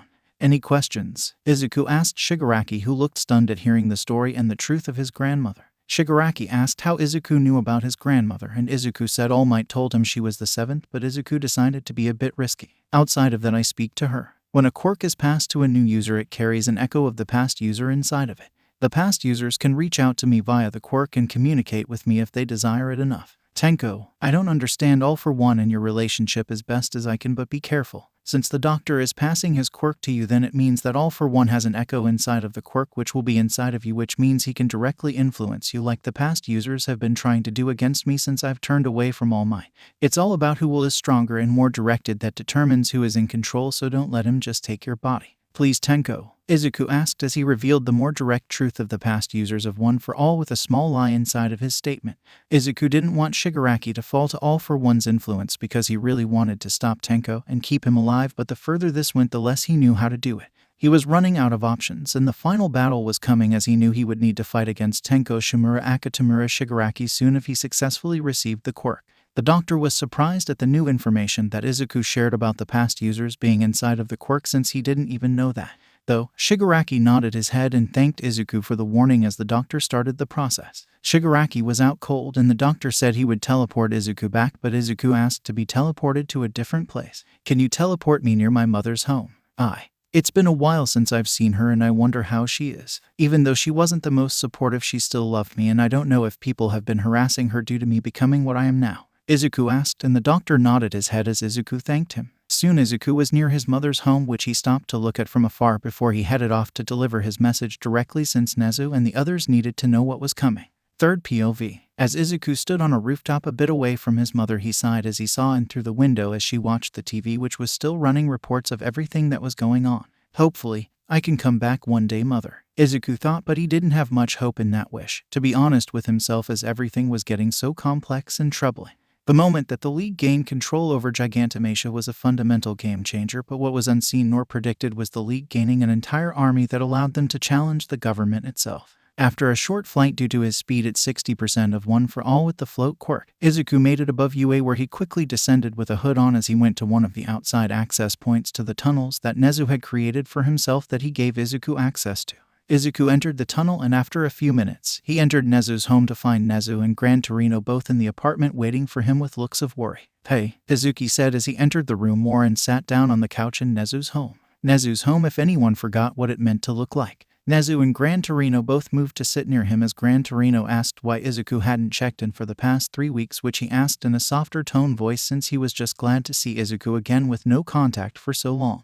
Izuku sighed and told Nezu to get the Prime Minister and the President of the Commission on since they needed to hear the entire story as well since things have gone horrible, which made them worry, but he reassured them he wasn't compromised as a mole, which made them less tense but still a bit tense. After a while, all of them were on the screens in Nezu's home as Izuku made them kick anyone out of their offices, which they said they didn't have anyone in it anyway. Good. To start off with the UA mole situation, Izuku said, and that caught all of their attention. As it stands, UA had no mole that belonged directly to Shigaraki and the League. If All for One somehow had one, then Shigaraki doesn't know since he told me that how they did the USJ. And the camp, the USJ, was done via destroying the gate with the reporters, which caught the staff's attention. Then Kirajiro warped in. They got the coordinates for the staff room via past UA students which span across all departments, so it isn't unbelievable. The camp, well, they used a simple ass plan in all honesty. The UA summer camp happens generally near the same time, so they just had someone watching for the buses, which then Kurogiri just followed from behind at a distance until they had the new location for the camp. Izuku said as he explained they waited a few days for the staff guards to drop before they launched the attack. So we can bring an end to the League as you can give us their current location and we can just send some heroes to end this. Your mission is done, the Prime Minister said, which caused Izuku to laugh and confused them all. I effing wish. Dear God, I wish it was that simple now, but no. Izuku said as he grabbed his head with both arms and put it down near his legs. Nezu asked what happened that caused him to go silent for 3 weeks, which Izuku tensed a bit, at which they all notice. You remember how I made a direct report to Gran Torino about the doctor and Gigantomachia? Izuku said, and they all nodded their heads. Well, I spent a month and a half with the League trying to tame the giant and make him submit to Shigaraki. At the end of that we didn't get it to work, but that is when things derailed out of control of the original mission. It turns out that, drum roll please, the Meta Liberation Army is back and in large mass, Izuku said, and everyone was silent as he threw his arms up in the air for dramatic effect.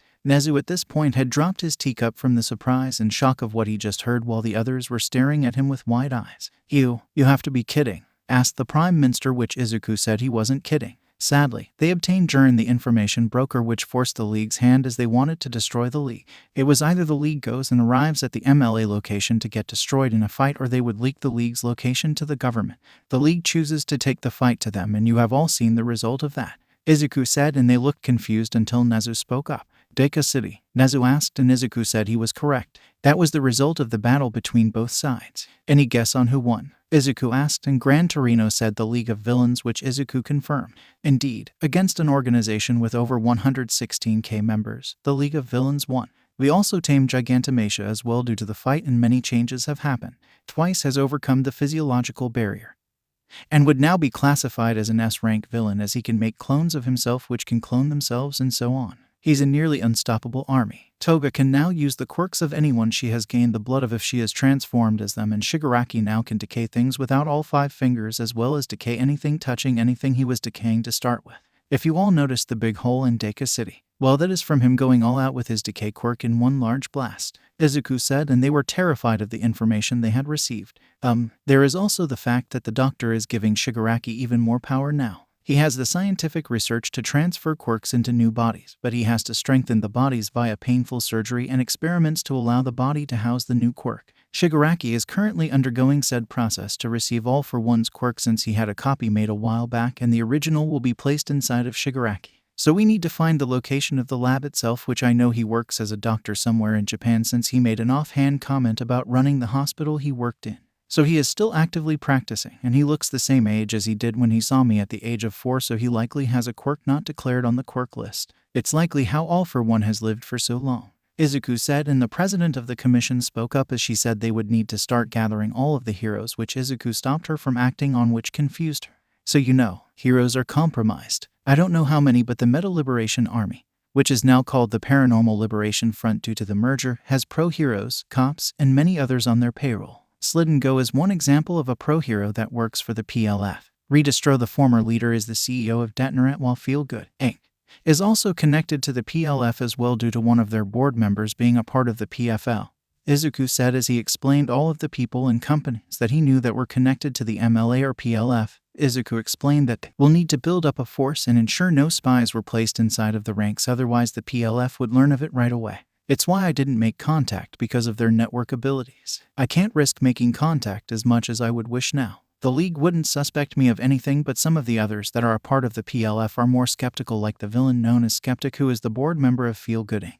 Izuku explained as he knew he couldn't pull out of the mission. Not now, with so much on the line, even though the original goal no longer exists. Everyone was silent for a while before Izuku spoke up again and suggested that Nezu turns the school into a more secure place, as he has the families of the Hero Corps students move onto campus so they would be guarded. The Hero Corps students will need to get involved in the war. This will be too large for just the heroes alone to deal with due to the sheer size of the war coming. I hate to say it, but they will need to get stronger, as we only have 4 months before Shigaraki awakens, and we can't allow that, Izuku said, and they were silent at what Izuku said as he described the overall size and destructive force of the enemy they would be fighting against. Izuku provided them the location of the mountain villa where the main force of the PLF was stationed, as he reminded them to find the hospital or lab that the doctor was working out of, since he keeps it a secret quite well. Soon the meeting came to an end and Izuku stood up from the couch. Izuku told Gran Torino and Nezu that Shigaraki knew the truth of One for All now, since he had no options left, since the doctor forced his hand before Shigaraki went under. Hopefully he will take my warning in full about the echo of the past users of the quirk, since All for One will be inside of him the moment the quirk is implanted.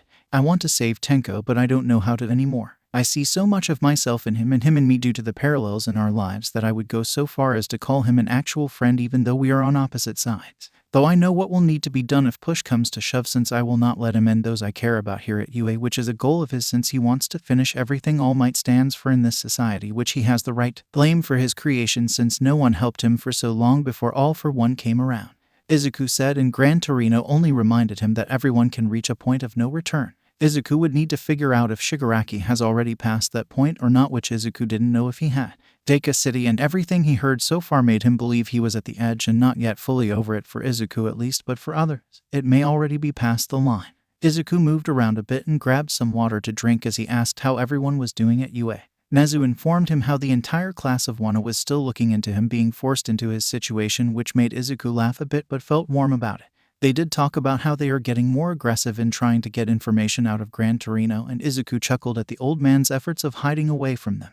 "Are you going to tell them?" Izuku asked, and they shrugged. It was a risk, as one slip up to someone untrustworthy could lead to Izuku's death, which Izuku found fair. "Keep it from them as long as you can then, because I don't want them feeling as if they failed me, because let's be honest with ourselves," Izuku said as he looked at Nezu and Gran Torino with a sad smile on his face. "I'm not likely to walk away alive from this with how massive this mission turned out to be. I'm pushing 60 to 65% of my quirk right now, but still just fighting in that city was a massive uphill battle. If Shigaraki obtains the power of All for One combined with Gigantomachia, then I am good as dead," Izuku said, letting the reality of how dangerous this mission had become with everything that had happened.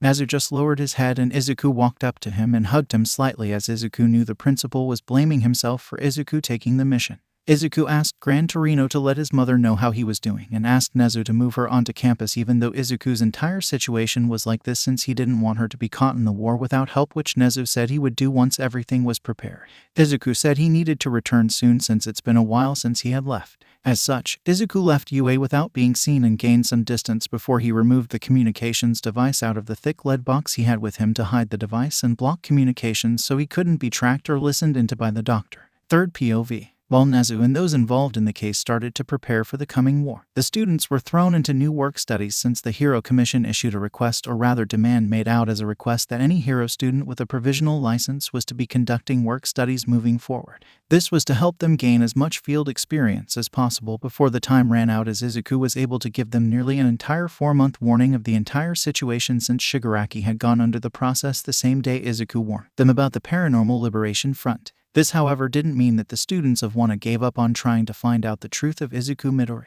They also enlisted the help of 1B as well in their case, with the detective clearing them all, which was surprising that even the Nido Monoma was willing to help look into Izuku Midoriya's case as well. Monoma said he didn't like the fact that Izuku was accused of something that he likely didn't do, since unknown to everyone else, Izuku helped Monoma out every so often in making his quirk stronger with his notes. As such, Monoma knew about the notes that Izuku had on him and doubted Izuku would willingly show people if he really was the mole. Nezu wanted to inform his staff and students of the truth, but the situation had become increasingly dangerous for Izuku Midoriya if one single person slipped up and revealed the information, since they didn't know where the Paranormal Liberation Front was watching or had their undercover agents located at.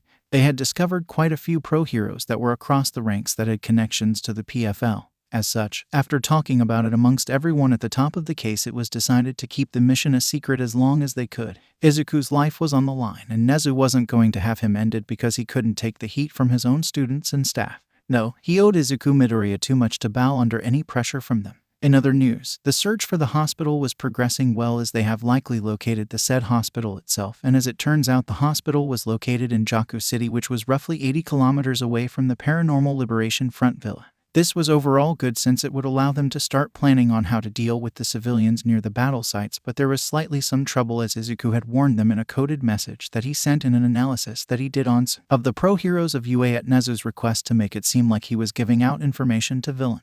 The message said that they would need to also clear out any city between the hospital and the mountain villa due to Gigantomachia, which confused them until Nezu received another portion of the code in the next analysis that explained why. It explained that if Gigantomachia finds out that Shigaraki was in danger, then he would likely ignore all other things and go for the best path possible towards Shigaraki, even if there were cities in his way, which meant they would be wiped out. Izuku suggested faking a villain attack that forced evacuations of the entire towns, like a gas quirk that made it seem like it was poisoned, to stay near the town until the government could clear it out. Overall, it was a smart idea and would be a good way to get people out of the cities that were on the path, but they would need to think of different things for each city, else people would likely notice before they were ready. Outside of those few limited contacts, Izuku had been silent in making contact due to the risks that he was taking, even sending that information. Now switching back to Izuku himself, who was sitting in one of the meeting rooms. They were talking about the future plans on how they would start launching their attacks on Hero Society when Shigaraki awakens. Overall, they were planning to launch attacks on each major city in Japan, which would destabilize Japan due to the lack of pro-heroes, since random villain and villain groups would likely take it as a chance to start crime, which was true. Once that was going on, using the politician that they had a part of their executive members, they would rally people together to gain more political power in the vacuum that would be created due to the slaughter of other political leaders during the violence. After that, they would end up establishing Shigaraki as the new emperor of Japan, bringing an end to the current society, but Izuku knew that it wouldn't end there by a long shot, as Shigaraki would likely destroy too much for anything to function. What is the likelihood of the government discovering us before we take our actions? They have to be looking deeper into Deku City, else they would be stupid. Izuku asked Redestro, who nodded his head. Indeed, they are still looking into it, but as long as they don't directly call us out on it, then there is nothing they can do about it. Even if they were to find out, it would take the time to gather their forces regardless, which by then the Grand Commander will be awake, which means nothing will be able to stop us, Redestro said as Izuku nodded his head. Soon the meeting came to an end, and as they were leaving, Izuku asked Redestro if he knew of any good place to train nearby, since he wanted to progress as much as he can before the coming war. Redestro told Izuku that the villa promptly was completely owned by him all around, so he could just go out in the forest to train, since you only needed landowner consent to train your quirk if it wasn't directly in public. Izuku thanked him and said he would be out in the forest if anyone needed him, which they all nodded their heads. Izuku was also in luck, as Redestro had his company reproduce the support gear that he had while he was at UA, but just turned into a style that matched his current clothing style, which was also some support gear that was made to resist some attack, such as explosions, fire, and other things. Overall, he was walking around with a lot of support gear on him at all times now. The support gear he had allowed him to launch attacks slightly higher than he would without them, which was good for the upcoming war, as he was currently sitting at 65%, as he had been pushing it nearly every single day, but he knew he needed to dedicate himself as much as he can with training to be ready. There wasn't overall much other information he could gain outside of the executive meetings, since he had access to everything else for the most part. As he arrived a bit away from the villa, Izuku sat down and meditated for a while, since he wanted to see if he could get a hold of the past users of the quirk. Sitting there and letting one for all run across his skin at a low power output, Izuku soon found himself inside of the quirk. Imagine if the other two users were fully turned and sitting in their seats now. Izuku looked around as he noticed all of the users sitting down, but he noticed the echo of All Might, who was crying. Izuku started to move, which surprised him, since he tends to never be able to move inside of One for All, but he was able to do so with only a little blackness around him. Izuku soon reached the All Might echo, which was still crying, and hugged it. "I'm sorry, Master. I hope you will be able to forgive me one day," Izuku said as he hugged the echo, who hugged him back. Soon he backed away and went back to his position in the front with all of the users facing him. Izuku then looked at the seventh user, Nana Shimura. She had some tears going down her face, and Izuku felt as if he knew why. "I'm sorry, Nana. I don't know if I will be able to sway him off his path, and I wanted to save Tenko, but I don't know if I can anymore. Things will happen, and once they do, I won't hold back against him, because I need to save the others even if I can't save him. Will you forgive me?" Izuku asked her as he had a sad expression on his face, as he felt connected to Tenko Shimura due to all of the injustices they both had gone through due to the society that had transformed them. Nana walked up to Izuku and thanked him for trying to save her grandson, and asked him to do what he could, but to remember why he agreed to the mission in the first place, which was to save everyone at UA and those he cared about who would be targeted by Shigaraki's devastation. Izuku hugged her, and soon the conversation moved forward as the past users decided to give Izuku's the quirk from N, or rather the sixth user's quirk, which was a smokescreen quirk. The reason they were going to be giving him that quirk instead of the others was due to the ability to master it faster than the quirks from the second and third quirk users, which would take too much time than he had open to him. As such, N6th user walked up and passed his quirk on to Izuku, as the others have done so. This is where the first user decided to speak up, as he asked Izuku to just do what he could to stop the rise of another All for One. As it stands, the heroes should be preparing for their attack on the hospital and the villa, which will allow you to have support, but you must also remember they will be after you as well. This is why we are giving you the sixth quirk, since it would help you escape from people, but more importantly from Eraserhead if you somehow face him, since he needs visual contact for his quirk to work. Izuku thanked them for the support and promised to do everything he could to bring this to an end. Though we need to come to a conversation that is long overdue, I believe. It has come to our attention that One for All isn't affecting you like it did the others, but we also confirmed what we now know due to what we can see via the 8th echo, said the first user, which confused Izuku on what he meant. They explained that All Might dug into all of the past users the best he could and discovered something that they were able to finally confirm. One for All ends the user if they were born with a birth quirk. This information shocked Izuku and asked how did they know that. The fourth user spoke up and explained that the crack on his face was from One for All ending his body. No user could live past age 40 back then due to the sheer power, and now it was likely less. As such, this meant Izuku Midoriya was the last user of One for All. Indeed, as you think. You are likely the final user of One for All due to the disappearance of quirkless people after each generation. By the time you would even normally think to pass it on in your life, there likely won't be any quirkless person left, or very few that most likely wouldn't want to go into heroics if they decided something else for their lives, said the first user of One for All. That is how powerful One for All had become since it had passed the quirk singularity point. This meant that no matter what, Izuku truly did need to bring an end to the entire All for One and One for All war, so he had to do his best that he could. All he could do now was go back to the real world and train as he needed to prepare for the coming battle. 3rd POV. It was now closing in on the 2nd month since Izuku Midoriya had made his report about the coming war. During that time, he had made a total of 6 communications, but on the last one, he said he would be going silent as he would be dedicating himself to training and would only reach out if he learned of anything that could change the outcome of the war. As such, it had been about 2 weeks since then when they received the last communication, as Nezu knew it was the best move since more communications would indeed risk Izuku's position, since he didn't need to do it for money since the Paranormal Liberation Front was bringing money in via the businesses that were connected to it. However, that didn't mean that the hero's side stopped working hard for the coming war. The commission had brought the detective in to question all of the staff involved in the case and the upper management of the commission and the Prime Minister's office to clear everyone before they started to get work on gathering heroes. The detective was confused at first until he was read in on everything that was going on, but he still did not learn of the truth regarding Izuku Midoriya, as no one except those initially involved in Izuku's case knew the truth, as it would be kept that away as long as they could. The heroes did have a list of known PFL members that Izuku was able to slip into his analysis by providing their ranks instead of names and other information.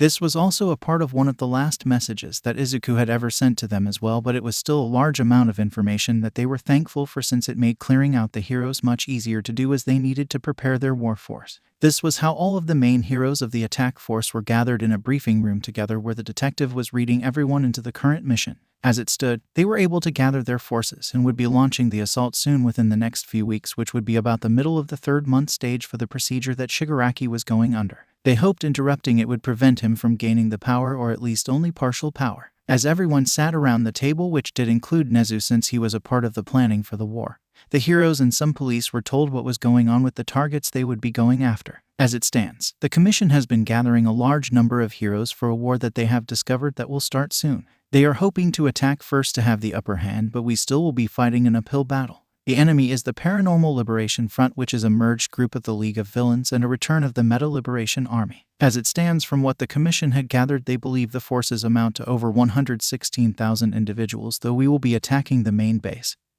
and the lab that Shigaraki is held in, undergoing an experiment to gain more power, the detective said, and some asked how the commission found this information out, but the detective shook his head. He explained that he was not informed of how they obtained the information, as they have been using him mainly to clear who was a PFL member or not. As it stands, you are not allowed to talk to those that are not on the approved list, as they may be a PFL member or haven't been cleared by being questioned like all of you have been, the detective said, and that earned nods of heads from everyone. The detective explained that they were evacuating cities already by the commission, faking a chemical attack by a villain on the cities between the mountain villa and the hospital. Some asked if that would not alert the PFL, which Nezu spoke up.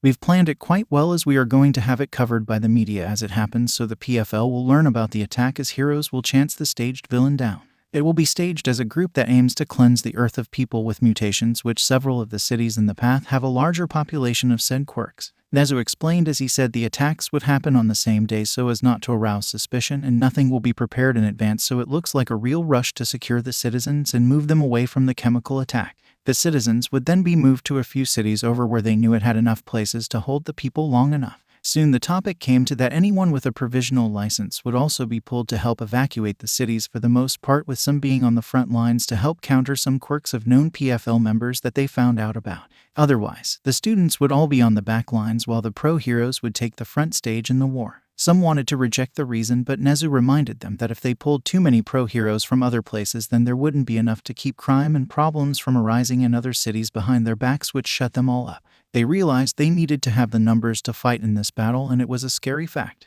After the meeting came to an end, everyone returned to go back to normal business and to prepare for the coming battle in a few weeks, as the detective would keep clearing more heroes and others for the coming battle. While this happened, Nezu returned to UA with Eraserhead, which the ride back to the school was silent until about halfway there when Eraserhead spoke up. I need to know the truth before this war starts, Eraserhead said as he broke the silence. Nezu raised an eyebrow without turning to face the man as he asked what he was talking about, though he knew the truth. Eraserhead was asking about Izuku Midoriya, and Nezu knew that. I am talking about the interrogation of Izuku Midoriya. I am talking about how it seems full of bullshit that you and Gran Torino keep pulling as he avoids getting into conversations with anyone outside of really you. I need to know before I go into this war. My class needs to know, the Racerhead asked as he glared at the principal without turning on his quirk. Nezu turned to Shouta Aizawa and looked at him in the eyes without missing a beat as he spoke. Class 1 and 1B will be offered an exemption from being pulled into the war due to their former relation to Izuku Midoriya, as it's unknown what information he gave to the PFL about his former classmates, nor do we know where he will be at the battlefield once it starts. I sadly cannot offer that to any of my staff since you are all pro heroes already, but since they are students, the commission agreed to offer it. Make sure they understand that there is a high risk of death in this war, and they wouldn't be judged for taking the exemption offered due to their former connection to the S-rank villain Izuku Midoriya, aka accused. Nezu said as he turned away from Eraserhead, whose eyes widened at the statement, as the commission had not released what his villain rank was, and the fact that such an offer was being offered. It meant either Nezu really wanted to protect his students so they can avoid the war, or Izuku Midoriya truly did turn on them, but something kept nagging as Aizawa, since the statement from Nezu was not a true answer, and Aizawa knew that. This was how Aizawa found himself standing in front of 1 and 1B as he informed them of the coming war that they would be helping in. The students were freaked out, but Aizawa had one more thing to say. The commission has agreed to offer these two classes an exemption if you desire to take it due to your former relations with the S-rank villain accused aka Izuku Midoriya. It's unknown what information he provided the PFL about you all or where he will be on the battlefield, so they can't place you away from him. There is a risk of you facing him in this war, meaning you would need to fight him. I want you all to think about it, Aizawa said to both classes, who were shocked. None of them said anything until Bakugo spoke up, saying that he won't back away when he has a chance of finding Deku to smack some sense into him. Soon others spoke up and agreed, which caused Aizawa to hide a smile behind his scarf. Aizawa asked if there was anyone that wanted to take the offer, but no one did, which he nodded his head at. Okay then, everyone needs to get in their gym uniforms and meet me at ground beta for some emergency training. A lot of you will be on evacuation duty, but some may be closer to the front lines. I want to drill you in your actions on rescue work, since this war will get destructive and we don't know if we can get everyone cleared away from the city that a portion of the fight will happen in, Aizawa said, and they all ran to go get changed as Aizawa made his way out to the field. Nezu, though, smiled behind his teacup as he drank tea and watched the two classes agree to still go to the war in hopes of finding one Izuku Midoriya. So many sunsets and sunrises have passed, my dear student. Only so few remain before we arrive at the crossroads of your life. I never believed in a god, but if there truly is one, then I hope they will bless you to have enough fortune to come out of all of this, Nezu thought as he sat his cup down and looked at a photo of one Izuku Midoriya. It was a photo of Nezu, Gran Torino, and Izuku, which Nezu had gotten off the security cameras before everything happened. While all of this happened, Izuku had finished his daily training as twice and Toga comes up to him in the mountains. Hey Izu, Toga called out, and Izuku chuckled. Yes? Izuku asked as he wiped the sweat off his head. We brought you some drinks since we saw you were done, Twice said as he brought out different drinks but kept changing them from different hands as he kept recommending each one and then changing his mind. Izuku thanked them and stretched his muscles a bit as Toga asked for some blood as she tried to stab him to get a bit, since Izuku always declined. Toga, I've explained a bit on why I don't offer you my blood. I don't want it ending you, which has a good chance of doing so due to your quirk abilities, Izuku said as he truly didn't want it to end her. He knew she could use quirks of those she transforms into, which means if he did transform into Izuku, then the fact is the quirk may end her or have side effects, since her body truly isn't as fit as Izuku's to handle the quirk. Toga pouted, but Izuku reminded her that the PFL had a lot of fresh blood bags that they had on hand, since members donated blood on a regular basis to ensure the group had a stock outside of hospitals for the wounded. This switched her focus like it always did as she drooled a bit at the thought of all of that fresh blood she could have. They soon made their way back to the villa as Twice asked how much control he had gained in the recent months that had passed. Izuku thought it over and told him, I pushed my limit to a little over 70% from 65%. Izuku said while he in fact actually had 75% under control and could push it to 80% without fracturing his bones, but would start bruising it after prolonged use. Though that was without support gear, as he could go to 90% with support gear, which was very important for this war. Thank God I had Redistro acquire me support gear, Izuku thought. Through all of the stress and constant usage and fighting over the many months that he had been with the League turned PFL, Izuku had steadily increased his control of one for all, though he did wish he could control 100% without support gear, since he knew this war would be difficult if Shigaraki woke up with all for one in his body. Though unknown to Izuku or anyone on the PFL side, the war was going to start much sooner, as Izuku would not be informed of when it would start, so he would be caught off guard just like everyone else would be, so his cover wouldn't be blown. Third POV. It was finally the day for it all to happen, as the pro-heroes were starting the war before the Paranormal Liberation Front could start the war themselves. There were two separate forces of the pro-heroes that were attacking. One force was going towards the hospital while the other force was going towards the mountain villa. Endeavor, Eraserhead, the detective, with a handful of other people were on the journey to the hospital, while the bigger force of heroes was heading straight for the villa, since they knew that all of the commanders of the PFL were in a scheduled meeting that was taking place that day. It was why they decided to launch the assault on that day of them all, as the group held the meeting to capture as many people as possible before Shigaraki would wake up in another month and a half. Though there were other forces of heroes going after the other bases, this meeting though was the largest with all of the enemy commanders though. As all of this happened, Nezu was in the command center that was a bit away from the battles since he couldn't help in physical combat.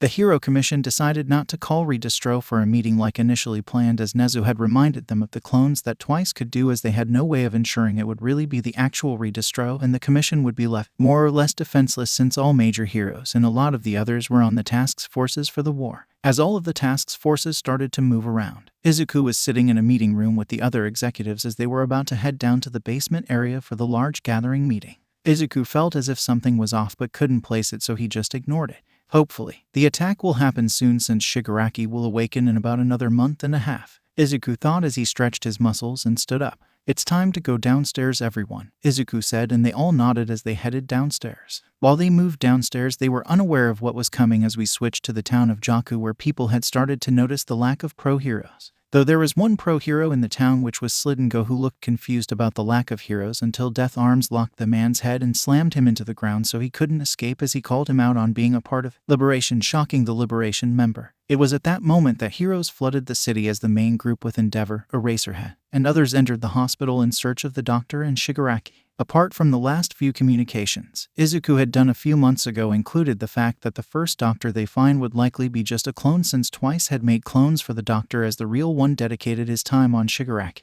As such, they made sure to quickly move through the hospital while the evacuation team rushed into the city to start removing all of the citizens that they could. The people in Jaku City were really the only ones in danger of being harmed, since the other cities had been mostly cleared, but there were still heroes cleaning the outskirts of those cities since they couldn't officially clear the entire place, only a major portion of it due to the fake chemical attacks, which meant they could speed through it quickly. As the doctor moved down the hallway, he was whistling a tune as he thought about how close Shigaraki was to being completed when he was called out by a voice from behind him. Endeavor and they had found the doctor, which Eraserhead turned his quirk on right away, which showed them that the doctor indeed had a quirk not listed as he started to rapidly age. This must be how All for One lived so long. An anti-aging quirk, though. I wonder if this is the real doctor, asked the detective from the side of Eraserhead. Eraserhead quickly broke the doctor's leg to see if it was indeed a clone, and it turned out it truly was a clone.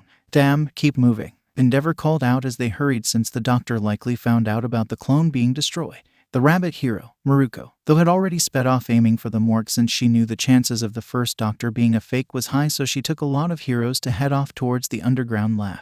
Though the doctor noticed what was going on a few moments later when he saw on the camera footage near him that heroes were heading towards him, but the rabbit hero was moving fast as she passed a lot of Namus, which she warned the others about. As the doctor was running, Maruko blasted through the walls, ending the warping Namu with the rubble that fell. She smirked seeing the warping Namu was down for the count, which she radioed in so the others knew, as the other raid would start as well right about now, which meant the doctor had no way of escaping. While the fighting in the hospital had kicked off, the heroes had arrived at the mountain villa as the pro-heroes rushed towards the building. Some students that had to join the front initially were scared like crazy, like Charge Bolt, who was asking why he was in the front.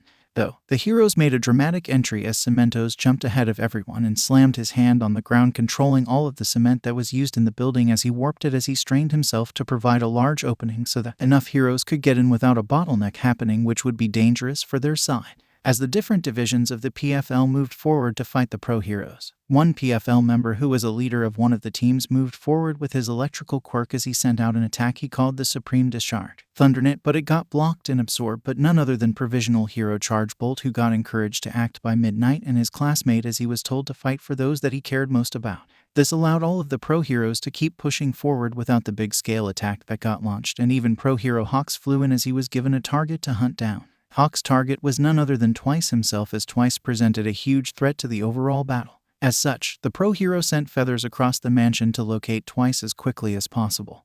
And due to how many feathers he threw out, he soon found the villain and went for him. Though while all of this happened, there were squads of pro heroes going to each of the hideouts escape paths that Izuku had given to Nezu so that they could be blocked. Izuku wasn't able to get an entire blueprint, but he did know the locations, which was the main thing the heroes needed to ensure that no one escaped unnoticed. Down in the assembly hall where Izuku was currently with Redistro, since none of the other former league members wanted to sit in the meeting, a man came in yelling Redistro's name. As Redistro said he could hear him, the man shouted out, "Heroes are coming. Our comms are all jammed and the only way out is through the mansion." The man yelled, making everyone turn to him as he kept explaining that there was an army of pro heroes attacking that had them surrounded. Redistro's quirk went off as he let his stress blow up, as it was indeed a stressful thing to learn about. Izuku stood up quickly as he was shocked to hear about the attack. "Seems they decided not to alert me, which is fine with me. I wish I had more time to train, but oh well," Izuku thought as he started to consider what he should do, as he didn't know anything about the heroes' side plans and was in the dark. Outside though, the villains were pushed into the mansion as heroes wiped some of them out, like the ninja hero Edge Shot, who poked a hole in people's lunges which made them impossible to fight. It wouldn't end them, but it would keep them out of the fight. Midnight then made them all sleep to ensure they didn't try anything, as she waved her fans in front of them as she moved her quirk gas around. Now, while all of this went on outside, Hawks was currently detaining Twice, who was being surrendered by all of the feathers from Hawks. The main objective was to arrest the man, but Hawks was clear to end him as well. Twice though wasn't going to go down without a fight, as he refused to do anything less for the League, as he saw it as his family. This caused a fight between both of them to break out, but there are other fights going on as well through the place, for example with Fatgum and his helpers, who were aiming to block the last passageway that allowed people to escape out of the bunker from underground. For example, Tsukuyomi Takoyami from Wano, who were with Fatgum, sent Dark Shadow down the tunnel, which encounters Redistro, who was able to block Dark Shadow at full power for a bit before Redistro's fake legs gave out and broke, which allowed Dark Shadow to throw the man all the way down back to the assembly hall as well as collapse the tunnel. Dark Shadow came back though scared, as he had sensed another powerful individual down in the assembly hall who he called a real monster, which was in fact Gigantomachia. Fatgum confirmed the individual Dark Shadow was talking about, but said he shouldn't move since the big boss was not on the field due to being asleep. That giant shouldn't move as long as the boss isn't moving around, since no one else can order him around. Fatgum said, as Tsukuyomi asked how they knew this intel, which Fatgum said he had no idea how their side found out about it. All of this fighting went on as Izuku had started to make his move upwards to get into the fighting, since he still needed to act his part. In all honesty, he hoped Gigantomachia did not wake up, even though he felt like he had a good chance of waking the giant up and ordering him around with some simple orders due to him carrying one for all, which was connected to all for one Shigaraki, but Izuku wasn't going to test that theory right now. Izuku had seen Dabai rushing off in a direction before a large blast of fire happened, which made Izuku wonder what was going on up there, so he started to head in that direction. This was how the entire war started, and only more devastation waited for everyone.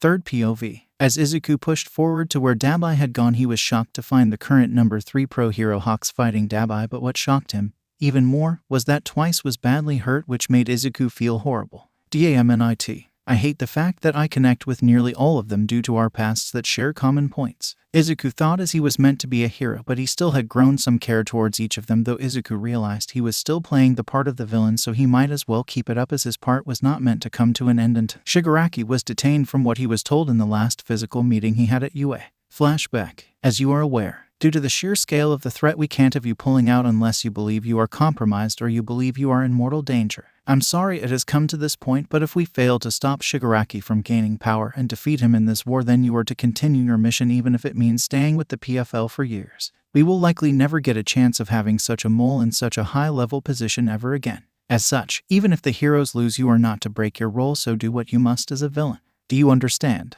Asked the Prime Minister of Japan, which Izuku nodded his head at. Izuku knew that this was a high chance the moment the league became the PFL, but hearing it was scary, since it meant he may never go home or have the truth revealed of him still being a hero. Another agreement was made that said that Izuku Midoriya living costs would be taken care of for the rest of her life in the event Izuku Midoriya died due to his mission or became injured past the point of continuing hero work after the mission. Izuku thanked them, but they said it was the minimum of what they could do, since he might never return from the mission for years depending on how the war played out. Flashback over. As Twice was running on the railing area, Izuku saw Hawks going in for the ending blow, which Izuku couldn't allow. Twice didn't deserve to die, as he had barely done anything worthy of death in Izuku's view. As Hawks went for the ending blow, Izuku sped up quickly with OFA and sent out a black whip which grabbed Twice and pulled him out of the way, which caused Hawks to look towards Izuku. Izuku Midoriya, S-rank villain, Hawks said as his eyes widened seeing Izuku. Dabai, I got Twice, leaving it to you. Izuku said as he kept the real body of Twice in his whip and moved away.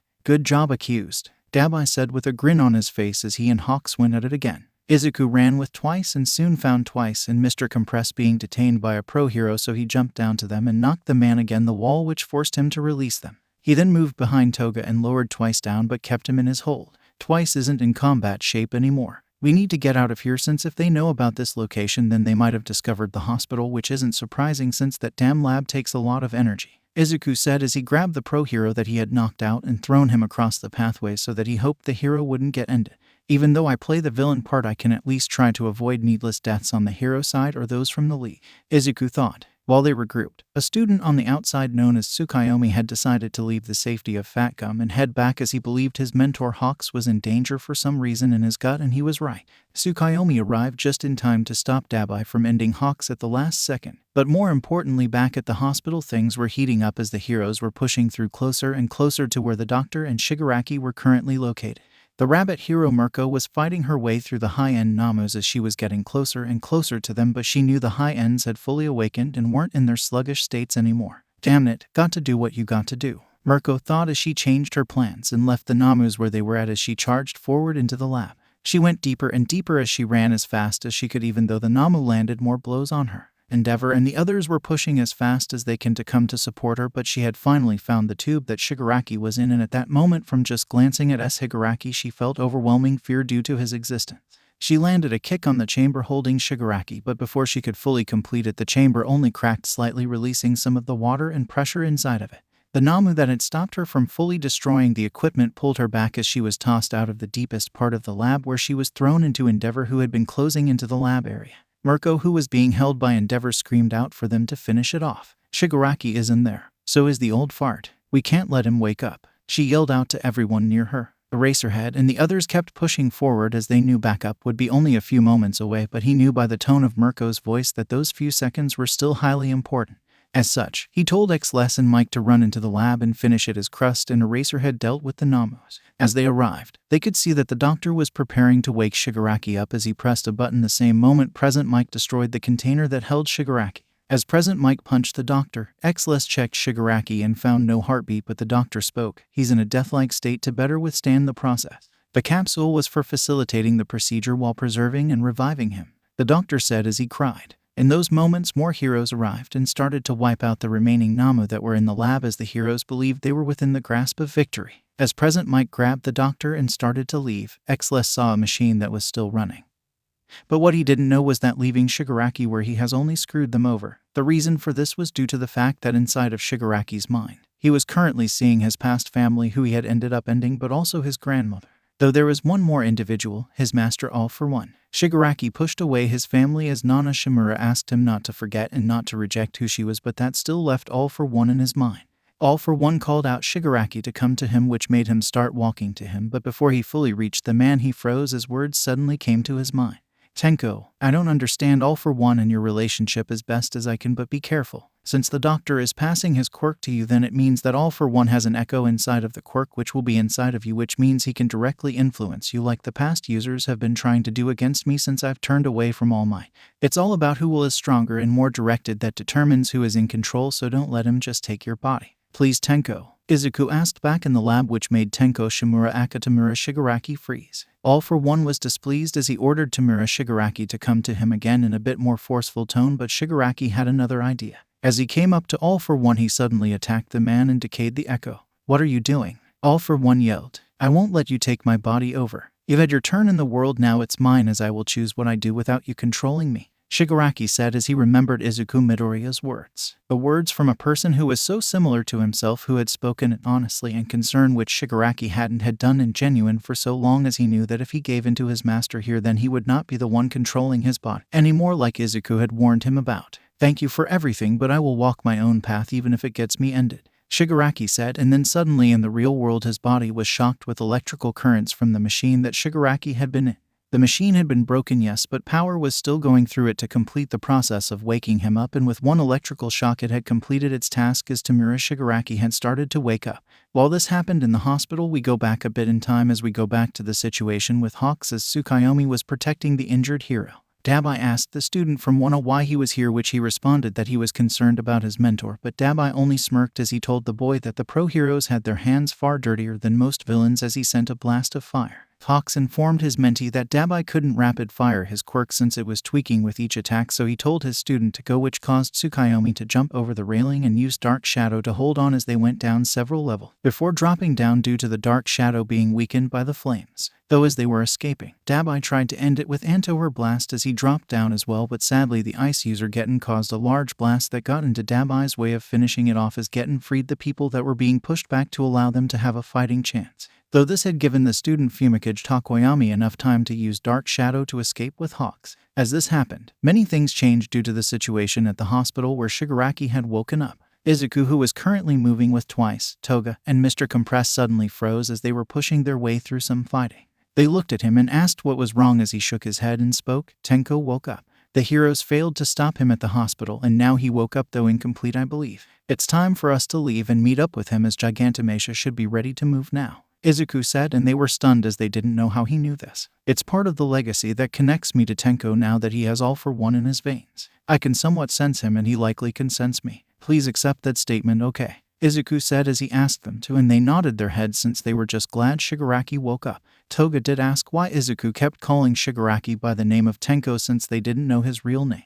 Izuku explained it was his birth name, which Shigaraki allows Izuku to call him by since they have a lot of common points in their past. While all of this happened and they prepared for getting a ride hopefully on Gigantomachia. Down in Jaku City, the other heroes who specialized in rescue or other provisional heroes were helping as well, but they didn't know what was coming because back in the hospital, Shigaraki raised his body and spoke. I'm cold, Shigaraki said, as suddenly everything changed as Shigaraki's decay quirk launched itself across the building, destroying everything in its path. The new user of All for One had awakened from his slumber. Third POV. Everything changed in only seconds as the decay was spreading and everyone was running for their lives. Gran Torino, who had been part of the raid on the hospital, who came in a bit later, had grabbed Present Mike and the doctor as he flew away. Izuku warned us about the decay quirk, but it seems stronger than he mentioned. Did he get other quirks outside of All for One that is boosting everything? Gran Torino thought as he flew away. As Gran Torino and everyone ran for it, Eraserhead was picked up by the dragon hero Ryukyu, but he was saved in the end by the crust hero, who ended a Namu that had grabbed a hold of Eraserhead's leg. The doctor spoke in a low tone, but it was heard clearly by Present Mike and Gran Torino. You had us beat, but all your work in progress, built towards this day. Now witness a miracle as Shigaraki has awakened, the doctor said as he got louder in his tone and yelled it out as the decay spread everywhere. Everyone in the town that was still getting people out had sped it up and started to run as fast as they could as they grabbed everyone, while some tried to stop the destruction from spreading. After a bit of time, the destruction stopped, but it still leveled a large part of the city that luckily had already been cleared out by the heroes as the destruction stopped slightly near the range of where people were still at but had escaped. They saw the destruction come. Now, though, standing in the center of it on a small hill was Shigaraki, who had a piece of fabric on that had survived the destruction. Shigaraki moved over to a machine that had gotten badly damaged in the destruction, which contained the replicated quirk-destroying bullets that Shigaraki had the doctor make. Only one had survived the destruction, so Shigaraki grabbed it and put it in his clothing in the event he needed it.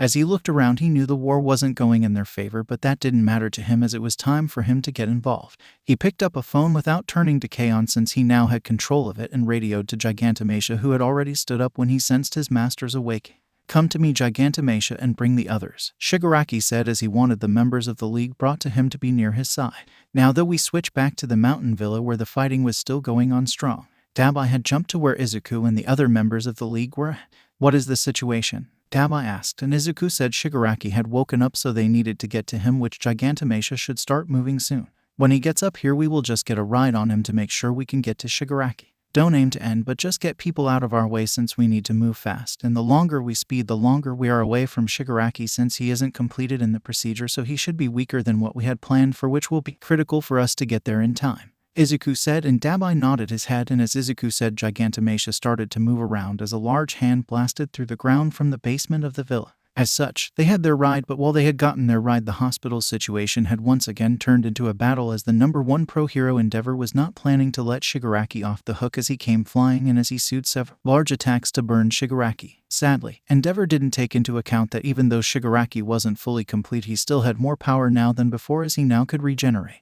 This fight contained on as Endeavor pushed Shigaraki away the best he could from the citizens that were still nearby as he asked for anyone that could fight without touching the ground to back him up.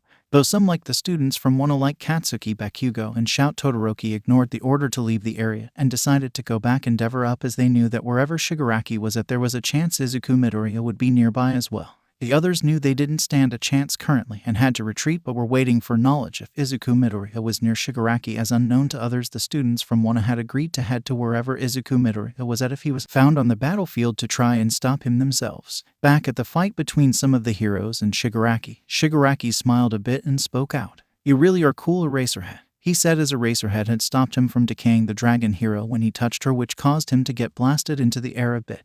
Manuel came up to Eraserhead and applied some water to his eyes, which allowed Eraserhead to continue to use his quirk, which meant that they had a chance at defeating Shigaraki, which could be seen in how Endeavor had destroyed an arm of Shigaraki without thrown into the ground due to the pure strength that Shigaraki had from his modified body. Shigaraki raised an arm like he was All Might, and he had summoned any Nama that had survived his decay to start attacking the other heroes to keep them from getting involved in the fight, so he would have better chances of winning since he was a bit of disadvantageous with Eraserhead around. This meant that he was now targeting the man himself as he charged forward with only one arm and aimed to end Eraserhead, but he was attacked by none other than Shoto Todoroki and Katsuki Bakugo, who yelled out that he wasn't going to end their teacher. But this did block Eraserhead's view for a few seconds, which gave Shigaraki his other arm back due to regeneration. However, as this battle raged, there was another battle going on which was away from the villa, as Gigantomachia was on the move with the League members on his back, but the heroes were still trying to prevent him from leaving. Mount Lady herself was as tall as she could go and was trying her best to hold Gigantomachia back, but he was slowly moving forward as he was much stronger and bigger than her, which allowed him to keep pressing forward. Though back in the rear vanguard was the other students from 1B and 1A from UA, who all had their provisional hero licenses, and one such individual was Gyro, who was monitoring the battle via the earth, where they discovered that the defense line had been breached by a large object that was heading straight for them. This worried the students about what could have gotten through the army of pro heroes, but they would still find out.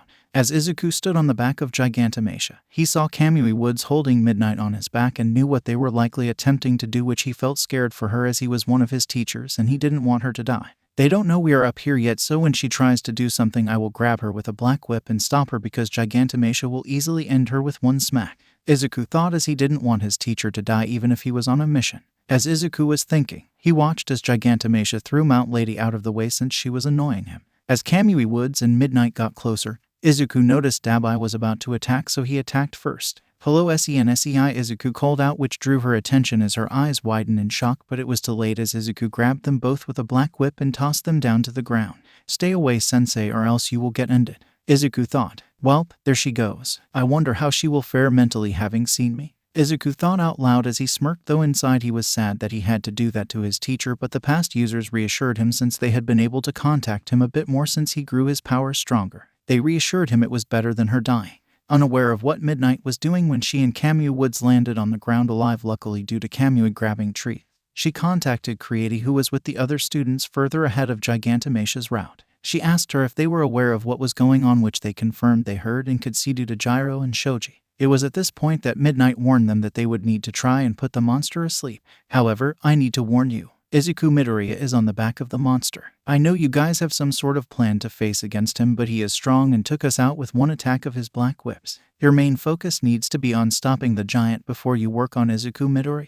Do you understand me?" Midnight asked, and Creati confirmed she understood, as they were all determined to stop Izuku Midoriya. And if a giant had to be brought down first, they were going to do it one way or another. Midnight could no longer catch up, as she and other heroes were now engaged in combat against villains that had gotten past the defense line while following the giant. Creati soon started to think of what to do since everyone was determined to stop Izuku, so she needed to think of a plan, and soon she did come up with one, as she had the class give her an ET on the giants and height estimate. They were going to trap the monster in the ground, as she explained the overall plan. Though suddenly, Mount Lady grabbed onto the giant once again, which started to slow him down a bit as she tried stopping the giant, but only to be dragged along. Creati informed everyone that to get to Izuku Midoriya like planned, they needed to stop the giant, which made them all determined to do it, as she created a sleeping drug that they needed to get into the monster, as she gave everyone a canister and hoped that someone would get one inside the giant. As the students made their traps on the ground, Gigantomachia came closer and closer to the spot that they needed him at until he was on point and suddenly came dropping down quickly, since they had made the ground like quicksand, which sucked him down into it. The League members on his back were all shocked, and even Izuku was shocked to see Gigantomachia drop down so easily. Who the hell dropped Gigantomachia so easily? Izuku thought as he looked over and was shocked to see a lot of people from 1A and 1B. Are they shooting me? Are they really going to challenge Gigantomachia? Izuku thought with a laugh at what he was seeing, which made the league look and saw what he saw. Your former classmates are quite determined, Mr. Compress said, which got a nod from Izuku as he said they indeed were, but it was foolish since this wouldn't stop Gigantomachia for long, as some tried to help hold Gigantomachia down. Others with more direct combat tried to attack the league, which was foolish as they easily repelled the attacks. Izuku stood up and pulled his arm back as he charged 15% in One for All and slammed it forward with the full Kaolo. He knocked those like Ojiro and the others off Gigantomachia and back to the ground. Foolish. You need a far better plan if you wish to challenge us, Izuku yelled out as he glared at them as he needed to act his part. Though they all G'd a hit with some disc that Izuku realized what they were as Kaminari was about to shock them, although Mr. Compress dealt with him as he threw rubble in his path, knocking him away. Izuku turned and saw Gigantomachia blow a large breath of compressed air that knocked everyone in front of him away as they tried to throw something in the giant's mouth. I see. They were planning to put him to sleep, but sadly that won't easily work with all of his quirks, Izuku thought as Dabai threw some fire to block the students from attacking. We need to keep moving, Gigantomachia, Izuku said, but then suddenly explosions went off as Gigantomachia fell deeper into the ground once again. Well, they really planned this out quite a lot, Izuku said with a smirk on his face as he was proud of his former classmates. Gigantomachia could dig through the ground, right? Spinner asked, and Mr. Compress pointed out that it was a direct way to end them, but he wouldn't since he was ordered to bring them along, which means Gigantomachia was being held back due to them being with him. Indeed he is. I might have to use more power or they might get questions about me, Izuku thought, but then suddenly Mount Lady jumped on Gigantomachia and opened his mouth wide. What? Izuku on the other said as they didn't think she would do that. In those few seconds, Izuku saw a Shido from his class come through the fire in acid. Well, that is new. Must have learned that while I was away, Izuku thought as he punched a pro hero that had gotten on Gigantomachia back with them as the others fought other pro heroes. Though, as a Shido was coming in the air, Gigantomachia decided enough was enough as he said shortest route means keeping Nats from getting up again, which meant he was going to end Ashido and likely Mount Lady as well. Izuku decided to take a bit of action as he threw some pro heroes off Gigantomachia back. He grabbed Mount Lady with some black whips and threw her off before Gigantomachia could grab her, but he couldn't do anything about Ashido, which pissed him off since Gigantomachia's hand went straight for her and it would expose him if he tried to save her. Damnit. Damnit. Damnit. Izuku thought as he knew she was likely to die. As Gigantomachia's hand came down, Red Riot Aka Kirishimiya pushed her out of the way and took the hit while Mount Lady did get smacked by Gigantomachia's back, and which knocked her out from what Izuku could see but didn't end her. Way to go, Red Riot, Izuku thought as he could see a 1B student grab Ashido. Gigantomachia now standing up and placing the league and Izuku on his back again was ready to start moving again when Red Riot was charging his way up the arm of the giant.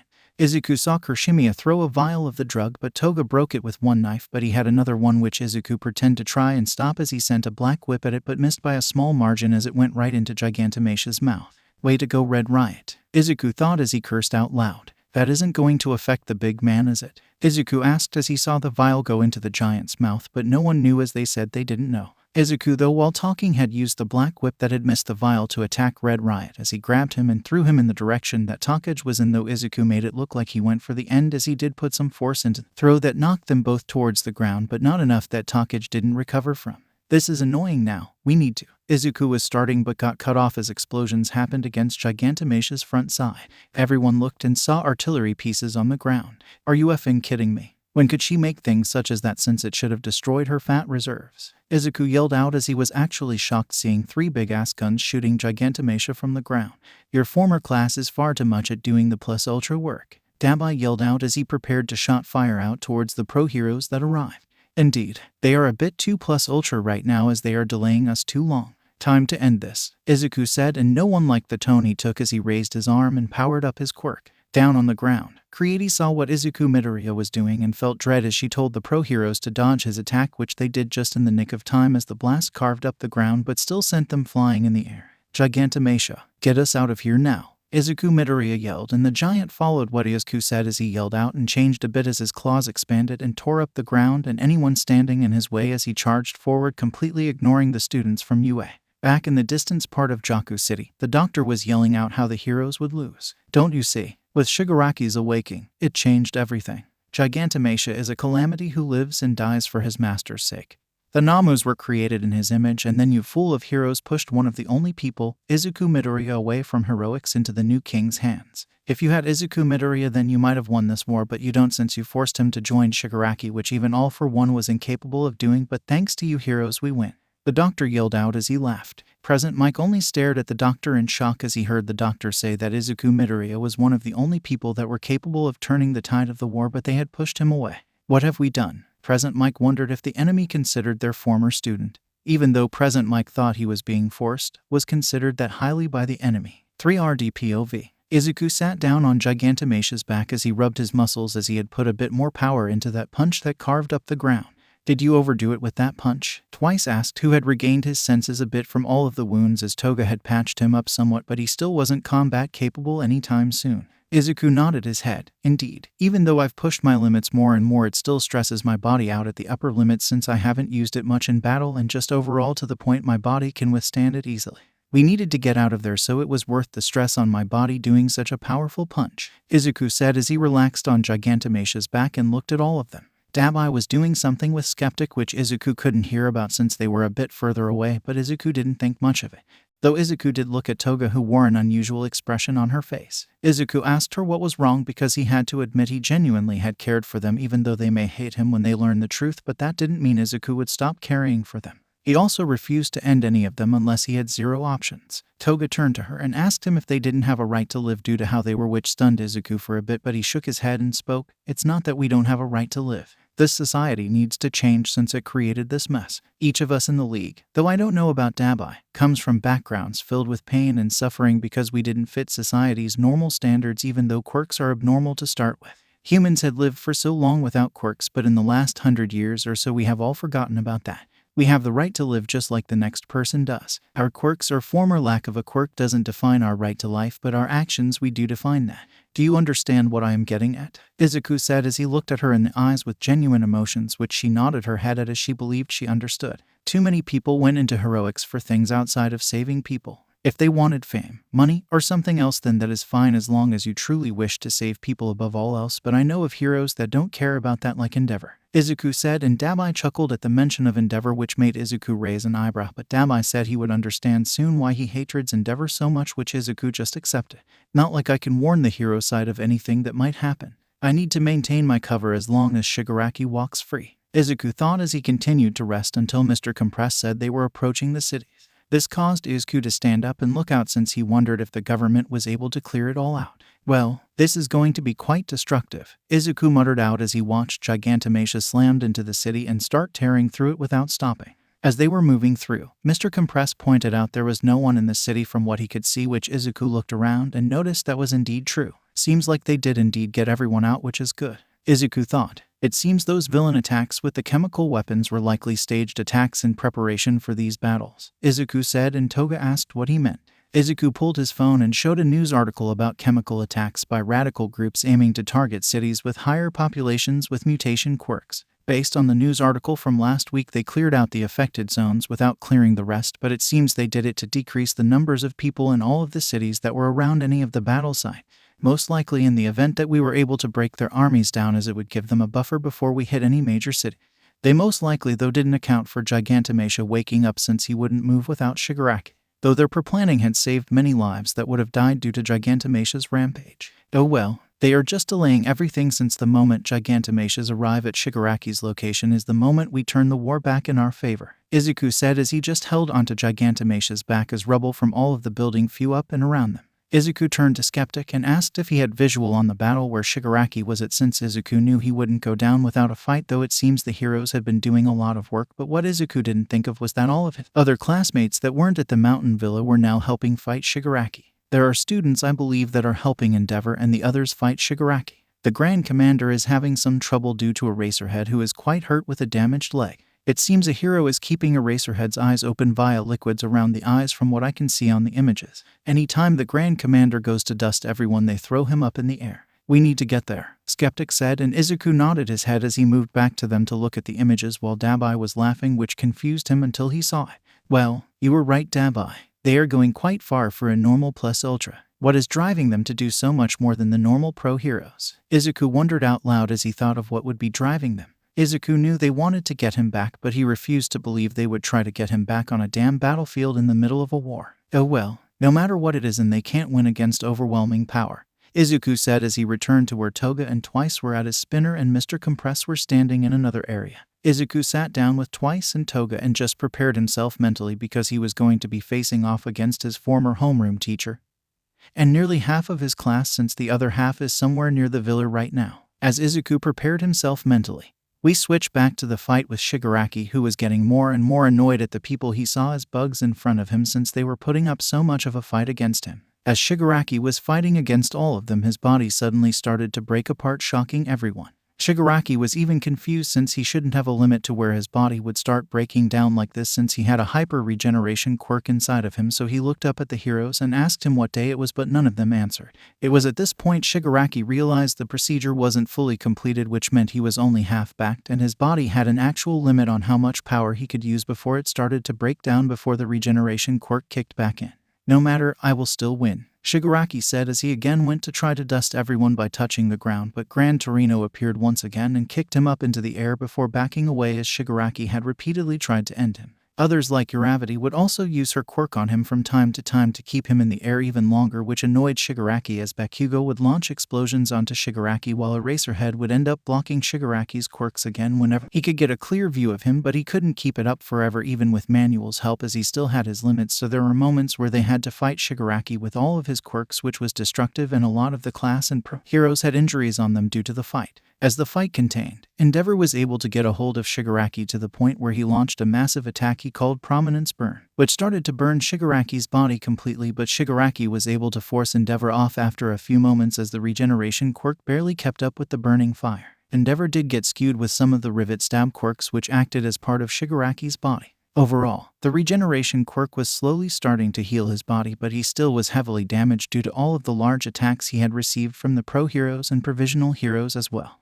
Shigaraki was getting to a point he was going to be beaten, and the heroes could see it as how heavily damaged and how the regeneration quirk was slowing down each time. "You heroes, you think you won?" Shigaraki asked, and Endeavor, who was heavily damaged, looked at Shigaraki and said that he was slowing down and would be defeated as even more heroes arrived, but Shigaraki just chuckled.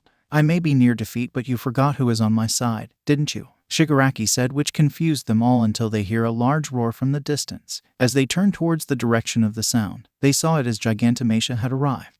Gigantomachia called out for his master as he charged forward, and Shigaraki chuckled. "Nice timing, Gigantomachia," Shigaraki said as everyone was shocked to see the giant arrival. However, they still haven't given up as Shoto Todoroki and Neji both pushed forward and launched massive attacks on Shigaraki, injuring him even more. Endeavor, however, yelled for them to run as Gigantomachia arrived and slammed his hand into them all as he grabbed his master from out of the battle. As Gigantomachia pulled Shigaraki close to him, he shrunk down to his smaller form, but not his smallest, as he deactivated what you could call his battle form, where he had his large claws and more spiky back. Even without that form, he was still quite massive and could cause damage to anyone that opposes him, and Izuku with the League would know from the month and a half in the past that they tried to tame the big guy. Gigantomachia spoke up and asked for Shigaraki to give him an order since his will was Gigantomachia's command, but sadly for Gigantomachia he received no order since Shigaraki was out cold due to the last attack he received that damaged him just enough to knock him out. "This is your biggest chance to win, heroes. You need to take it since I have to keep playing my role until Shigaraki is arrested,"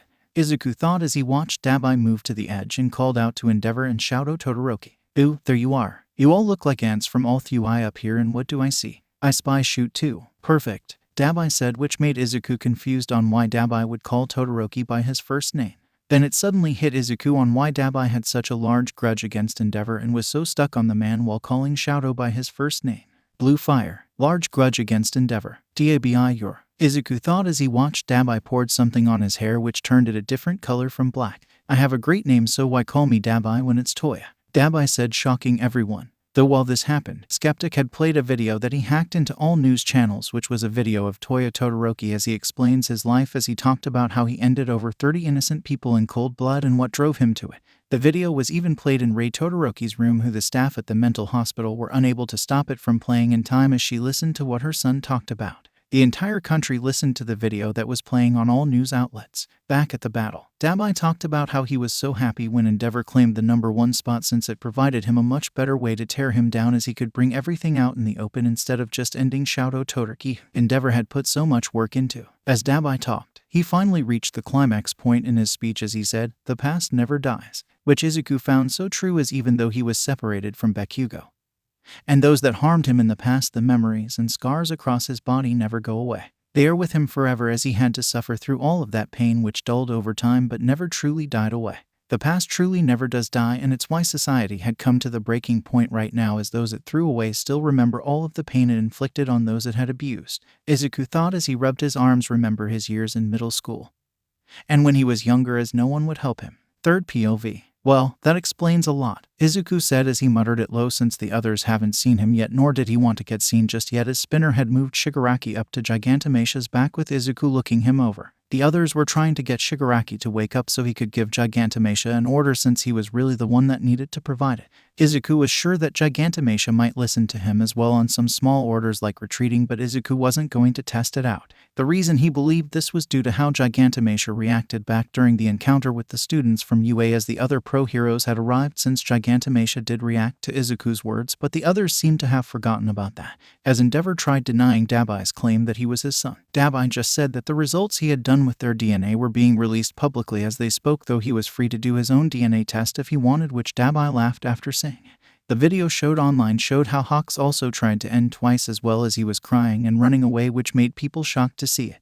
Damn, Skeptic and Dabai make a fearsome team when coming up with all of this. Izuku thought as he knew this would be a large shake to society, but in his honest view, it kind of needed to happen, even though this war would shake society. Society has turned a blind eye long enough, Izuku thought. Soon Dabai jumped down and got ready to unleash a large attack when suddenly they were all hit with wires from above them. Izuku and everyone else turned to look into the air and were shocked to see things falling out of the air, but were more shocked to see who was controlling it all. It was none other than Best Jeanist, who had been on recovery this entire time. Switching back for a few moments, we could see Best Jeanist inside of the cargo plane that he was flying in as he prepared to jump down with his cargo. "We won't let this go according to your will anymore," Best Jeanist said as he jumped out of the cargo plane. This was how we could now find Gigantomasia and all of the members of the PFL on the battlefield contained due to Best Jeanist's quirk, Fiber Master. The heroes were in joy as they now were gaining an advantage once again, as Bakugo spoke out about his mentor from the internship being on such a so-called recovery. However, Dabai wasn't done as he started to burn the fibers, and Izuku looked around.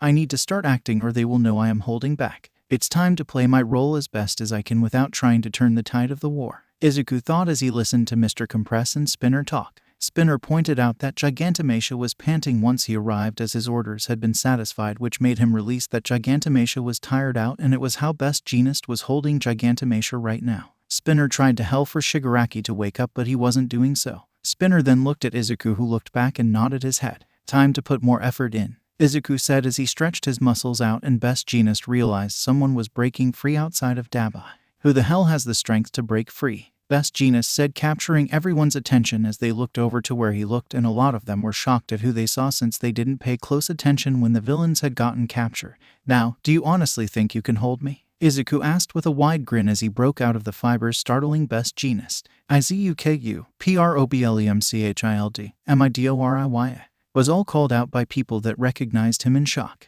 Izuku turned towards them and made eye contact with Eraserhead and then all of the others. "Well, if it isn't half of my former classmates and teacher, I truly wonder why you struggle so much, Izuku." But then everyone was shocked to hear Shigaraki wake up for a split second, as Spinner had bitten him awake long enough that he ordered Gigantomasia to break free. The giant roared out, which caused all of the Namus in the area to start coming towards them, as well as other heroes came charging as well. "I'll let Gigantomasia play around while I fight some heroes so I look like I am doing stuff," Izuku thought as he had broken the other league members out of their bounds, who went and started to fight other heroes, as Spinner guarded Shigaraki and Twice, who was down for the count currently. As the Namu came closer to Best Jeanist while Izuku fought some pro heroes, he tensed up a bit as he heard something uniquely familiar. "Power!" yelled out a voice that was none other than Lemillion, who had kicked several Namus in one go as he destroyed their brain.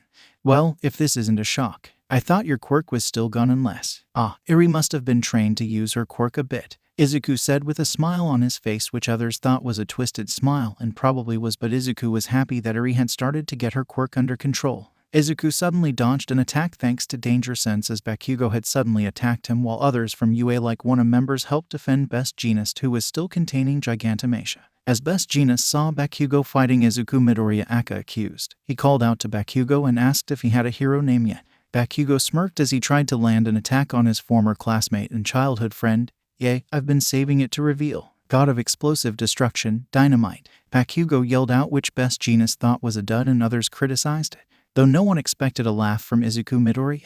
Really? Dynamite? Isn't that from our damn childhood when we were like 3 before you turned your back on me? Izuku said as he charged forward as he felt somewhat annoyed for some reason at that nickname.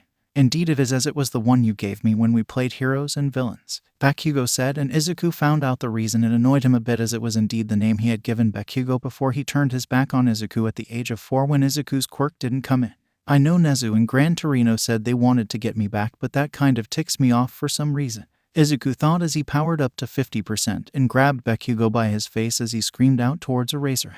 Oi, SENSEI. You better catch, Izuku said with a grin on his face as he launched Bakugo forward towards his teacher, who was being supported by others as he had received some more wounds from Shigaraki, who had tried to attack him before they had arrived.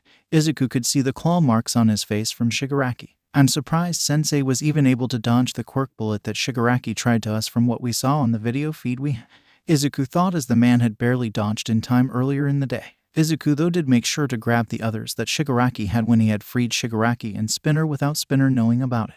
Can't let him keep those and use them, Izuku thought, as he knew he had only one more dose, as the others had gotten broken in Shigaraki's pocket due to attacks he got hit with by the heroes. As the fight raged on, there was a sudden turn of events as Gigantomachia was breaking free, and the heroes thought they were screwed, but Endeavor put in everything he had and slammed into the side of Gigantomachia's head, knocking the giant down to the ground once again. My strength, Gigantomachia said, and Lemillion spoke up at this point. There was a message from the mountain team. They said they didn't notice an effect, but they had given the giant some anesthetic which seems to be kicking in now, Lemillion said, shocking everyone. This meant the PFL members were in a much tighter position than they had been from before. Izuku wondered what he should do as he dodged attacks from his classmates who didn't hold back against him even an inch. This needs to come to an end, but I also must maintain my cover, Izuku thought as he wondered how the battle would turn as Eraserhead came charging at him, since the man wasn't blocking Shigaraki's quirks anymore since Shigaraki was out cold. It's why Izuku has been having a bit of trouble getting to the other members of his group since Eraserhead has been blocking his quirks. Really, Sensei? Letting your students come to face me. Don't you remember what I did to you once already without a quirk? Izuku said as he charged the man and fought close combat without a quirk while still dodging the others as best as he could without danger sense. Izuku could see the other league members struggling as Skeptic had already been detained by other heroes and even more people kept arriving. What shocked Izuku even more was that everyone else from his class that had been at the mountain villa had arrived as well, where they had ended up joining the fight against Izuku himself. Of course I will let them come face you. It's their desire to bring a stop to you so we can help you. You don't have to do this anymore. We are pretty damn sure you were forced to do this as your back was against a wall with everything that happened, Eraserhead said, and Izuku just broke into laughter at that. Oh, you don't know how wrong you are. Indeed, backs were against the wall, but I've lived my entire life without being helped and having my back against the damn wall due to this society. Also, newsflash Sensei, I did this willing, Izuku said as he brought his hands together as he clapped, causing a large shockwave as Eraserhead's view got blocked for a split second. This caused some to be hurt like Gyro, who had a sensitive hearing, or others that just got thrown back due to the sheer power. Some asked how powerful Izuku was, and some from the villa pointed out how he had destroyed a small mountain with a large punch of him during one of the battles in the villa, which shocked everyone. Does that mean he's been toying with us? Asked Minda, which Izuku smirked at. Oh, you have no idea, Izuku said with a large grin as he had used the smokescreen quirk to stop Eraserhead from directly seeing him all of the time, but the class would keep blowing the smoke away. Though he would generate more and use black whips to throw people away from him, as he truly was holding back in his attacks as he didn't want to end any of them. Then everything changed as Spinner had put the only serving hand on Shigaraki's face, which caused Shigaraki to wake up fully. Oh, seems Shigaraki is awake, Izuku said as he felt Shigaraki wake up. This caused everyone to freeze as Eraserhead turned his vision onto Shigaraki, as Izuku had escaped towards Shigaraki as well. All of the students from Wano were following him as their teacher prevented Shigaraki from using his quirks. Shigaraki could see how his forces were losing and saw the state they were all in as Izuku arrived next to him. You need to see if Gigantomachia can get back up, else we are set to lose as Eraserhead keeps blocking our quirks, Izuku said, and Shigaraki nodded his head. Shigaraki tried to get Gigantomachia to stand up, but he was completely out of it, which did not mean well for their group. It's time for us to retreat, Shigaraki said as the league members all got to him, but Wana and the others weren't going to allow it. Izuku could see Gran Torino, who stared at Izuku, and they both turned away from each other a few seconds after eye contact. Though, I don't suppose they will let us leave so easy, Izuku thought as he saw Creati make tools and other things for the others to fight with as Lemillion moved forward. Though things took a turn for Izuku as Shigaraki spoke up and turned slightly towards him. Yeah, they aren't going to make it easy, but neither were you going to make it easy for me either, were you? Shigaraki said, confusing everyone but Izuku and Gran Torino. Nezu, though watching back at the command center, widened his eyes in fear as the Prime Minister and the Commission President both cursed as they knew Izuku Midoriya had been made in that one moment, but the question was how. When did you? Izuku asked as he turned to stare at Tenko Shimura with a small smile which still confused everyone on how easy and calmly they were talking about something in front of everyone, but the heroes noticed the confusion on the other villains' faces as well. The moment I woke up fully. I didn't know before now, but I had a quirk put in me that allows the reading of memories. And I used it right when I woke up to get an idea of the situation since I've been asleep, but I looked more into yours. I saw everything. Though it is nice to know how you truly felt, Shigaraki said with a smile on his face. He truly saw everything then, including the fact that I have the last remaining bullet. The question will be who is faster, Izuku thought as both Shigaraki and he faced each other. Indeed, that is the question. Izuku Midoriya aka Pro Hero Deku, Shigaraki said, shocking everyone as both of them went for a punch at each other. That is something we forgot to take in account, Izuku said, referencing the mind-reading quirk or the possibility of it, as they never thought Shigaraki would gain all for one at the start of the mission anyway, but by the time they found that out it was already too late as Izuku was in too deep. Everyone else though was shocked to hear that Izuku Midoriya was still a pro hero from what their enemy was claiming, though Eraserhead was downright pissed at the implications of what he was thinking happened.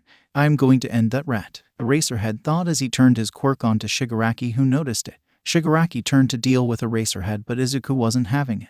Now don't turn your attention away, Izuku said as he grabbed Shigaraki's arm and tossed him into the air, where Izuku went following as he prepared a maximum limit blow which collided with Shigaraki blow with some of his quirks as Izuku had thrown him slightly out of his teacher's range. The shockwave was destructive as it shook the ground below. The students were confused about what the hell was happening as they were fighting their former classmate just moments ago until Eraserhead spoke. Clear your minds as there are enemies in front of us. We will deal with whatever bullshit problem child got involved with after this because he is on house arrest until he graduates when I am done with him, Eraserhead yelled out in an extremely pissed tone, and the students nodded their heads as they have never seen their teacher so pissed before, so they were unnerved at the extremely pissed tone he used. 3RDPOV. Izuku and Shigaraki were both flying through the air, exchanging blows left and right as they were trying to find the opening that would end the battle, because whoever won this fight really won the war if Shigaraki was able to escape to recover. As such, Izuku knew he needed to somehow bring his opponent to an end.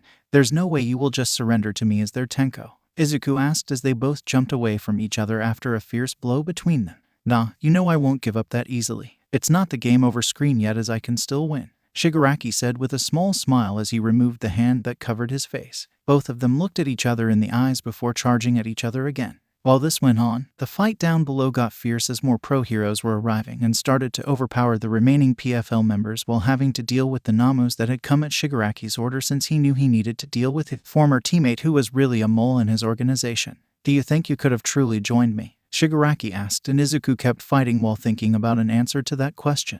Maybe. There indeed was a chance I could have if things were slightly different. I have many people I want to protect, which includes my former classmates down below, even though they might not accept me back for the harm I caused them, Izuku said as he used black whips to keep Shigaraki from going back down to the ground and dusting everyone who couldn't get into the air on their own powers. What do you think will happen to us if you win? Shigaraki asked Izuku as he used an air blast attack to try to hit Izuku, who dodged thanks to danger sense. I don't know, but I won't stay silent if they want to execute you all because you don't deserve it. This society is what created us, so it wouldn't be right for them to just end you all off for what it made in the first place, Izuku said as he got close to Shigaraki and landed a kick to his guts, but got hit by Shigaraki's arm as well, which sent them both flying towards the ground at the same time. Both of them stood up and looked at each other as they both understood that neither of them was going to give up, which meant one of them might end up dead at the other hand. The thing is, though, neither surely wanted that, as they could see it in the eyes of each other. We truly are similar, Izuku Midoriya, Shigaraki said as he wiped the blood away from his mouth as his body was breaking even more as he was so badly damaged without time to recover due to only being half-baked in a sense in regards to his body being changed to hold all for one. Indeed we are Tenko Shimura, indeed we are. Crafted by society, but in our darkest moment, we were picked up by two polar opposites of people. If All Might didn't decide to change his mind regarding me that day, I likely wouldn't be here anymore, as my will to keep pushing forward was so close to being burned out, Izuku said as he had a sad smile on his face, and Tenko nodded his head. Both of them charged a powerful attack as they knew they needed to end this. Back at the other fight, Endeavor had stood up again and was helping end the fights as any hero capable, even rescue-type heroes, were helping out as they had finally detained the former League members. Only some Namus were left, which they were finishing off when a large blast of shockwaves pushed them all down to the ground. Everyone turned to the source and saw a large cloud of dust was pushed into the air as Eraserhead and all of the students from Wano were running off in the direction where the blast happened. Endeavor didn't know what the truth was about Izuku Midoriya, but he did know if he didn't end up fighting Shigaraki when he did, they might have likely lost or Shigaraki would have escaped. As the villains were being put in quirk cuffs, others started to move towards where the dust cloud happened, since that is where the two S-ranks villains were at, even if no one knew if Izuku Midoriya was still a villain since it was unclear. As we move to the dust cloud, we can see Gran Torino blasting past Eraserhead, who wanted to shut the man's quirk off since he didn't want to trust the old man since he knew something about this entire situation and decided to never inform him, who was the homeroom teacher of Izuku Midoriya. With them arriving, they were stunned at what they saw and horrified as well. Shigaraki was laying on the ground with Izuku Midoriya next to him, who had a large wound in the side that was bleeding heavily. Though what caught Gran Torino's attention on the second look was not the wound that wasn't regeneration on Shigaraki, the capsule stabbed into the chest of Shigaraki. That's a quirk erasing bullet, Gran Torino thought as he moved to Izuku's side and tried to stop the bleeding, but there were without a doubt internal wounds, as well as being covered with wounds across his entire body, but the wound on his side was the biggest one. Come on, kid. You have done enough, so you need to pull through, Gran Torino said as he tried his best to stop the bleeding as Eraserhead and the others arrived. Eraserhead just told his student Creati to make medical supplies to help stop the bleeding, which she did, and Todoroki moved over and used his fire to seal any of the other wounds that weren't internal wounds that he knew of. Soon a helicopter came flying down as Nezu jumped off of it and ran to where they were. Get them both on the helicopter now to get to a hospital, Nezu yelled as EMTs from the helicopter ran over to put them on stretchers. Nezu and Gran Torino both followed onto the helicopter as Eraserhead wanted to go, but Nezu looked at him. You need to stay with your students and get them out of the conflict zone. There are still some Namu moving about in the giant to worry if the drugs wear off. Come to the hospital after the students are removed from the field, Nezu said as he closed the door and the helicopter started to lift up. Eraserhead was even more pissed but knew his boss was right. He quickly turned to his students and they all looked at him. Listen up, we are leaving the battlefield right now. There should be any rescue needing to be done since all cities but Jaku was clear out before the battles even started. Jaku was already reported to be clear midway through the fight after Shigaraki woke up, so we need to leave so we can get answers out of Nezu. Understood, Eraserhead said, and they all nodded their heads as those that could carry others did so, as they wanted effing answers on what was going on. As they left, the news had already been reporting the possibility that Izuku Midoriya was a spy planted in the League of Villains, but it was unconfirmed as the government wasn't answering questions currently. As all of this went on and heroes were searching for any roaming PFL members that had escaped the villa, Izuku was slightly waking up in the helicopter. He turned his head and saw Tenko was in the helicopter as well, and then he searched for others as Gran Torino and Nezu caught his attention. Hiya, Izuku said, and they looked at him as they told him to put his mask back on. Izuku smiled softly as he knew it didn't matter anymore as he could sense his body shutting down. Tell my mother I love her, all right, Izuku said through some coughing as they told him he could tell her himself, but he shook his head. Body shutting down. Danger sense going off like crazy about my death, Izuku said as he coughed up blood. The EMTs were trying their best in stabilizing him, but there were so many wounds and internal damage that they couldn't deal with without a hospital. Don't, Izuku said as he sucked in a breath, and Nezu asked what he meant by don't. Don't let them end the League. Society created them due to their actions. No longer is all for one. They may have gone down a dark path, but society pushed them towards it, Izuku said as Nezu said he would try to ensure they didn't receive the death penalty as he asked Izuku to save his breath as he put the mask back on his face. Izuku just laid there in silence as Japan was in chaos with all of the information they were gaining. They were told Izuku Midoriya had defeated the leader of the PFL and the possibility of him having been a mole by the government. Everyone was wanting the truth of what truly happened and why a child as young as him would have been a mole. The former classmates who were seeing the headlines were shocked and wanted to know, as well as they had arrived about an hour or so later at the hospital that Izuku Midoriya and Shigaraki were sent to. Eraserhead, All Might, the detective, Present Mike, and the students of Wano all arrived in the hospital where they found Nezu standing out of an operating room with Gran Torino. You damn rat better start talking right effing now. I want the damn truth for once from you, Eraserhead yelled out with his quirk activated as he stared at Nezu, who didn't even flinch. Nezu looked up at Eraserhead and the others who were glaring at him, but all were silent as they wanted an answer. What do you want to know exactly? Nezu said, and Gran Torino rolled his eyes. Nezu, stop. We need to tell them the truth. They deserve to know it before the statements are released. Gran Torino said, and Nezu sighed as he nodded his head. At this, All Might spoke up and asked what was the truth, since they knew something was fishy about the charges brought against Izuku Midoriya from roughly the start. Indeed, the charges are keep made up. Izuku Midoriya never betrayed Yue. Nezu said, shocking them all as the detective asked how was that true based on the statements Izuku Midoriya gave last time at Yue. Nezu nodded his head and reminded the detective to remember Izuku's statements. Izuku never directly said. He said, I agreed to the position I am in since there wasn't really another option, which was never a confirmation of him being a traitor to Yue. You all just took it as such because we wanted you to take it like that. The questions and answers were more or less prepared beforehand, and the interview rushed so you couldn't disprove him as not the mole. The reason this all happened was for the fact that it was decided to send someone into the League of Villains as a mole to protect Yue and society. Nezu said, and everyone was shocked as Eraserhead lashed out with his capture gear and grabbed Nezu. Why a student? Why Izukumidoriya? Eraserhead asked as a tear went down his face due to the sadness of his student having to do such a mission. Nezu was calm though in front of the rage that was being directed at him. Truthfully, Nezu asked, and Eraserhead said yes in an aggressive tone, which Nezu nodded his head at, simply because he truly was only a step away from becoming a villain. Even sending him on this mission carried the risk of him surely turning on us, but I was betting on his pure determination to be a hero for him not to break and turn on us. Nezu said, shocking everyone at what their principal had just said, as All Might asked what Nezu had meant, and Nezu shook his head in disappointment. You all really don't see it, do you? Even though you know portions of what he had gone through at the hands of other people in the past due to him being quirkless. Nezu said, confusing them all since they knew about his past, but they didn't really grasp what Nezu meant, though Nezu could see some like Hitoshi Shinso, and Eraserhead had a good idea what he meant. Nezu told them all to join him in the meeting room that was near them that the doctors have provided him, since Nezu knew they would come because he wanted to make T-Ham realize what society had truly done to Izuku Midoriya and those from the League of Villains. Third POV. As they all sat in the meeting room with Nezu at the head of the table, he looked around at each of them to make sure he had their attention.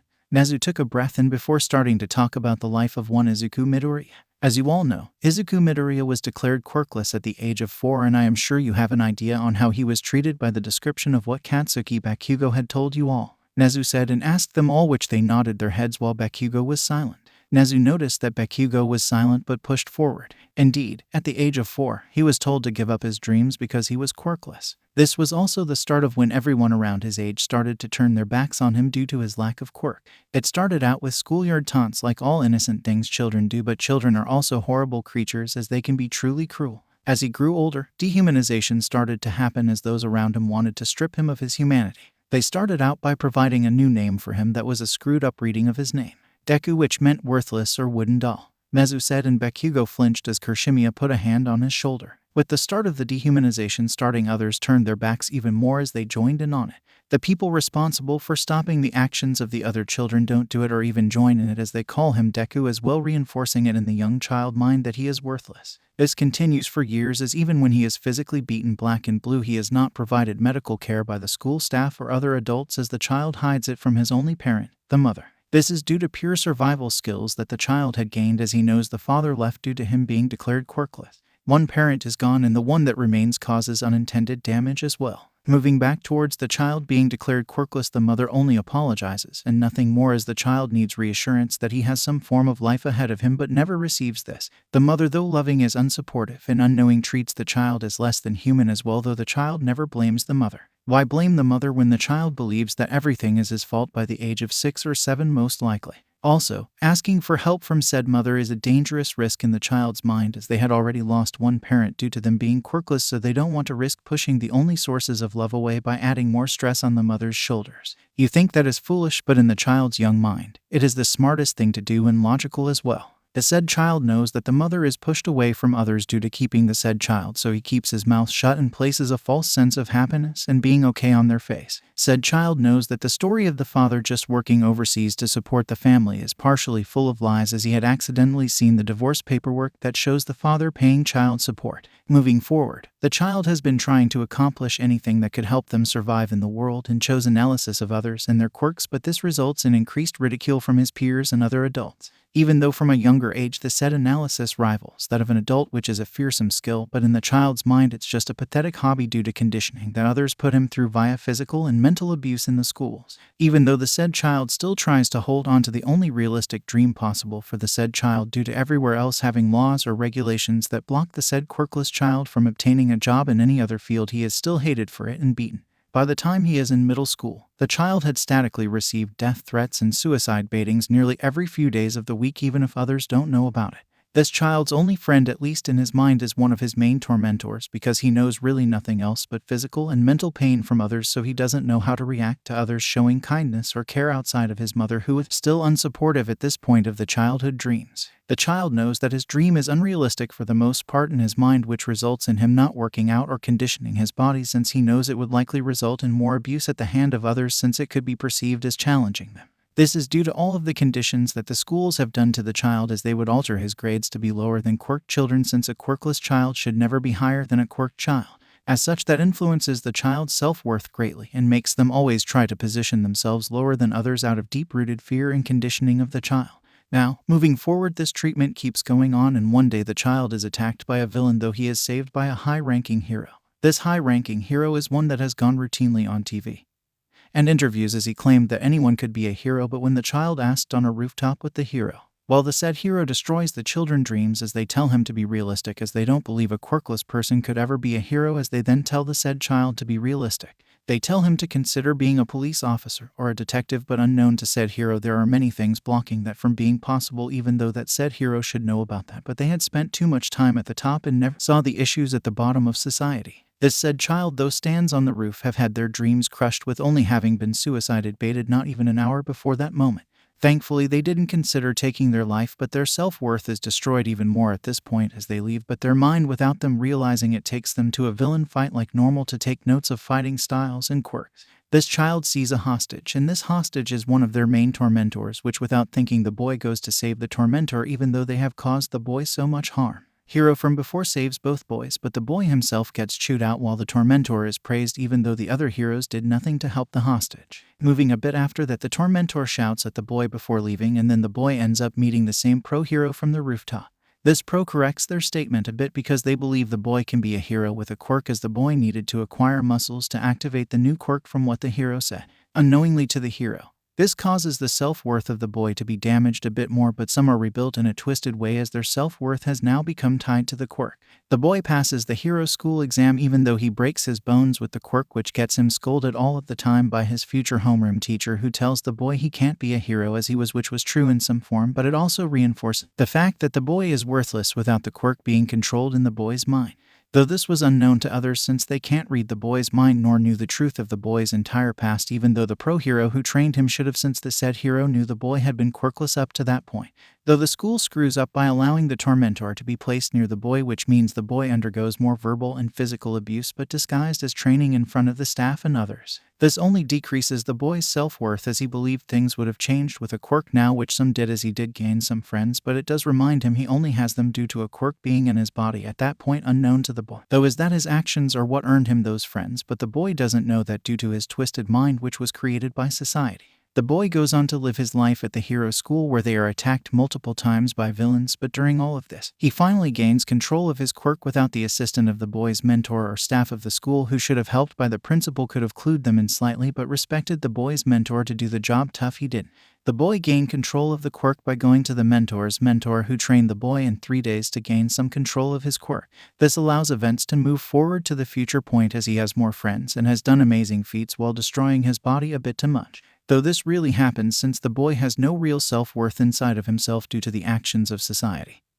And if the mentor never picked the boy up the second time, the boy may not be alive in the world today, or may have chosen a darker path, which would have been deadly for society due to the boy's skills that rivaled the mind of the principals of the hero school when it came to analysis people. Nezu said as he finally finished retelling a version of Izuku Midoriya's life, as he then looked at everyone and asked them a simple question. Do you understand now why the boy Izuku Midoriya was chosen to play the role of the mole? A child beaten down on repeat by society and barely saved was the perfect person to go play the role of the villain, since his story was quite similar to others that he would join up with. Nezu said, and everyone by this point was crying as they had listened to the principal explain everything. It's not like I looked down on the other students, but they weren't strong enough nor had the perfect background story for the mission. I also already knew he wasn't the mole, so I could trust him to keep quiet if he did decline, but I knew Izuku Midoriya would accept without much protest since he wanted to protect UA and everyone he cares about at the school, even if it cost him his life. I do admit, this wasn't meant to happen, as the PFL was not a consideration, as the Meta Liberation Army wasn't even known to be around when we sent him on his mission.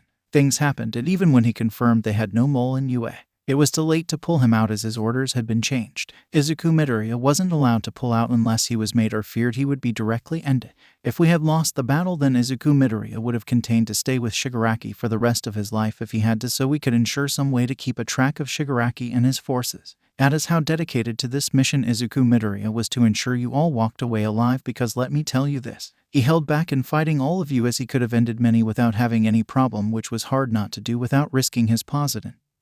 But he found a way, Nezu said as he looked at them all as they nodded their heads. Nezu told them that they could only wait to see if Izuku Midoriya would walk away alive from his surgery, as Nezu left the room to return to the door of the operation room, which left them all in silence. Third POV. When Izuku fell back to sleep on the helicopter as they approached the hospital, he was sure he could hear Nezu and Gran Torino telling him to stay awake, but sadly for him he was unable to do so, as he soon fell into the darkness. The next time his eyes opened, he saw where he was at and realized what it most likely meant. He was standing in front of all of the past users of One for All, which he noticed he was completely there from what he could tell. Did I die?" Izuku said out loud, and they all looked at him with eyes of pity as they were silent and didn't answer the question. The first user stood up and walked to Izuku as he proxed a huge Izuku, which made Izuku break down in tears as the other users all walked up to him and hugged him. "You are not dead, but you aren't alive either. You are currently standing on the border of death and life, as you sustained quite a large amount of wounds during the entire war, but the final wound that Shigaraki gave you dealt significant damage since some of his decay quirks kicked in on internal parts, which are preventing your recovery. I am unable to tell you that you will make it even if quirks are used on you due to the sheer level of damage you receive. You are lucky to have hit Shigaraki with the bullet before the damage spread even further," the first user of the quirk said, and Izuku nodded his head as they all sat down, including Izuku, in their seats. Izuku just asked what happens when he dies, since no one would have the quirk anymore. Even though he asked, none of them really knew. They had some theories of the quirk going back to All Might since he was still alive and connected to the quirk, or they would simply vanish away from the mind space since there would be nothing left anchoring them to the living world for their echo, which were kept inside of the quirk. It was also possible that they would continue to exist for all eternity, but no one truly knew since they didn't think the quirk would come to an end until they learned of the fact that the quirk was ending the users. All for One was sitting in jail where he wouldn't be escaping from, and the original quirk itself was destroyed with the doctor having been arrested. As such, there would never be another All for One walking the earth ever again, so One for All's main purpose of being around was now gone. They didn't know what the quirk would even be used for outside of hero work, which any quirk could do that. Izuku just shrugged and decided to relax with everyone in the dreamscape since there was nothing he could do about his coming death, so he just needed to accept it, even though he had many regrets. Now, though, outside of the quirk, we could find a doctor exiting the operation room where he found Principal Nezu of UA and everyone else that had arrived for Izuku Midoriya, which included Inko Midoriya. "I need the people in charge of Izuku Midoriya," the doctor asked, as he knew Nezu was one individual, but everyone raised their hands, even the younger children, which he found idiotic. "I doubt all of you younger people are in charge of him," the doctor said, annoyed, which caused their hands to drop but Eraserhead, All Might, Gran Torino, Nezu, and Inko kept their hands up. The doctor asked if they wanted to move to a private room, which caused all of the adults to look at Inko. Even the others looked at her in hopes of hearing the results as well, which she knew they wanted to, which she said that it was fine in front of everyone since they care for him. The doctor nodded his head and took a breath of air in, as he knew the news would destroy them. "There is no easy or soft way to say this, so I will be blunt. As it stands, we are unable to repair the damage done to Izuku Midoriya, which means he will die soon," the doctor said, shocking everyone as Inko collapsed to her knees in shock as some tears went down her face. All Might helped her up into a chair as the doctor contained.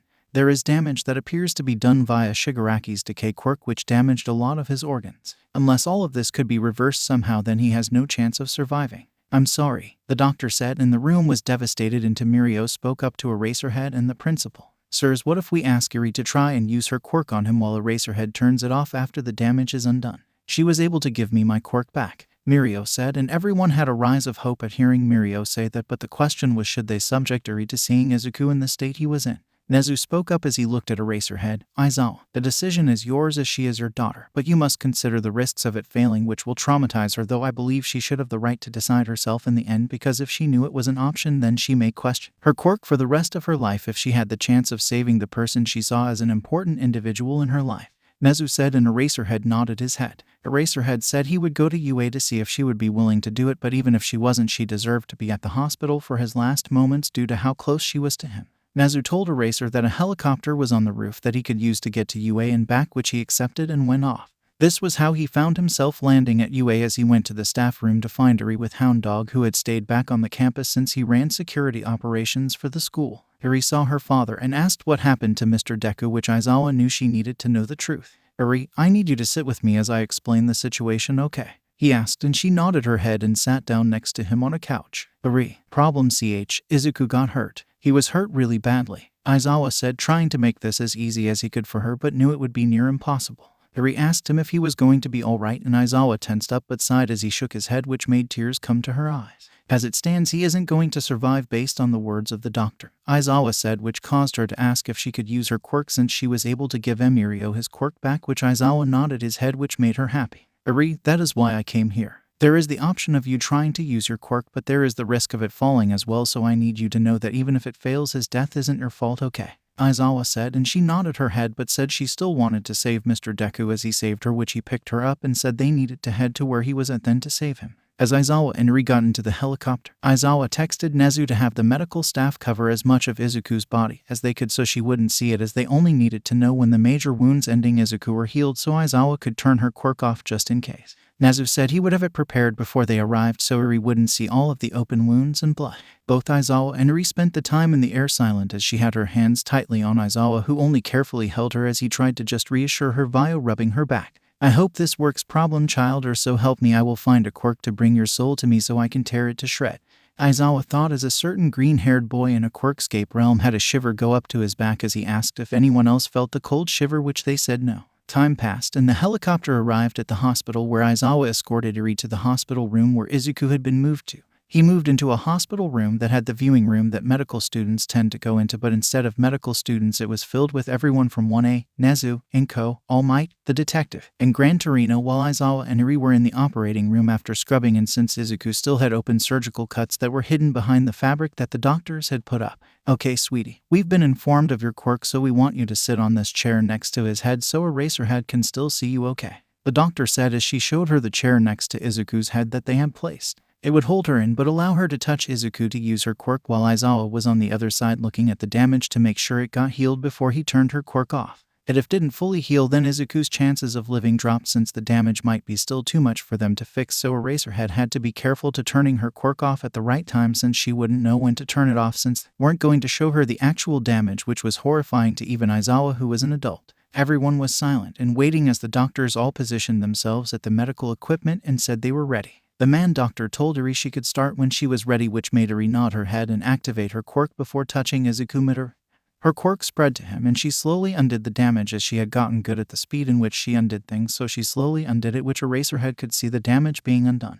You are doing amazing, sweetie, Aizawa said as he watched the damage before glancing at her and then back. Eri smiled at the words of what Aizawa said, and it continued to move forward as an entire 10 minutes had passed as she was undoing about half a day's worth of time, which she was slowly moving towards. The damage was finally undone and a bit more, which was fine as Eri stopped her quirk herself, which surprised them. I didn't feel any more being reminded beside Mr. Deku's body, which means I need to stop unless I am aiming for something further back, Eri said in her soft voice as she was a bit exhausted from using her quirk for such a period again, as this was only the second longest time she had reminded things outside of small practicing. Aizawa said that was fine as the doctors checked Izuku out and found no damage based on what one's nurse quirk reading was, which provided the health of her patients. Overall, everything but his brain was giving unnormal readings, which the doctor said that Izuku Midoriya might be in a coma state due to the damage, as the body was fixed but the mind wasn't undone since it's really separate and unique from just the body. As Eri and Aizawa moved to the viewing room, everyone congratulated her for the job well done, and she smiled brightly, saying she was going to save Mr. Deku as he did for her, which made people just smile at her with happiness as Inko hugged her.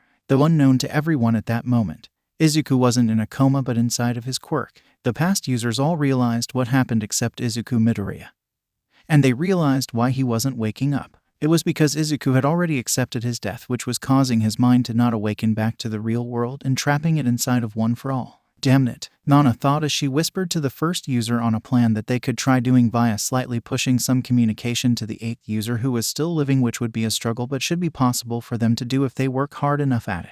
In the real world, All Might and everyone was now standing in the private room where Izuku was placed, as the doctors didn't know when he would wake up, which saddened them all, but at least he wasn't at risk of directly dying to his wounds anymore. As such, they could only wait, but other forces were at work to make sure there was a chance of Izuku returning at all, since they knew he needed some convincing before he would return. As All Might stood near Izuku's bed, he was sure he was hearing whispers telling him to do things, which freaked him out, but then one of the whispers sounded like his dead master Nana Shimura. What the hell? All Might thought as her voice kept repeating the exact same things to him, so All Might decided to risk looking like an idiot.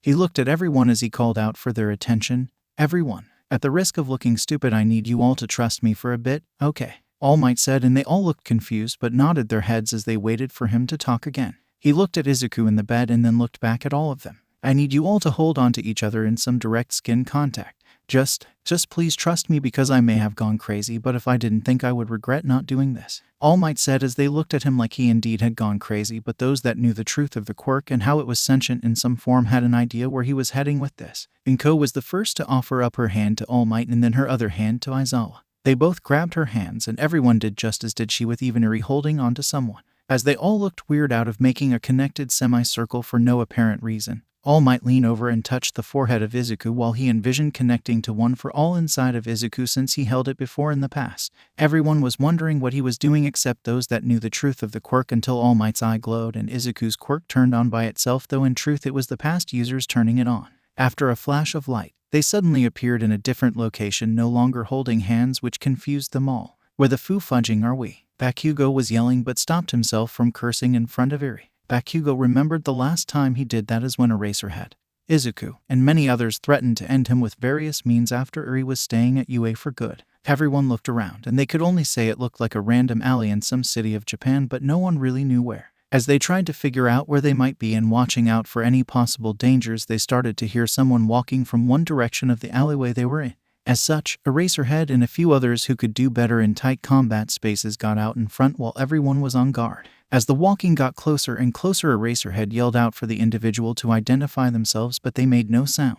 It wasn't until they walked further out of the darkness from the far side of the alley did someone make a sound, but it wasn't from the other side. No, it was from Gran Torino and All Might, who gasped when they saw the figure in front of them. Hi, I know where we are now, All Might said as he started to walk forward, with Gran Torino following right behind him as people told them to stop. The figure smiled and hugged All Might, who walked up to them. Master, Nana, All Might and Gran Torino said, confusing everyone. Nezu then figured out what happened and he moved forward as well as Nana looked down. I take it we are inside it? Nezu asked, and Nana spoke up finally. You are correct, Principal Nezu. Quick on everything, aren't we? Nana said with a small grin on her face. The others and Eraserhead asked what was going on, because even with Eraserhead and a few others knowing the truth, they had no idea what really was going on. At this point, Nana moved past All Might and looked at everyone as she smiled. She then leaned down to Eri as she kissed her forehead. Thank you for saving number 9. We owe you a lot, kid, Nana said before walking back towards All Might, as Eraserhead was stunned at her quick speed as he didn't see her move to Eri, because in truth the users have far more power in the realm they are at, because they are within One for All itself. In simple terms, you are all inside of Izuku Midoriya quirk, which is called One for All, Nana said, shocking All Might on her telling everyone the truth, which she could already hear his thoughts even though his echo was still in the quirk, while All Might's mind itself was in it as well, which was weird to the users since they were really hearing double of the echo somewhat. Some people pointed out that Izuku's quirk was called Superpower, not One for All, which Nana shook her head. Wrong. Its true name is One for All. His superpower was just a cover story to hide the truth that had gone on since the dawn of quirks. Also for that, we must apologize for not taking care of our matters, which forced you all into it. We never intended for our responsibility, our duty, to be such a burden to you all, but Izuku and All Might have luckily finally ended things for good this time around, so there shouldn't be more issues from us Bloodstained War coming back to haunt you anymore, Nana said, confusing them all except those that knew the truth of the quirk. All Might just sighed and told everyone the truth of One for All, which shocked them all on the fact that Izuku Midoriya had inherited such a legacy. At this, Nana spoke up to help explain why Izuku Midoriya took the mission that he did.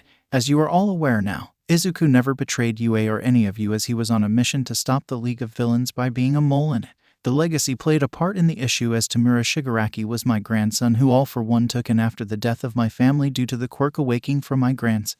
Izuku saw many reasons why he took the mission, but being the 9th user of the quirk helped him make the decision, as it tied into the remaining associates of All for One, which turned out to be lucky for us, as we learned of my grandson Tenko Shimura gaining All for One and the existence of the doctor as well, which he alerted Nezu about. Nana said as she explained how One for All played into the part of Izuku accepting the mission, which All Might gripped his fists at since he failed to stop everything all those years ago, which forced his protege to bear such a burden. Nana asked if there were any important questions, which Bakugo raised his hand. "Where is he?" Katsuki Bakugo asked right out of the gate, and Nana smirked a bit. "Ah yes, always the direct one, aren't we, Dynamite?" Nana teased his hero name as she raised an eyebrow, but Bakugo just asked again, which made others ask as well, but Nana was no longer smiling, instead had a sad smile on her face. "He's here, but before you can see him you need to understand some things," Nana said, which confused them but also worried them, but Inko walked forward and asked her to explain. Nana nodded her head and explained why they had brought them all to the inside of One for All and explained the truth of the quirk to them.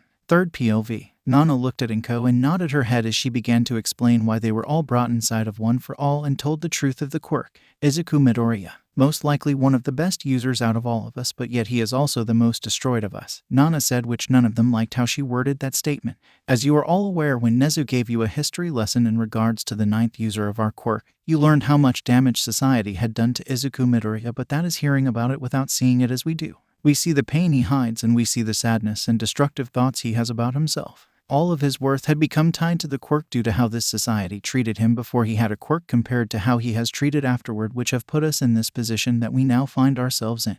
Nana said as she explained that Izuku's entire self-worth was tied to the quirk and him now having some form of happiness due to being quirked instead of quirkless now, which made them all feel a sense of guilt due to how their society treats people. Though Bakugo and a few others like All Might and Inko had more guilt for their own actions. Bakugo for all of his actions, All Might for destroying a boy's dreams and then rebuilding them based around a quirk, and Inko for being as unsupportive as she was, and even when he had a quirk, as she had wanted to pull him out of UA at a few points due to him getting injured, which was something that would always happen in the hero life.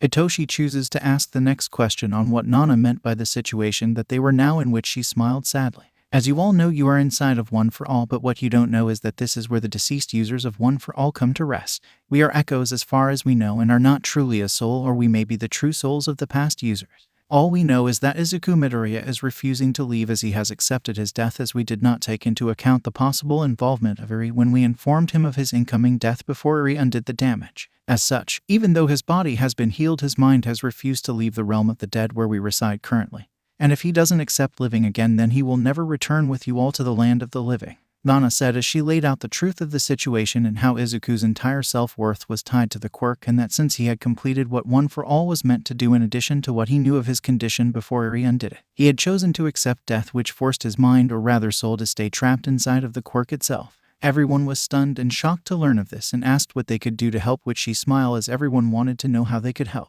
She could even sense the feeling of wanting to help that radiated off of those that didn't speak out, like Katsuki Bakugo, who wanted to earn Izuku's true forgiveness since he has realized through Izuku's leaving for all of these months as he was with the villains on the damage he had caused to his former childhood friend. I am glad you wish to help, but I don't know if you will be able to convince him to return, but that is the reason we brought you here. This is your mission, as if you wish to regain your friend, then you need to convince him to return to the land of the living and reject his death, Nana said, which they accepted, and Bakugo marched forward without even knowing where to go, which Nana rolled her eyes at. That kid really needs to learn how to communicate his feelings better, Nana thought as he floated in front of everyone to lead them towards the location they needed to go to. After a few minutes of walking, they arrived at the location, which was a bar. My son is in a bar, Inko asked, and Nana shrugged. Do remember, we are in the land of the dead for past users, which all of us but him are above the drinking age, and in death does it really matter, Nana said as she wanted them all that he might be quite shocked to see them, so she had no idea what he might do or say. Nana opened the door and they all entered the bar location, which had a lot of games inside as well, like chess and billiard as well. As you look around, you could see the different users of One for All sitting around or playing a different game or something to pass the time, though they all noticed Nana entering except Izuku, who has read a comic book that the first user had willed into existence since they had some form of control of the quirk space when they wanted to. Izuku did ask them why they had always met him in broken down building areas or the place with the chairs, which the first user said was for aesthetics of the conversations, because would someone take something serious inside of a bar, which Izuku had to agree with. He likely wouldn't have taken much serious if it did happen in the bar they were in. Everyone that entered was quiet and looked around the room except one individual, and you could guess who that person was. It was none other than Katsuki Bakugo, who charged straight for Izuku and slammed his hand right on Izuku's head. Ouch, that hurt. Izuku yelled out as he pulled himself up to see who had done it, but who shocked to see who had done it. What the foo? Izuku was about to curse when Bakugo covered his mouth and pointed to the others, where Izuku saw Eri. How are you all here, since you better not have died?" Which still wouldn't explain how you got here in particular, since this place is a bit special, Izuku asked, not knowing they knew the truth of the quirk. When Izuku's mind caught up to what he was seeing, which made him widen his eyes. "You, how, what?" Izuku said as he stood up quickly, as he was starting to really process all of them being there. "Are you all illusions? Because I feel like the fifth user would pull something like this." "Did you dig Goro?" Izuku asked as he looked at the man, who looked offended at the question as he denied doing it. "No, they are not fake, Izuku. We brought them here because there have been some changes with your condition," said a voice that was the first user. "Yoichi, what do you mean changes?" Izuku asked the man who had sat down on a couch near Izuku. "I mean, Eri has healed your body by undoing the damage which Tenko had done to you, but you are refusing to leave since you accepted your death. They are here to convince you to return to the land of the living, since I know you don't believe you should live anymore," said the first user, calling Izuku out on his thoughts. Izuku's face twisted a bit as he looked down in shame, but All Might wasn't having it as he moved over to Izuku and moved his head up to look him in the eyes. "My boy, there is nothing to be ashamed of. I can understand why you would want to stay after everything you have been through in life, and with you having originally accepted your death before the situation changed," All Might said as he hugged Izuku. Everyone called out and said All Might was right, as some said they wanted him to come back with them. As everyone was talking, one individual walked up to him, which was none other than Katsuki Bakugo. "Kaken," Izuku said, and Bakugo looked at Izuku and hugged him suddenly. "I know I am horrible at being a decent human being, but I am sorry, Izuku, for everything I did against you. I am sorry for making you think you were ever worthless. You deserve so much better regarding the treatment you received from me and everyone else, Zuko," Bakugo said as he used Izuku's former nickname before the nickname Deku came around. Izuku's eyes widened as he never felt like he would ever get to hear an apology from his former childhood friend, nor be called Zuko again, since he was always called Deku even at UA. "It's been a long time since I heard that nickname, and I honestly never thought I would get an apology. I don't know how to feel about it," Izuku said as he had his arms slightly on Bakugo, but it wasn't really a hug. Eraserhead came up next as Bakugo backed away a bit. Eraserhead apologized for never reading the signs correctly about Izuku's past with Bakugo and allowing Izuku to be harmed directly in front of him. "UA failed you, but if you are willing to give us a chance again, I really want to teach you once again, Izuku," Eraserhead said, and Izuku felt a warmth inside of himself as he was having emotions he had been faking for a long time. People kept telling him different things that made his mask that he held up for so long start to break apart as tears were going down his face. The last person that came up was Izuku Midoriya, who hugged her son while crying as well. "I should have said this all those years ago, sweetie. You didn't need a quirk to be a hero, because you were a hero in many ways even without one, but even now you are a hero to so many people that would have died if it wasn't for you taking the mission as you did. You can be a hero, Izuku," Inko said as Izuku felt so much warmth inside of himself as his mother hugged him. "My boy, I should never have crushed your dreams as you did. A quirkless person isn't worthless, and I was blind in my words, as there are so many heroes that quirks provide no combat abilities whatsoever, which means they fight quirkless all of the time. You always were a hero, my boy, and your kindness was one of the things that made you such an amazing one before you ever received one for all, as you would have done amazing things in this world without it, as long as our foolish society had given you the chance. So my boy, will you return with me and help me change the society we live in to stop the next Tamura Shigaraki from being created?" All Might said as he put his hand in front of Izuku, who looked at it before looking at the other past users. Izuku felt their desire for him to return, not because of One for All, but because he could do so much change just by being who he was, Izuku Midoriya. Izuku raised his hand and took a hold of All Might, which made all of the past users appear behind him in order as they glowed, and a bright light appeared suddenly. Everyone that had gone into One for All found themselves back in the private room. "Only seconds have passed," Nezu said as he looked at the clock and knew the time when they had roughly gone in, and not even a full minute had passed. Some students asked if they didn't just imagine all of that, which Eraserhead said that it would be impossible since there were so many of them seeing the same thing. As they all stood there, they heard Izuku's heart monitor flatline, which shocked them all as they thought he had chosen to return, but then One for All kicked in as it sent an electrical current through his entire body, making his eyes open and his heartbeat normal again, which shocked them until they heard coughing noises coming from the bed. "Izuku," Inko called out as she moved to the bed to help her son, who was coughing with his eyes open. Nurses and some doctors ran in since they saw his heart come to a stop, but froze when they saw him awake and leaning against the top of the bed. "I need everyone to step out of the room for a moment as we check him over," the doctor said as he cleared the room but allowed Izuku Midoriya to stay. After about 10 minutes they were all allowed in the room again, as the doctor said that Izuku would be cleared to leave that afternoon since they see nothing wrong, but wanted him to be watched by Recovery Girl if he felt anything wrong since she was a qualified doctor. Everyone was just in the room in silence as they processed that Izuku was back in the land of the living until Iri crawled onto the bed and hugged Izuku as she called out for him. "I am here, Iri. Just as I promised you that I would return, though I seem to have made a short stop for a while first, which I am thankful for you all coming to get me back," Izuku said as he hugged Iri tightly. All of them were happy he was back, but Eraserhead broke the chatter as he spoke up. "Problem child, you are starting therapy with Hound Dog when you return to class," Eraserhead said with a small glare that didn't really have anything behind it, which made Izuku scratch his head. About that," Izuku said, which confused everyone on what he was talking about. "Nezu, do I get to keep my full hero license even if I return?" Izuku asked, shocking everyone that he had a full pro hero license. "There isn't anything stopping you from doing so, since the contract for the mission only said you would be given the full hero license once the mission was completed. Nothing said you couldn't continue at UA with everyone else, since you just wouldn't take the full exam in your third year and can conduct patrols and such when you wish to, as you will still be a licensed hero," Nezu said with a grin on his face. Eraserhead spoke up and asked what the hell they were talking about, which Izuku explained that he made an agreement with the Prime Minister and President of the Commission that ensured several things, with one being he received a full pro hero license. "The original mission was nothing like we ended up with, but I didn't know if I would be accepted back in the class after all of this due to possible resentment that the class may have, even though I held back the entire time," Izuku said, which caused Gyro to ask if he was holding back at the villa when he was dealing with them on the giant's back.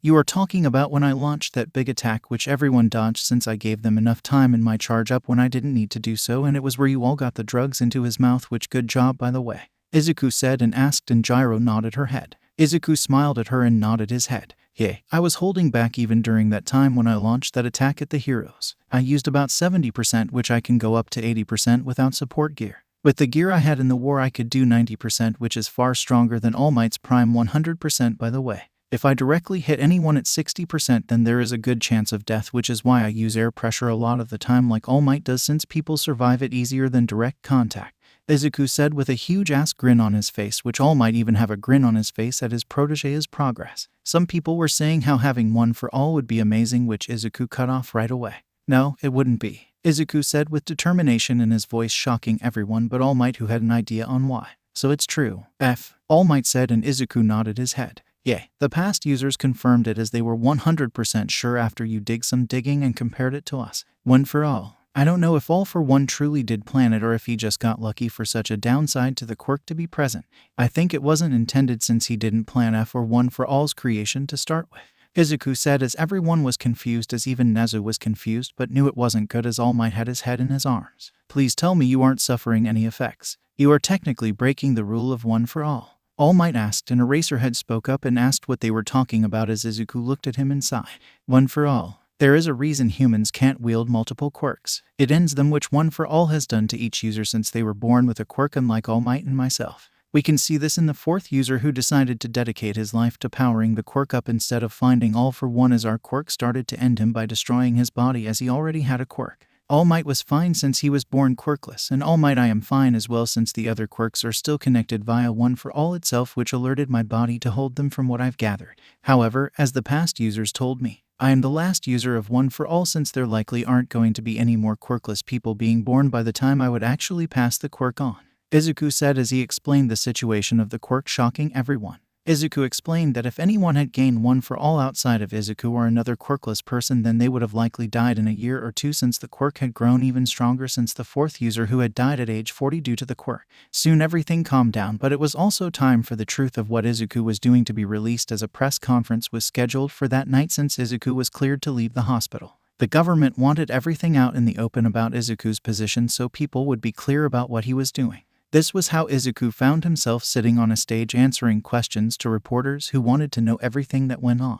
Some asked why he was chosen, which Izuku decided to use that as a chance to start reforming society. "You asked why me? Well, because my life was one that was similar to most of the villains in the League of Villains. I was beaten down by this very society that led to the creation of the League of Villains," Izuku said right out of the gate, shocking everyone, even those on the stage. Some reporters tried to bait Izuku as they asked if he was blaming the public for the actions of the villains. No, I am blaming the public for the why it happened, not the how it happened, which is two different things. The how it happened is clear. A group of people rejected by society got together since they had enough of being treated like they were, which lead to them gaining power. And the destruction that happened. The why, though, is due to society, and I will explain why. Izuku said as he went through some of the lives of the League members like Toga and Tenko. He even talked about his one persona life himself and how he was treated when he was quirkless. As long as our society acts the way it does, then this will keep going on. There will be another Deka City, another Jaku City, another Kamino Ward incident until it boils over to be too much and everything just breaks apart with no government or anything that remains. Our society's current values have to lead to the creation of the Metal Liberation Army once again, in the League of Villains or any of these other organizations. Am I saying all villains are like Tenko or Toga? No, since there are indeed those that just want to cause harm and end, but we had those before quirks came around as well now, didn't we? No, what I am saying that our current society needs to change how we are acting, because when did it become so important for a job that you must have a certain type of quirk to work in a normal office when it had no real benefit for the said job? Why have we looked past experience and expertise in things when quirks don't make a difference for those things?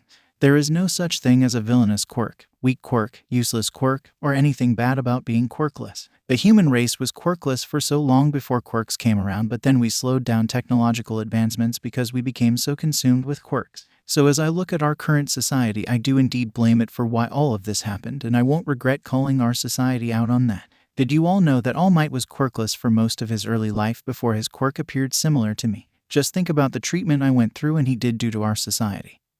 And the fact that if our willpower was even slightly less than it was, we could have turned our backs against it like so many others. Izuku said, revealing All Might's past of being quirkless, since he had talked to All Might before the conference had started, since the man wanted to help change society. As such, they needed a big reveal to make an impact. Izuku answered more questions and defended his position for why all of this happened while accepting the reason on how it happened, because indeed it all happened due to the villains, but the reason for it to have happened in the first place was society itself that caused it. This went on for over an hour until it came to an end, as Izuku had even hit upon endeavor, as some asked if he should remain a hero, which Izuku said that it should be up to the Todoroki family to decide it be, because it was different from the man staying as the number one pro hero and a hero altogether. Izuku soon sat on a couch in UAS staff room and relaxed as he took a breather from so much talking. Nezu entered the room with a card in his hand, which Izuku believed he knew what it was and was correct. It was his pro hero license. I thought I would come to hate my hero name, but it still comes off as I can do it, as it was changed by those that never gave up on me at this school, Izuku said with a smile, and Nezu nodded his head. Nezu asked if Izuku was ready to return to the dorms, since they never removed his things from it even though they said they had to the student. Izuku nodded his head and headed off to the dorms to greet everyone, where they all welcomed him. I'm back, Izuku called out, and they welcomed him back. 1 year later, walking through Terratus, which was the securest prison in Japan, we could find one Izuku Midoriya, who had gotten permission to enter the prison to see several individuals. Izuku was sitting in an open room that didn't have a guard window or anything, as he didn't want one for the people he was going to be meeting. The door across the hall entered, and in came all of the members that belonged to the League of Villains. Some looked at him and turned their heads slightly, while others greeted Izuku, and he greeted them back. Hello everyone, it's been a bit. Sorry I couldn't come sooner, since there was a bit of chaos to be dealt with after everything, and some things I had dug up for society to deal with, Izuku said, and Tenko sat down and looked at Izuku. Dabai was the first to speak up as he asked Izuku if he thought they would ever forgive him for his betrayal. Izuku shook his head. I don't know if you ever will, but I must say I still see you all as my friends, even if you don't see me as such, Izuku said as he pulled a deck of cards out and asked if they wanted to play a game as they talked, which they agreed, as Tenko said he would, which caused the others to agree to it, since it was better than going back to their individual selves. Tenko was more or less silent, but would look at Izuku every so often with a look in his eyes that Izuku recognized. It was a look of questions and analysis that Izuku would have when he questioned people about quirks. You said things were a bit chaotic. Was that due to the war? Tenko finally asked, and Izuku nodded his head but added on to it. Indeed, but other things as well. I told the stories of your lives and made society face the fact that even though you were how the war happened, the way it happened was society's fault, which caused quite a bit of issue that I had to deal with as I got pulled into meetings with the government and everything as I explained my viewpoints, Izuku said, shocking them all as it caught their attention on what he was talking about, and they sat up straighter more now. Izuku, and they played a few hands before Izuku spoke again. Society is starting to change as laws are being changed due to the war and everything that came to light. Anti-discrimination laws, quirkless rights, changes to hero laws, changes to the hero system to hold them more accountable. Fewer restrictions on quirk usage as people can obtaining licenses easier to use quirk in daily life and self-defense as well. A lot of heroes ended up quitting as I called a lot of them out on why they joined the hero system in the first place, because if their main goal isn't to save, then they shouldn't be in it, which caused a shortage in heroes. There was some rise in crime that I had to deal with, but luckily I had my old class helping me, and a lot of less known heroes that truly wanted to save people became far more dedicated as the fakes left the stage, but it is still a work in progress. Things change and new laws happen, Izuku said as he won the first round of their game. Dabai asked what happened to Endeavor, and Izuku looked at him before speaking. He was removed from the number 1 spot and is currently leave pending a decision by your entire family, which includes you. The family can decide if he is allowed to continue being a hero without ever being ranked again, and restrictions placed on him, or have his license removed for good. There is also the option of you pressing charges for any crime he committed against you in the past, which is in this file. There's some notes from your family as well that they want you to read before you decide anything. I will take whatever decision you make back to your family and government, Izuku said as he gave Dabai the file, as Izuku had asked him how he wanted to be called moving forward, and he said Dabai still, which Izuku respected. After a while, Dabai returned and gave the folder back with his decision inside. Dabai told Izuku he could look if he wanted to, but Izuku said he would only look if Dabai wanted him to see it, otherwise he would just deliver it to his family and the government without seeing it. Dabai said it was okay, so Izuku looked and he saw that Dabai chose to not press charges but voted against Endeavor getting his license back, which Izuku suspected to happen, but what he didn't see coming was that Dabai made an option that would require Endeavor to be a sidekick for the rest of his life, which Izuku found funny as hell. Izuku ended up laughing, and Dabai smirked as he knew what Izuku saw. That is an option that wasn't thought of and might work out as a good one, Izuku said with a smile on his face. Another game had started as Dabai had rejoined them when Izuku presented another folder to each of them, which they opened and started to read. Eyes widened and Tenko raised up to look at Izuku with his mouth open. Inside the files were their sentences for their crimes that Izuku fought for them in court. They would not be executed, and they would not be spending their entire lives in prison either. They each would spend about 10 years give or take for each individual in prison, with an option for rehabilitation programs starting year 5, which Izuku was sure they would likely qualify for, as Izuku had argued how society's actions influenced them all into what they did. Some, like Twice, would have mental health support to help with his issues as well, to ensure he would be ready to rejoin society. I told you, Tenko, I wasn't going to let them end you. I am also starting some outreach programs to help prevent the Tamura Shigaraki or the next Dabai or the next Twice and so on from being created by this society. Not when someone can offer a hand to them to help them to a brighter future. Heroes can't save everyone, but I'm not trying to. I am trying to save as many as I can and have others help me catch the others that I miss. I would be honored if you all would join my organization when you leave prison in the future, Izuku said as he had offered them all a job. Toga asked how he would afford such a program, and Izuku smiled. Well, I am not the number 8 pro hero for nothing, since I have my full hero license per agreement when I took the mission to spy on the League. My actions in becoming a spy to help protect my friends and then calling society out for all the shit they pulled earned me quite a lot of public support from mutation-type quirks, so-called villainous quirks, weaker quirks, or anyone that remains quirkless throughout the generation. I just ranked it in the recent polling due to all the actions I have been doing, and I'm likely to increase in ranks the more I do as I expand my influence to change society. So want to join me? Izuku asked with a smile on his face as he won the game again and Twice threw his cards into Izuku's face, which caused him to laugh. Tenko smiled and said he would love to join as the others nodded their heads. They had a grudge against Izuku, but him showing the changes he was making to correct the wrongs that had happened against them made them realize he truly did care for them, as Tenko had said in the final fight. Though Toga did ask how his classmates felt about him calling a group of villains his friends, which Izuku broke out into laughter. Some of them wanted to come with me, but I only had permission for myself this time around. They all found out about my past, which helped them understand you guys a bit better, so most have some discomfort, but they don't hate me for it.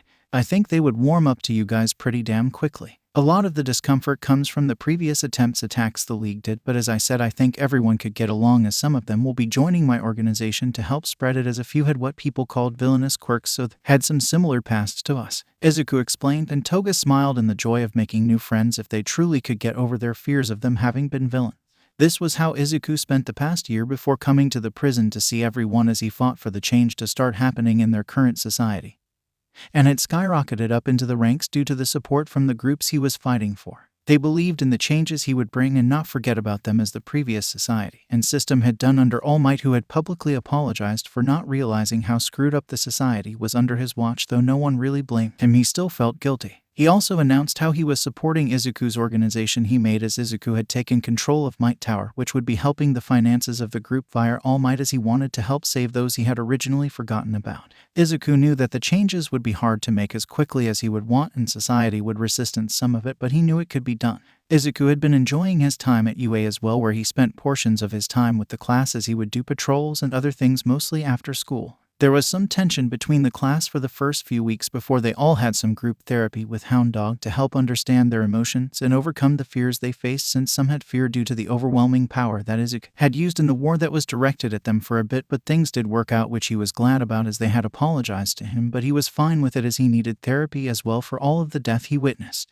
This is the story of Izuku Midoriya, the pro-hero Deku, who had played a critical role in the war for modern-day Japan, as he would later go on to advocate for even more change as the years went on and rose to the position of #1 pro-hero. He became known as one of the greatest heroes to ever live due to his accomplishments in changing society for the better, which decreased crime rates across the country, since he did it via advocating for changes instead of just forcing his way through fights all of the time like heroes of the past, but was willing to do so when needed. 3rd POV. Then everything changed as Spinner had put the only serving hand on Shigaraki's face, which caused Shigaraki to wake up fully. "Oh, seems Shigaraki is awake," Izuku said as he felt Shigaraki wake up. This caused everyone to freeze as Eraserhead turned his vision onto Shigaraki, as Izuku had escaped towards Shigaraki as well. All of the students from Wano were following him as their teacher prevented Shigaraki from using his quirks. Shigaraki could see how his forces were losing and saw the state they were all in as Izuku arrived next to him. "You need to see if Gigantomachia can get back up, else we are set to lose, as Eraserhead keeps blocking our quirks," Izuku said, and Shigaraki nodded his head. Shigaraki tried to get Gigantomachia to stand up, but he was completely out of it, which did not mean well for their group. "It's time for us to retreat," Shigaraki said as the league members all got to him, but Wana and the others weren't going to allow it. Izuku could see Gran Torino, who stared at Izuku, and they both turned away from each other a few seconds after eye contact, as they knew what needed to be done. Izuku knew his fate. As everyone stood facing off, the balance was destroyed as NOMU started to arrive at their location and rushed into the hero ranks. Due to the surprise of such a sudden action, Best Jeanist couldn't keep up with the sudden surge of numbers, allowing Dabai and the others to break free of the conflicts. Within seconds, the NOMU scoped up Izuku and the others as they darted away from the battle, and in those few moments many emotions were felt by several different people as Shigaraki and his army leaders made their escape, but no one there on field knew the true horror of the real situation of One and Duville in this entire mess. As Shigaraki forces made their move to escape, other heroes on their path that had arrived from the rescue efforts attempted to stop them in their path. But the Namu just kept coming as Shigaraki kept commanding them to block the heroes, even if it got the NOMU ended, as they were not worth the main fighters getting captured. Even as Class 1 attempted to follow as well to regain their departed friend, they in the end couldn't grasp him, even though they were so close to having him in their grasps. In the end, Class 1 could only look at the devastation around them and come to the reality of everything. They had failed. Time skip. It has been several months now since the conflict known as the PLF War had come to an end. Many people were captured in the battle, such as Gigantomachia, Redistro, Trumpet, Getten, and many other members of the Paranormal Liberation Front, but the main leaders that the heroes had wanted to capture, such as Izuku Midoriya, Aka accused, and Shigaraki, were able to escape. However, many things have happened since the war, as the ironclad prison known as Tartarus was invaded. This news had shocked many people and put the fear of God into some, especially All Might, but in the end there was a small amount of good news that came from the prison break, or at least that is what All Might thought as he stood there in the room he had visited few times before. Before All Might was the corpse of his biggest enemy, All for One. Why didn't they break you free? Why end you? All Might wondered out loud to himself as he started to walk out of the room. Many inmates had escaped from the prison, but not All for One. No, his body had wounds of decay and stab wounds, which led All Might to believe that Shigaraki and young Midoriya had ended the old monster, but he couldn't understand why Shigaraki would turn on his master. As he shook his head to rid himself of those thoughts, as they didn't serve him any good right now, he stepped out to the top of the facility and the ruins it was now in. With the sun blazing heat pushing down on him, he thought it was ironic that such a sunny day had come after so much turmoil. "All Might," said a voice from behind him, making him turn around.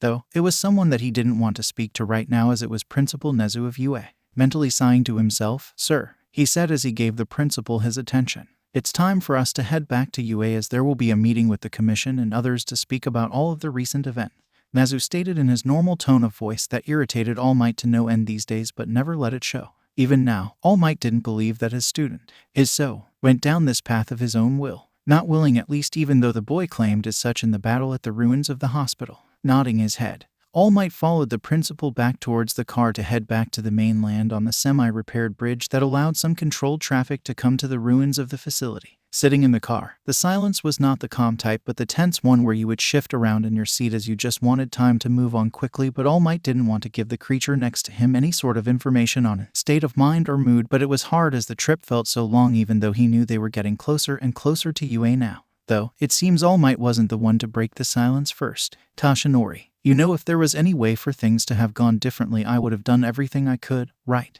Nezu said as he looked out of the window next to him, confusing All Might. All Might POV. What? I asked as that statement caught me off guard. But the next statement sent my blood boiling through my veins as how dare he? I'm talking about Izuku. How he betrayed us to join the villains, as I know he was meant to be the one to bring hope and peace as the next user of One for All, but things happened outside of our control that lead us to this situation.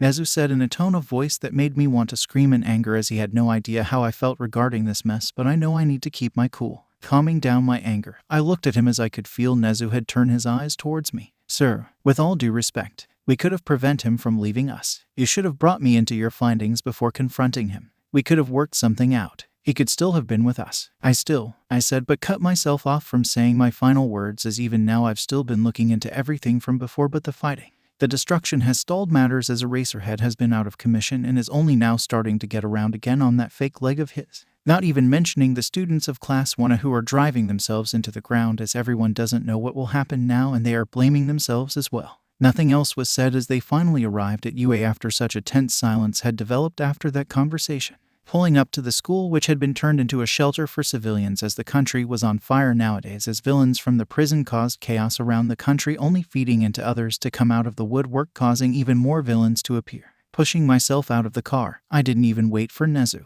Nezu POV. There he goes. Pity, I thought as I watched All Might walk away from the car, but my thoughts got broken as a voice came out next to the car. Turning, I saw Madam President herself. Any word? She asked as I shook my head and lowered it a bit as I jumped out of the car. No, but that is to be expected from the directive he was given in the event this was to happen. I said as I walked towards my school, which looked like a prison with all of the defenses on it now, but I pushed those thoughts away as we made our way into the school. Today there was a meeting with many important figures in the county as decision on what happens now have to be made as the trust in the heroes of the country is gone and torn to shreds after all of these events that have happened.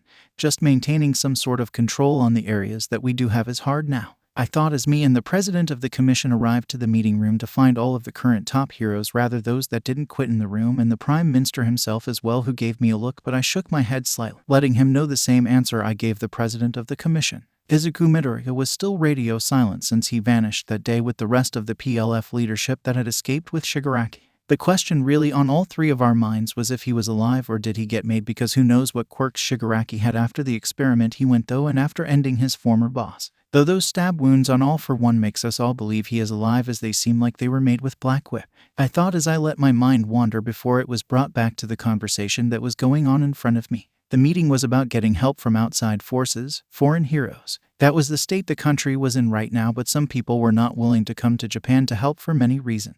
But that was outside of the point, as they were to the point of even sending students in pairs out as almost full-fledged heroes now to patrol parts of cities to help try to maintain some sort of peace and stability. Regardless, this meeting was starting to become pointless as no one could agree on anything, but then an assistant came into the room and spoke to the president of the commission. Ma'am, we found the body of one of the people who escaped from Tartarus. Muscular was ended, said the person, which silenced the room as they all knew that Muscular was a crazy and bloodthirsty person. They all wondered who ended him, and they got the answer as the president of the commission had asked if there was any reports of who did it.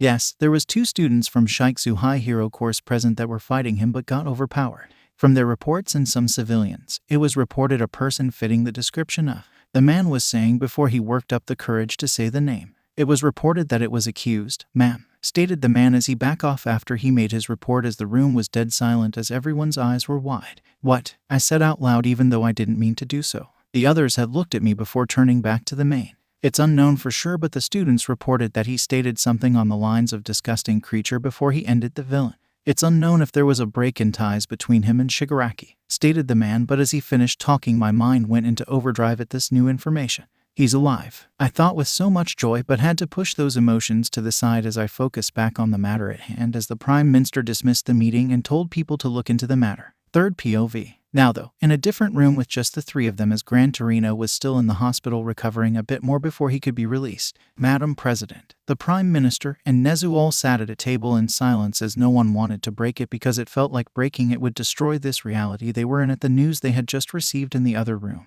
The news was that people had reported Izuku Midoriya being alive. A few more moments passed before Nezu bit the bullet and spoke up. We all heard that report, but what matters now is what happens moving forward and what we are going to do about it, Nezu stated, and they all nodded their heads. Indeed, the worst scenario happened as Shigaraki had escaped arrest. However, the mole they planted in the enemy ranks seems to still be in play. If he were made, he would have come back to us and not be running out there fighting people. He has had a prior encounter with this villain before. I didn't think he would end someone, but he must have his reasons, stated Nezu, who had a very dark thought in the back of his mind that maybe things had gone too far and he had lost his student to the madness that this entire operation was causing. That Izuku Midoriya is playing his role way too well. Shaking those thoughts away, Nezu pushed forward as they needed to figure out what to do. We need to assume the operation is still in play. We have a potential way to know the inner workings of the enemy in the future if he is ever able to get in contact with us again, however long that may be, stated the Prime Minister, even though his voice was tense and weak at some points in the conversation as the man himself didn't know what to think at the moment, but it was better than doing nothing, even though that is really what was going on with them right now. Even though they had some confirmation that Izuku Midoriya was alive, it didn't help they had no contact with him nor to know what was going on with him. Regardless of what happens, we need to move forward with assuming he won't be able to get a hold of us. If in the future he can, then we can adjust our plans at that point, but for now the operation details of this will need to stay dark. We can't let others know what is truly going on and risk his position lest we get him ended, stated the commission's president. Even though Nezu wanted to scream about pulling his student out of this entire mess, he knew for the greater good they had to push forward as if this operation was still good to go without issues, and that is what they did. Izuku POV. To think so many months have passed, I thought as I walked back into the base and made my way to my room. The sounds of the water running as I turned the sink on helped soothe my mind as it raced at what I had done. So much red, I muttered as I cleaned my hands off with the water that was coming out, but my mind kept flashing back to the moment with Muscular. He just wouldn't shut up. Had to go and speak to many words. I muttered. Flashback. That brat. From the camp. I'm going find him, and when I do I'm going rip him apart bone by bone and display him right in front of you. I don't care if you are one of the big bosses now, you former hero scum, stated Muscular as he geared up more of his quirk and started to charge at Izuku, unaware of what dark thoughts were released in the mind of his opponent.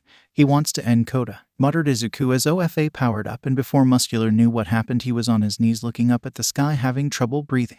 Disgusting creature, you dare go after those I care for, then die, muttered Izuku as he stepped away from the body of his defeated opponent before glancing at the two hero students who backed away in fear. But they weren't of importance to Izuku. Flashback over. What hero am I now? I thought as I finished washing off the blood from my hands and made my way into the main room where the others were when I heard them shout for me when they noticed I was back. What are you all shouting for? Going to make me go deaf, I said as I leaned against a wall across from them all. Toga just came bouncing around me as she smelled me. I smell blood on your hands, she said with glee, and I rolled my eyes at her and pushed her head away a bit. Yes, I ran into Muscular and ended him, I said, not hiding what I had done, as they all knew that the man was off the deep end and me ending him wasn't the weirdest thing to happen in all of these months. No, so many bodies are dead because of the war, and the heroes had failed to capture the entire PFL, so now here they were gathering their strength back up for what was to come. Even All For One was dead, which was a shock to even me when we raided the prison. Thinking back on it, I knew Tenko was slightly different after waking up again. It seems he got rid of the echo of All For One in the quirk when it was transferred. All For One was really shocked when we showed up and had some anger when he spoke to Tenko as if he knew what had happened inside of the quirk. Though it didn't last long before All For One tried to turn Tenko against me, which scared me as I thought I was dead there, but what shocked me was when Tenko ended his former master, though I made sure the man stayed dead after using Black Whip to stab him and crush his heart. I could only wince at the actions I have taken since I left UA. Things I never would have done before now are things that I must do to survive to the end of this, if there is an end. The voices of the past users assured me there would be an end and that All For One needed to die or he would have not allowed me to stay near Tenko. They assured me that what I am doing are the actions of a hero. Not the normal heroes I grew up with, but one that is made of war and hard choices. The type of hero that they all had to be, which worried me as it wasn't the hero I wanted to be when I grew up. I wanted to inspire people and give up, but that dream seems so far out of my reach now. Suddenly I came back out of my thoughts and mind as I felt a tap on my shoulder. It was Tenko who had tapped me on the shoulder and beckoned me to follow him, which I did. Third POV. Walking off to a different part of the building they were hiding out in. Both of them came to a stop while looking outside from a window. The base they were in was a forest that they had raided once that belonged to the Creature Rejection Clan's hideout. It was where he had awakened danger sense during his mission of going undercover. Looking to his side, Izuku waited for Tenko to speak, but he didn't have to wait long. I'm about to recover fully. Soon we will make our moves, Tenko said, and silence followed shortly after until Izuku spoke up. What will be our next move? The country is in chaos. AFO is dead. The PFL is broken up. What is the end goal, Tenko? Izuku asked him as he looked at him in the eyes, trying to figure out what is going to happen. What is he going to have to do while the heroes try to catch up? All of the what-ifs that are going through his mind, but nothing to land on. Goal: to destroy this society, and in the end I'm going to rule the new world that will come about. First, the final believers that hold on to this society need to be put down. Yue must fall, Tenko stated as a shiver went down Izuku's spine at the statement, as this war was going to end up on the doorstep of Yue at this rate, and there wasn't anything he could do about it. Then let us start planning, Izuku responded in a firm voice, as he didn't let the fear of his friends or loved ones' pending deaths break out of his heart. He knew he was into deep, and there was no going back if he wanted there to even be a chance of the heroes winning. While this was going on, Class 1A was not sitting around either. As we peer into the dorms of 1A, we can see them all in the commons room talking and making plans. We need to figure out where he likely is at. Figure a way to isolate him so we can get a crack at him alone without anyone getting in our way like in the last fight, said Yaoyorozu to the nodding heads of her classmates. They were done waiting around for All Might and the others' investigation into the matters of the truth. No, they were going to get it themselves from the source, even if they had to drag the boy kicking and screaming. Unknown to them all, Nezu of course was watching them all from his office as his whiskers moved around. Dear students, can't sit still, can we? Nezu said to himself as plans ran through his mind.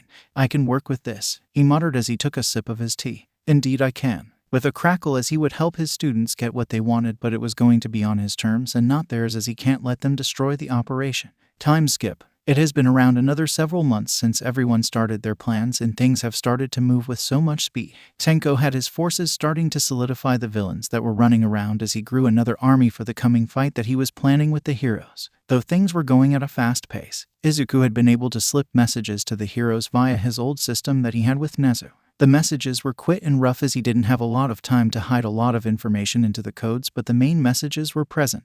Gathering, attack, Yue, coming. These were the main things he had kept repeating into his messages as he tried to put more of the puzzle he could together in hopes Nezu could make heads or tails of it, as he couldn't stay long in a spot using the old system. No, time passed so quickly as it was now time for the Battle of Yue. With all of the messages that Izuku was able to slip through over the few months leading up to this moment, he had been able to prepare the heroes enough that they had broken up the forces of the new PFL army that Tenko and Izuku had gathered. The forces were broken to many different places, but here at the Yue Flying Sky Fortress, they had separated Shigaraki away from Izuku and all of the other members of the PFL. At Yue, they had Eraserhead and the others' top heroes fighting Shigaraki, but for Izuku Midoriya, well, he was fighting his own class. Nezu had warned him what his class had planned, and he had stalled them from finding Izuku via the messages all of this time, but they had agreed for them to be the people he was going to fight during the battles, as it would allow them to get what they wanted, but also kept Izuku away from the other PFL members and having to go too far with his former classmate. That is how Izuku and 1A got themselves to where they are now at. Thank you for all coming, Izuku said in a tone that sent shivers down all of their spines. Everyone was tense as they waited for someone to make a move, but it was Bakugo that made the move first, or rather spoke first. Damn nerd. Stop this sheet right now. You don't have to do this, he yelled out in a tone that was foreign to Izuku, but it didn't matter right now. I'm doing this freely. Too long have I suffered at the hands of others, Izuku said in a dark tone as he locked eyes with Katsuki Bakugo. No one said that Izuku didn't have to get some enjoyment out of making his childhood friend look like he got slapped. He had a role to play after all, and he needed to sail this so much right now, even though talking to his classmates like this hurt. Though he turned his attention to Shinso, who had taken his seat in the class. I always knew you could be a hero, Shinso. How have my former classmates been to you? He asked with a smirk on his face as the boy clenched his capture scarf, as he had been training in it a lot with their teacher, even while the man has been healing from the wounds he has. Oh, great. But why don't we sit down for some coffee and I can go into detail? Shinso asked, but he knew the boy across from him wouldn't take the bait. Even if he did, they knew he has broken free from it before. Izuku only smirked before looking away without answering him, but talking to others, since he knew it wouldn't trigger the quirk. Now, why don't we get started, as I need to go join the others again, Izuku said as he took a step forward, which set everyone off. As Izuku bounced through the air, he was suddenly attacked by birds. You can come back, Midoriya-kun, yelled out Koda as he had the birds attack Izuku. Since when did you yell? Izuku muttered as he swatted the birds away with Black Whip, but right as he did that, Zero locked them up with his tape and yanked Izuku backwards right into an attack by Gyro which hurt his ears. They are good at combo attacks. The coordination is very well put, Izuku thought as he kept getting hit left and right by each of his classmates. Well, I think I need to put some effort into this, Izuku muttered aloud as everyone felt a dark feeling overcome them as Izuku's eyes glowed brightly. However, as we go to the fight between Shigaraki and the heroes, we can see that they are having a hard time in their fight as Shigaraki wasn't making it easy for them. Every time he went to just decay the entire flying fortress, they had to stop him, which was hard to do with. They couldn't stay close to him or else they themselves would get decayed whenever the effects of Eraser would be stopped for periods of time due to any destruction from the physical force that he would cause. Even with a copy of Eraser going with constant contact and manual clearing out Monoma's eyes nonstop just like he did in the first battle against Shigaraki at the hospital.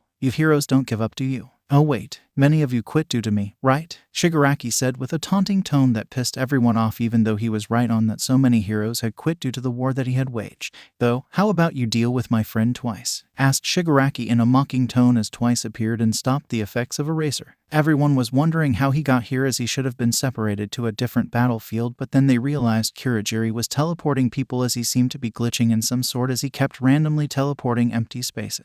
The heroes realized the villains had attacked the holding cell where he was kept as Present Mike appeared as well before both him and Eraserhead got teleported away. Shigaraki was about to go for an attack to dust Yue, but suddenly though, Shigaraki was shot backwards by a hard metal hand. All Might, shouted everyone as they saw the former symbol of peace geared up in metal armor that looked like robotic parts. Why are you smiling, All Might? Yelled Shigaraki as he looked towards where the former hero was standing in his armored outfit.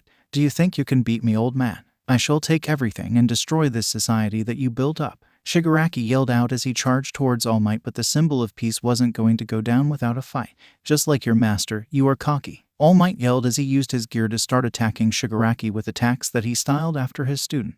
Shoot style, smash, yelled All Might as he landed a kick onto Shigaraki's face, but it regenerated as Eraserhead was not around anymore to stop the quirks. All Might kept attacks up on Shigaraki, not letting him get a chance into attack as he knew the Class 1B student was still around with the erase effects, but they had to use that very limit due to the boy's quirk time limit.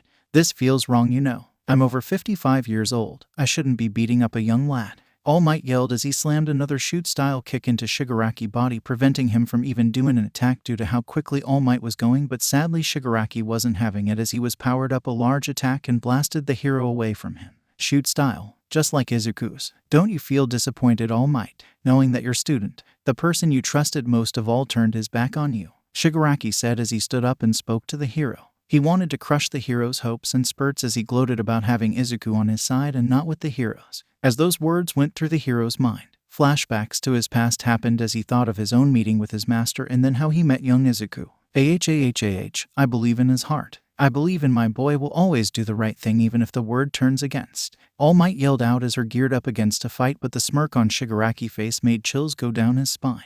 Really now? How about after you see what he did? Shigaraki said as he used the goo quirk to start teleporting people. Suddenly, All Might's face fell at the sight that was now before him as before him laid all of Class 1 on the ground beaten up. Really? You had to use that quirk on me? A voice said behind All Might which made him turn a freeze. Young Midoriya, said the man as the person looked at him. All Might, what a surprise to see you. Like what happened to your students, said Izuku Midoriya. Still believe in his heart now, symbol of peace, Shigaraki said with a teasing tone. Okay, sadly the chapter is over. And if you enjoyed the video, just leave a like and subscribe with post notification, so when the next chapter is ready, you will be notified. Okay, see you in the next video. Bye.